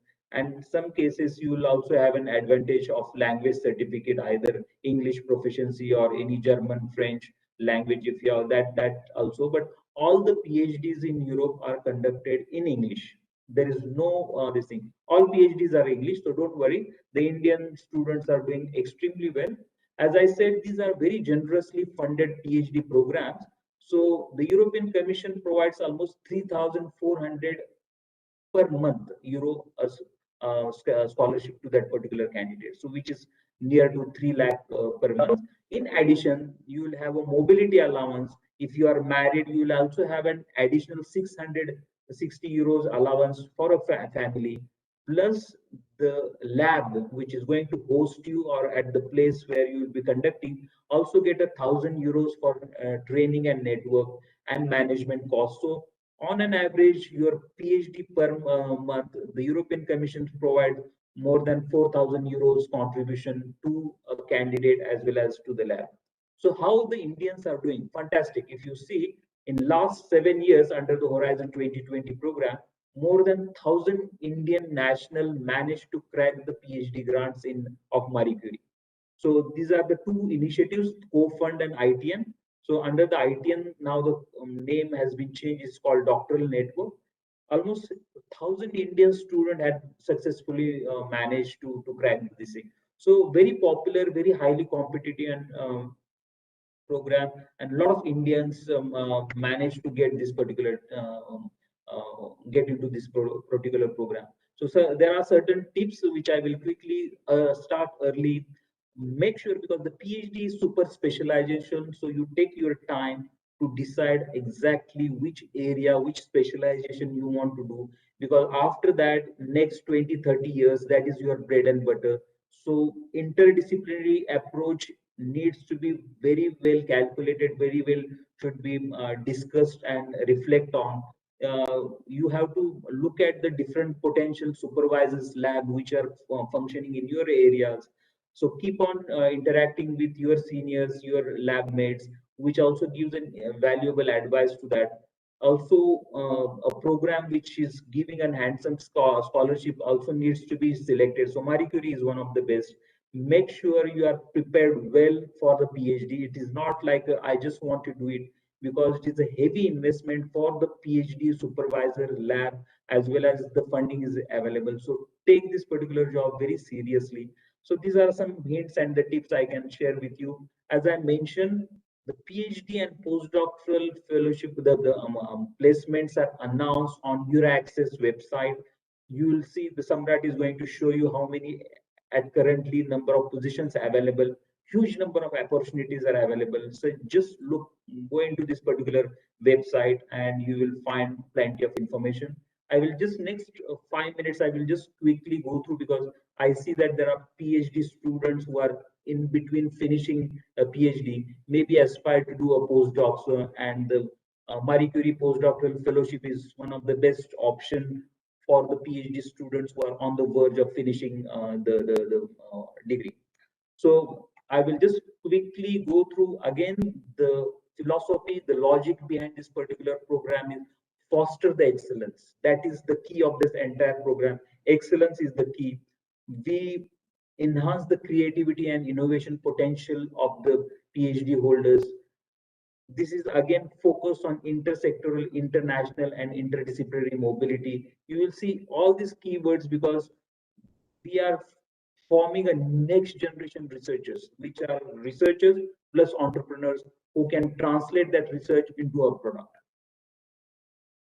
I will only focus on European postdoctoral fellowship that is meant for Indian students to go to Europe. The global fellowship is for the Europeans to come to India or any other country. But as the audience is more Indians, I will only specifically focus on European postdoctoral fellowship. So the European postdoctoral fellowship, any nationality, any age of the researchers is eligible for this particular postdoctoral fellowship. The mobility rule, again, somebody should not have a receipt in that particular country, for example, France or Germany, for more than 12 months in last 3 years. If you validate that, you can go for, again, postdoctoral position at that particular country. Must hold a PhD at the time of application. Must hold up. There is no excuse if you have submitted or you have to defend the viva, you are not eligible. You should have at least a provisional degree certificate at the time of submission of the proposal.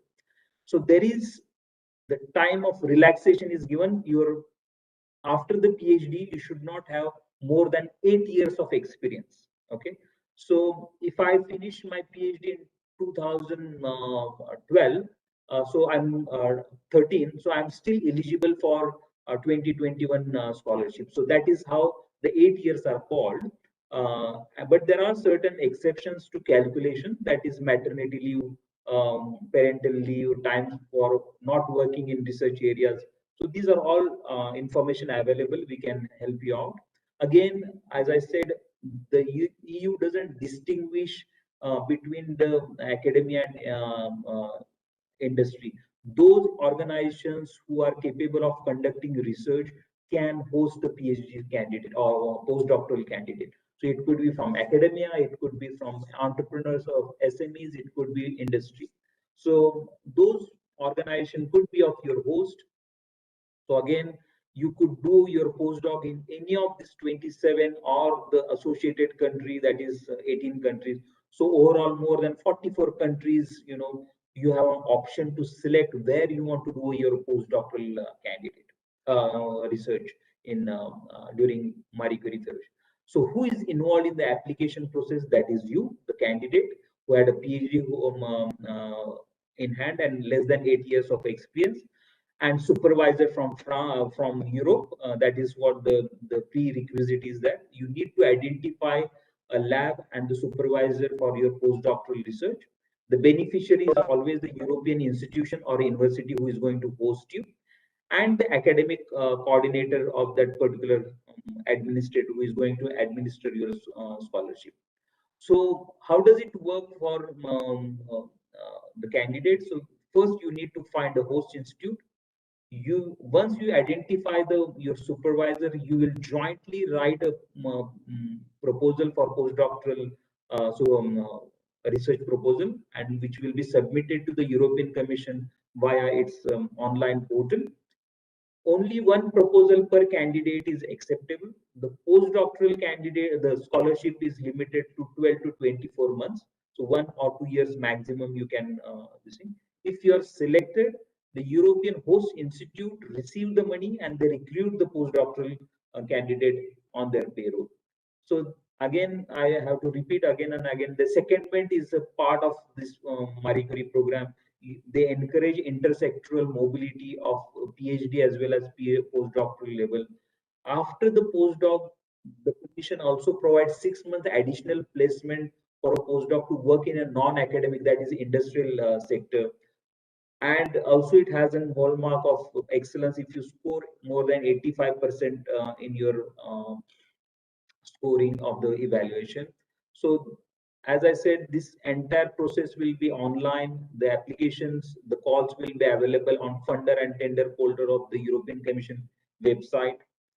Samrat will explain you. Again, it is one of the best postdoctoral fellowship, which is highly funded by European, one of the best in the world. If you see, 5,080 euros per month is provided as a scholarship to the postdoctoral fellow. Again, family allowance, mobility allowance, plus the lab research. So on an average, like a 7,000 or 8,000 euros per month, the European Commission is investing into the candidates. So the evaluation criteria is based on three ways. That is, excellence has a maximum weightage, that is 50%, which look into the quality, of the proposal, ability of supervisors quality, as well as the ability interdisciplinary sector angle into the proposal. Impact also carries 30% weightage and implementation of that particular plan. So this is the evaluation criteria which is conducted. So as I said, PhD postdoc of Marie Curie is a hugely popular schemes in India. In last 7 years, we had funded 1,900 researchers under the Horizon 2020. On an average, 80 to 100 postdoc per year we give this scholarship. So Indians are doing extremely well. One of the highly ranked international country to crack the Marie Curie postdoc. Where these people are going, they are going to UK, Germany, France, Italy, Spain. These are the most popular destinations for Indians to do a postdoc in Europe. The next call for postdoctoral fellowship will open on 13th March 2022. It will close on 14th September 2022. That you will have almost 4 to 5, 6 months period to prepare your postdoc. But I request those interested can start looking for a supervisor now. If you are selected, you will be targeting your postdoctoral research to be start next year, that is between April to September 2023. So I think I will stop it here.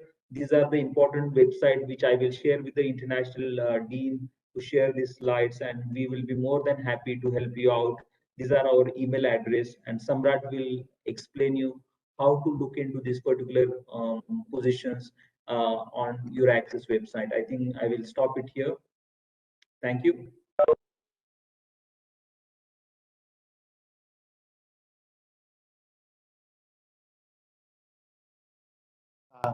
Dr. Samrat can begin if you. Yes, good afternoon. Thank you so much for the invitation, and thanks so much to the Dean and Dr. Ravikant for organizing this excellent workshop. And so let me just see how I can share my screen here. Is there an, 1 second. You have been made presenter, so you can show your presentation. I've been made a presenter, okay. Actually, I have never done this on WebEx, so please excuse me. Where do I click here? On the right where you share, stop video or mute. In the middle, there is a share button. Yeah. You can just click that. It will give you option which window you want to share. Ah, perfect. Okay. Okay. Files and folders. Okay.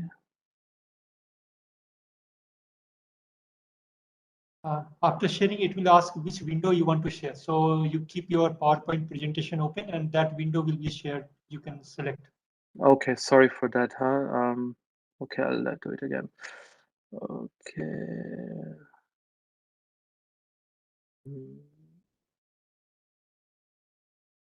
No, it's not giving me that option, so sorry for that.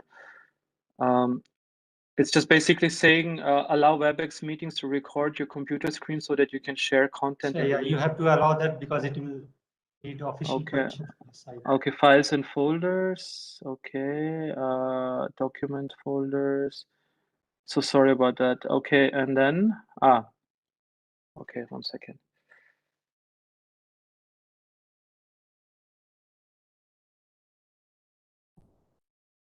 Okay, is it now visible? Unfortunately, no.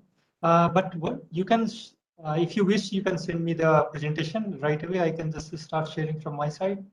Of course, let's do that. To Dr. Ravikant? Yes, yes. Okay. Yeah, maybe in the meantime, we can take questions. No, Vivek?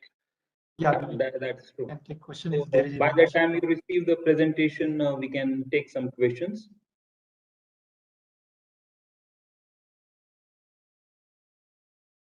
So, Dr. Vivek, students were curious that how to find faculty members where they want to go as a postdoc or even for joint degree programs.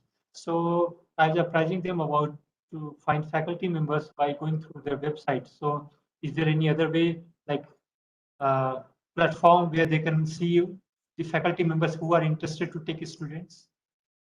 Yeah, so that is a very valid and very important question. So normally the step one, we always encourage people or the PhD candidate or the postdoctoral aspirants to identify the host of their own interest, because they are the best placed people. They know which are the labs in Europe. They can identify 4 or 5 labs. They can start communicating that they will be interesting to apply for Marie Curie postdoctoral fellowship, whether they are interested to host he or she during that particular process. But nevertheless, through EuraAccess, we also conduct expression of interest. There are a lot of European universities, research institute. They publish their availability or their positions that they are ready to host the postdoctoral in their particular labs. So we also conduct the expression of interest seminars 3 or 4 months before or 1 month before the call is open. Samrat will also show you which are the websites normally to find the host institute. So most of the information are available on EuraAccess website. Very hand-holding information, very nicely stepwise explain all the steps to find the host in Europe. But my recommendation personally that the candidate should identify his own lab, because they are the best placed people, rather than going to this big mela where matchmaking is happening. Yeah, and maybe if I could add on to that, Vivek, also, like, you know, through the existing contacts of their teachers and supervisors at the institute, you know, like I think many faculty members have already contacts with European counterparts. So maybe that could also be a channel, no, to find a supervisor. Yeah. I got your PowerPoint. I'm just going to share.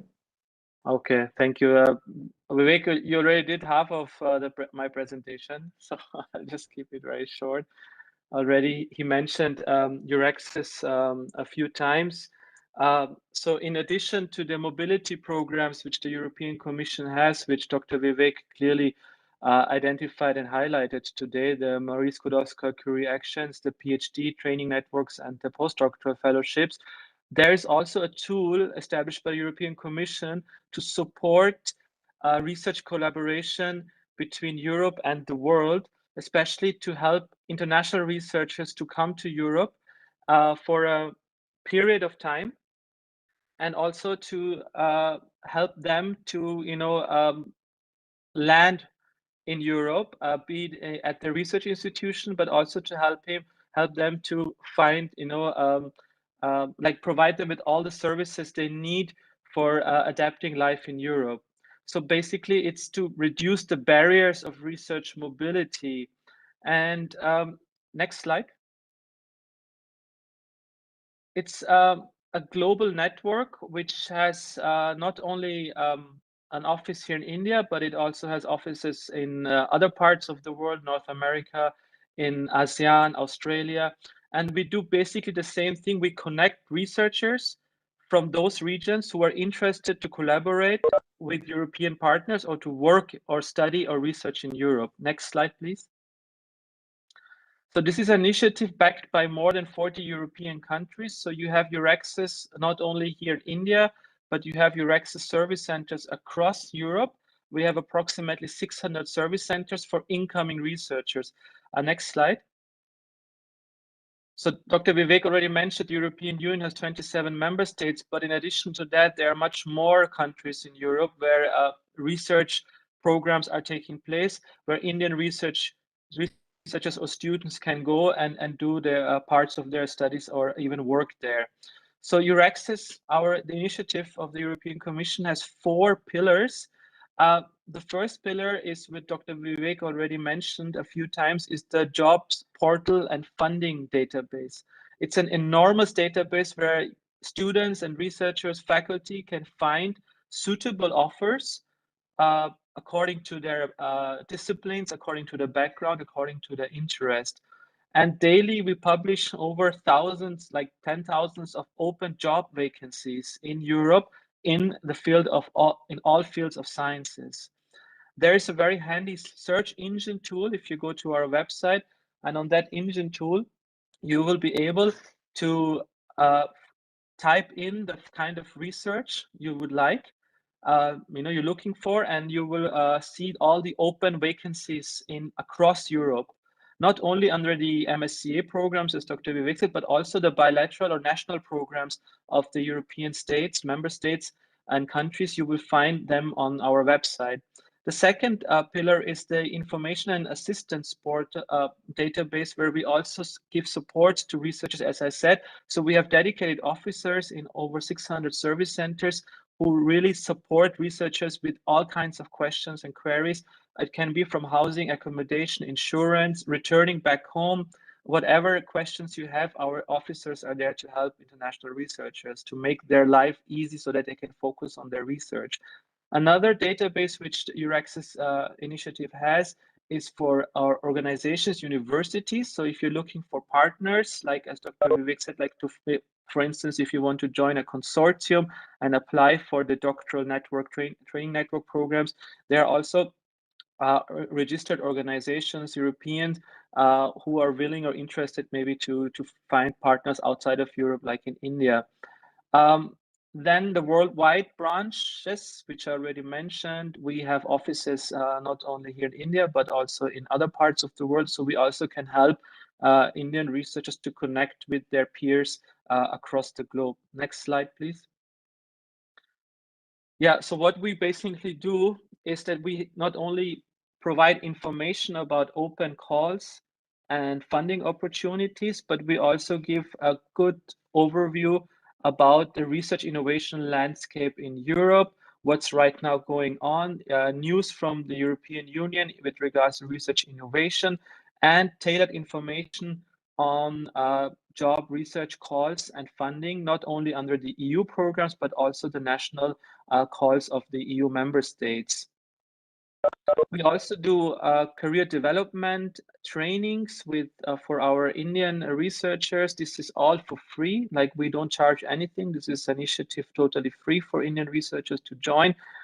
Proposal writing, publishing, CV writing, science communication. So also helping you to draft a very good proposal for your PhD or postdoc application under the MSCA, for instance. And of course, connecting you with other research professionals. Next slide. To just give you some figures, also Dr. Vivek was talking about it, like it's an enormous, I think it's the largest database for research jobs in the world.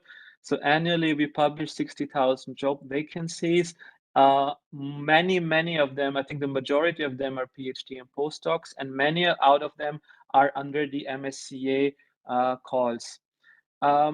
Then we also have around 18,000 registered research organization universities. So it's also possible for IIT Roorkee to register as an organization and be visible to other institutions across the world. We have almost 1 lakh registered users. These are all like scientists, administrative officers. So I think it's one of the largest databases in the world when it comes to science and research. And funding opportunities which are available throughout the year, including also for the private sector, for startups and entrepreneurs. And as I said, we cover all areas of science, technology, innovation, including social sciences and humanities. Next slide, please. So if you are interested to know more about Euraccess, this initiative, which also has a branch here in India, so kindly visit our website. You can also sign up and become a member for free. And we can provide you with those information in our regular news alerts and newsletters and inform you about upcoming events. You see on the website, we have the jobs and funding portal, the partnering, information assistance. Most of them are accessible without registering, but for instance, if you want to get more training on career development and networking, then you should register, because those services will be available for you as a member. Next slide, please. Yeah, next. Yeah, as I said, we provide you with all kinds of information And our next upcoming events, as Dr. Vivek already mentioned, we have the European Research Day, which is our flagship EU-India event on cooperation in research innovation. It's a 2-day online event. The first day will be on opportunities for cooperation under Horizon Europe in different sectors, especially in digital manufacturing and sustainable agri-food. And we also will feature Germany and France, countries who will also talk about their bilateral cooperation in research innovation and any opportunities for Indian institutions and scientists to collaborate under ongoing calls or upcoming calls. The next day on November 11th, sorry, if you could just stay on that slide, thank you. This is something very interesting for all students, for master, PhD, and postdoc students, or let's say master and PhD students. We will present the mobility programs more in depth, as Dr. Vivek told, and also the staff exchange program under the MSCA, which is an opportunity for Indian institutional staff to join a consortium and can visit an European institution under that. So that's I think going to be very interesting for faculty of IIT Roorkee, but also for the students to join the November 11th event, which is totally under the umbrella of student and researcher mobility. We also will feature Sweden and Hungary, 2 countries in Europe who also have some interesting mobility programs and calls for Indian students and researchers to come for short-term or long-term visits. And lastly, I would like to bring your kind attention to one of our most, I would say, attractive events and most, I think, fun science events, which is the Euraxis Science Slam. Every year we invite young scientists, young and old scientists across India to participate in our Science Slam event to present their research to a larger audience in a fun, entertaining way. This year we already had the call, the competition already closed. We have 6 finalists for this year who will present their live slam in the form of a video to a larger audience on December 11th. And it's an annual competition which we, together with the EU delegation, but also with EU member states, organize. So for next year, definitely we would like to see somebody from IIT Roorkee also participating. And next slide, please. And you can see it is has a very attractive prize. The first prize is a round-trip ticket to Europe to visit a research institute of the winner's choice. So this is really, I think, a very good incentive for young and old researchers who would like to, expose their talent as actors and researchers and science communicators and win a first prize trip to Europe. Next slide, please. You can see this is in the previous years, we used to, of course, have these events live, physical, live on stage. The last year and this year, it will be an online format due to the circumstances we're in. But it shows that it is basically using theater, acting, dancing, live experiments to showcase their research and their talents to an international audience. Next slide, please. Yeah, so please, to those who have not heard or joined Euraxis yet, this is your chance. Come and join this exciting European Indian researcher family, student family. And as I said, you just have to sign up, and the membership is for free and avail all the services from the Euraxis. Next slide. Yeah, so these are our contact details. You can, find us, of course, on the social media, on Twitter, on Facebook, and LinkedIn, and our email IDs as well here. And Dr. Ravikant, you can, of course, share the presentation with the faculty and students. Thank you.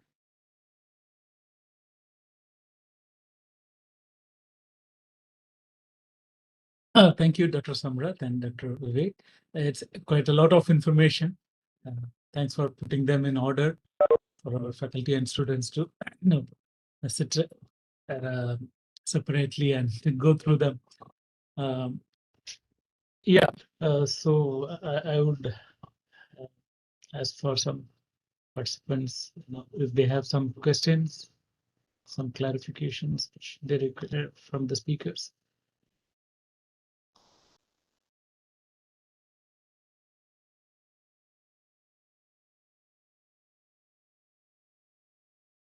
I'd ask earlier, like many questions come from students about how to find a faculty partner. So Dr. Vivek earlier explained how that can be done. So I think most of the questions are related to that only. The second fun question I would like to ask Dr. Samrat that this return trip ticket is just for one member, or like it is group ticket given as a first prize, so that more students or participant can travel. Actually, it's only for one person. Like it's only one winner. So out of the many participants, candidates, we select the top 5, 6 who compete then in the live finals on 11th of December, and the jury will select the winner. So please join the event if you are available on 11th of December, and and next year we will have the event again. So it's an annual event, and to really hope that members, staff, and students, faculty of IIT Roorkee will also participate next year in the competition. PhD students are here for longer time, so perhaps they can participate next year. Yeah, it's a minimum is a master degree. It means you have to be a master student, and upwards, like but also experienced senior researchers, assistant professors are also eligible to apply and compete in the Science Slam. Okay, so it is quite informative. Maybe I would again request keep us also in loop whenever some new calls are there. We keep looking at your website for new calls, but in case if you miss, your email to us could be good, because we can circulate those emails to our faculty members and students for a wider reach, and sometimes we quote what are the benefits and who are the previous beneficiaries and so on. So we will keep promoting your activities in our campus. So hope to see you. We will also come to your here. institute one day. I think January. Sure. Without invitation, we impose ourselves to you. No. You are always invited. I'm just inviting you. No. Please come. We like IITs and the excellence, because already there are European projects which IIT Roorkee on water research is going on. So we had scheduled to visit in somewhere in January. So definitely we will come and interact with the students, and that is what we wanted to have more and more people to be aware. And there is a fantastic opportunities, funding is available. Moreover, the talent is there. We just wanted to give and right direction to the people so that they can avail the opportunity. That's right. Especially your November 11th event looks very interesting for me. We are also planning for some delegations to European countries as a part of our 175 years celebration. Let's see whether we can qualify in some of your calls. We will certainly like to work with you in terms of in reaching out to our partner institutes and in expanding our partnerships to other European institutes who are not really connected to us for the moment. So thank you very much. There is one more I just wanted to add, because the last me and Samrat, we did an event that is also supported by the DST. There is a global friendship which attracts the Europeans to come to India, and the government of India is pitching for India as a research and innovation destination. And we find not many people are looking in that particular direction. We are doing a lot of from India to Europe, but I request the international division that to project the IIT Roorkee as a destination. Yes, of course, it is our priority as well. In fact, some of the partner institutes demand that there should be at least some inbound students to IIT Roorkee so that they can take more students from our institute. So this problem we already have. We have to increase the number of incoming European students. So certainly we need to work in that direction.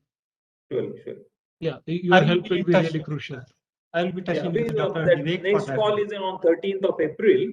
We will definitely approach you people prior to that, and then we will start preparing for the calls as well. So we will make sure you are part of that campaign. Fantastic. Thank you. So, yeah, I just wanted to make a general remark. Though our office has been doing some of these activities, it is very crucial that our faculty members and students, they also could initiate some of the partnerships and utilize our resources to get their applications bit favored or moved. I can quote some examples. For example, Professor Vimal Kumar is here. He initiated the whole University of Strasbourg collaboration, and right now we have a very strong collaboration, and we have joint degree programs expanding to other departments also, not only just his student. So like that, we have a few students. In fact, the MOU with CGU is initiated by some of our students who did internship there in CGU. So these are quite crucial for us. I am requesting our faculty members and our students to visit our office and utilize our network which we have created with the funding partners and other partner institutes for the betterment of our own institute and ourselves. So this is my general request to our faculty members and students.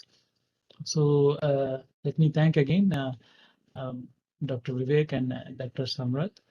And maybe it's time to invite Professor Partharoy, who is our Dean for Resources and Alumni Affairs.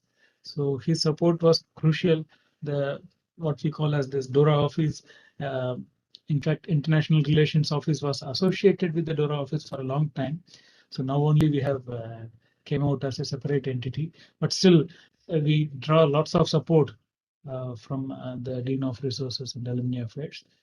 In fact, they are supporting some of our schemes also.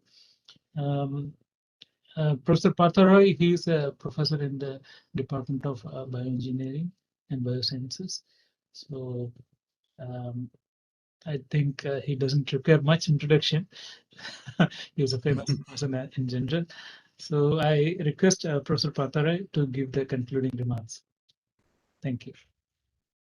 Thank you, Professor Gung. First of all, I must congratulate you for organizing such a huge event. I had been listening from the morning, all these activities going on. Many of them, in fact, I was even not aware so much about it. So it was so nice of you, and you and your team organized so nicely, and I must congratulate Dr. Ravi and your all associated staffs who did it so nicely.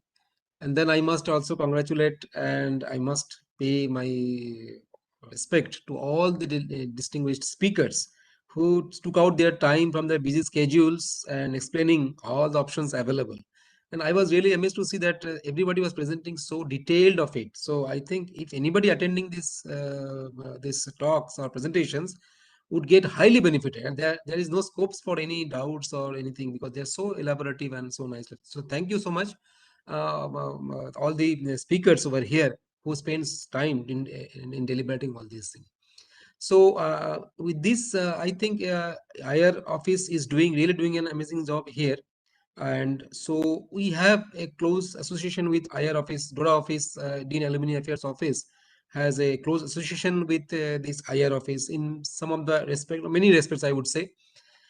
We have several schemes going on based on donors, our alumni, philanthropists, everybody. So there are many scopes and opportunities available to students as well as to faculties for various openings.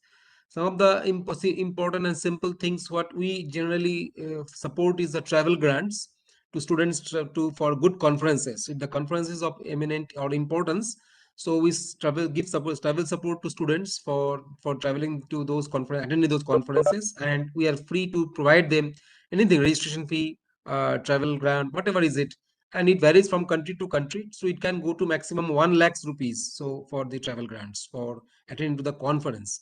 So there are some very general criteria for that. The conference should be happening in last 5 years, like that, and your paper must be accepted in that particular conference.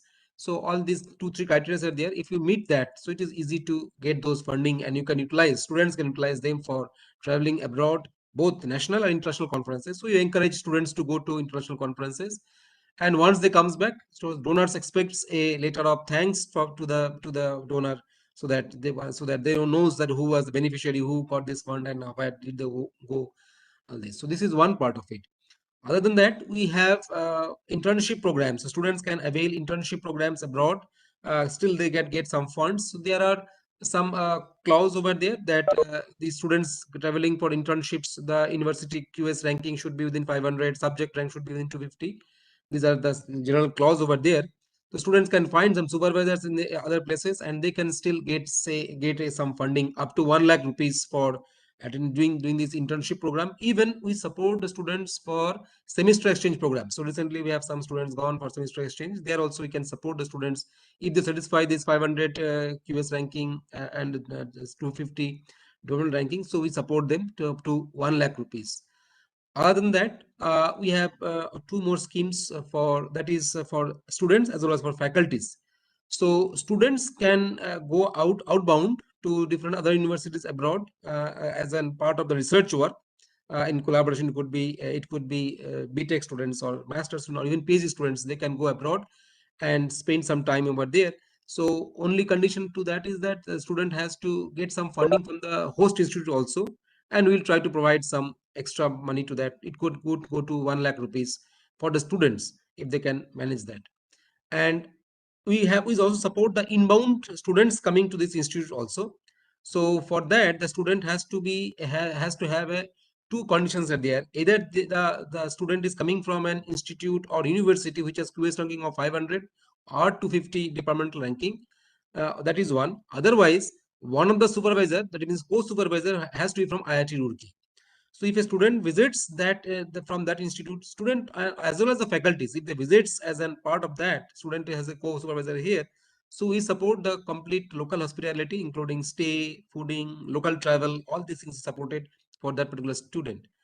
And similar schemes also available for the faculties traveling abroad. So if the faculty wants to go to visit some universities or institutes of reputes, and the QS ranking is within 500 and department ranking 250, so they are also eligible to get some funds. So it goes to about 2 lakhs rupees for the faculties visiting other institutes for collaboration or any such activities. That is also supported by DODA office.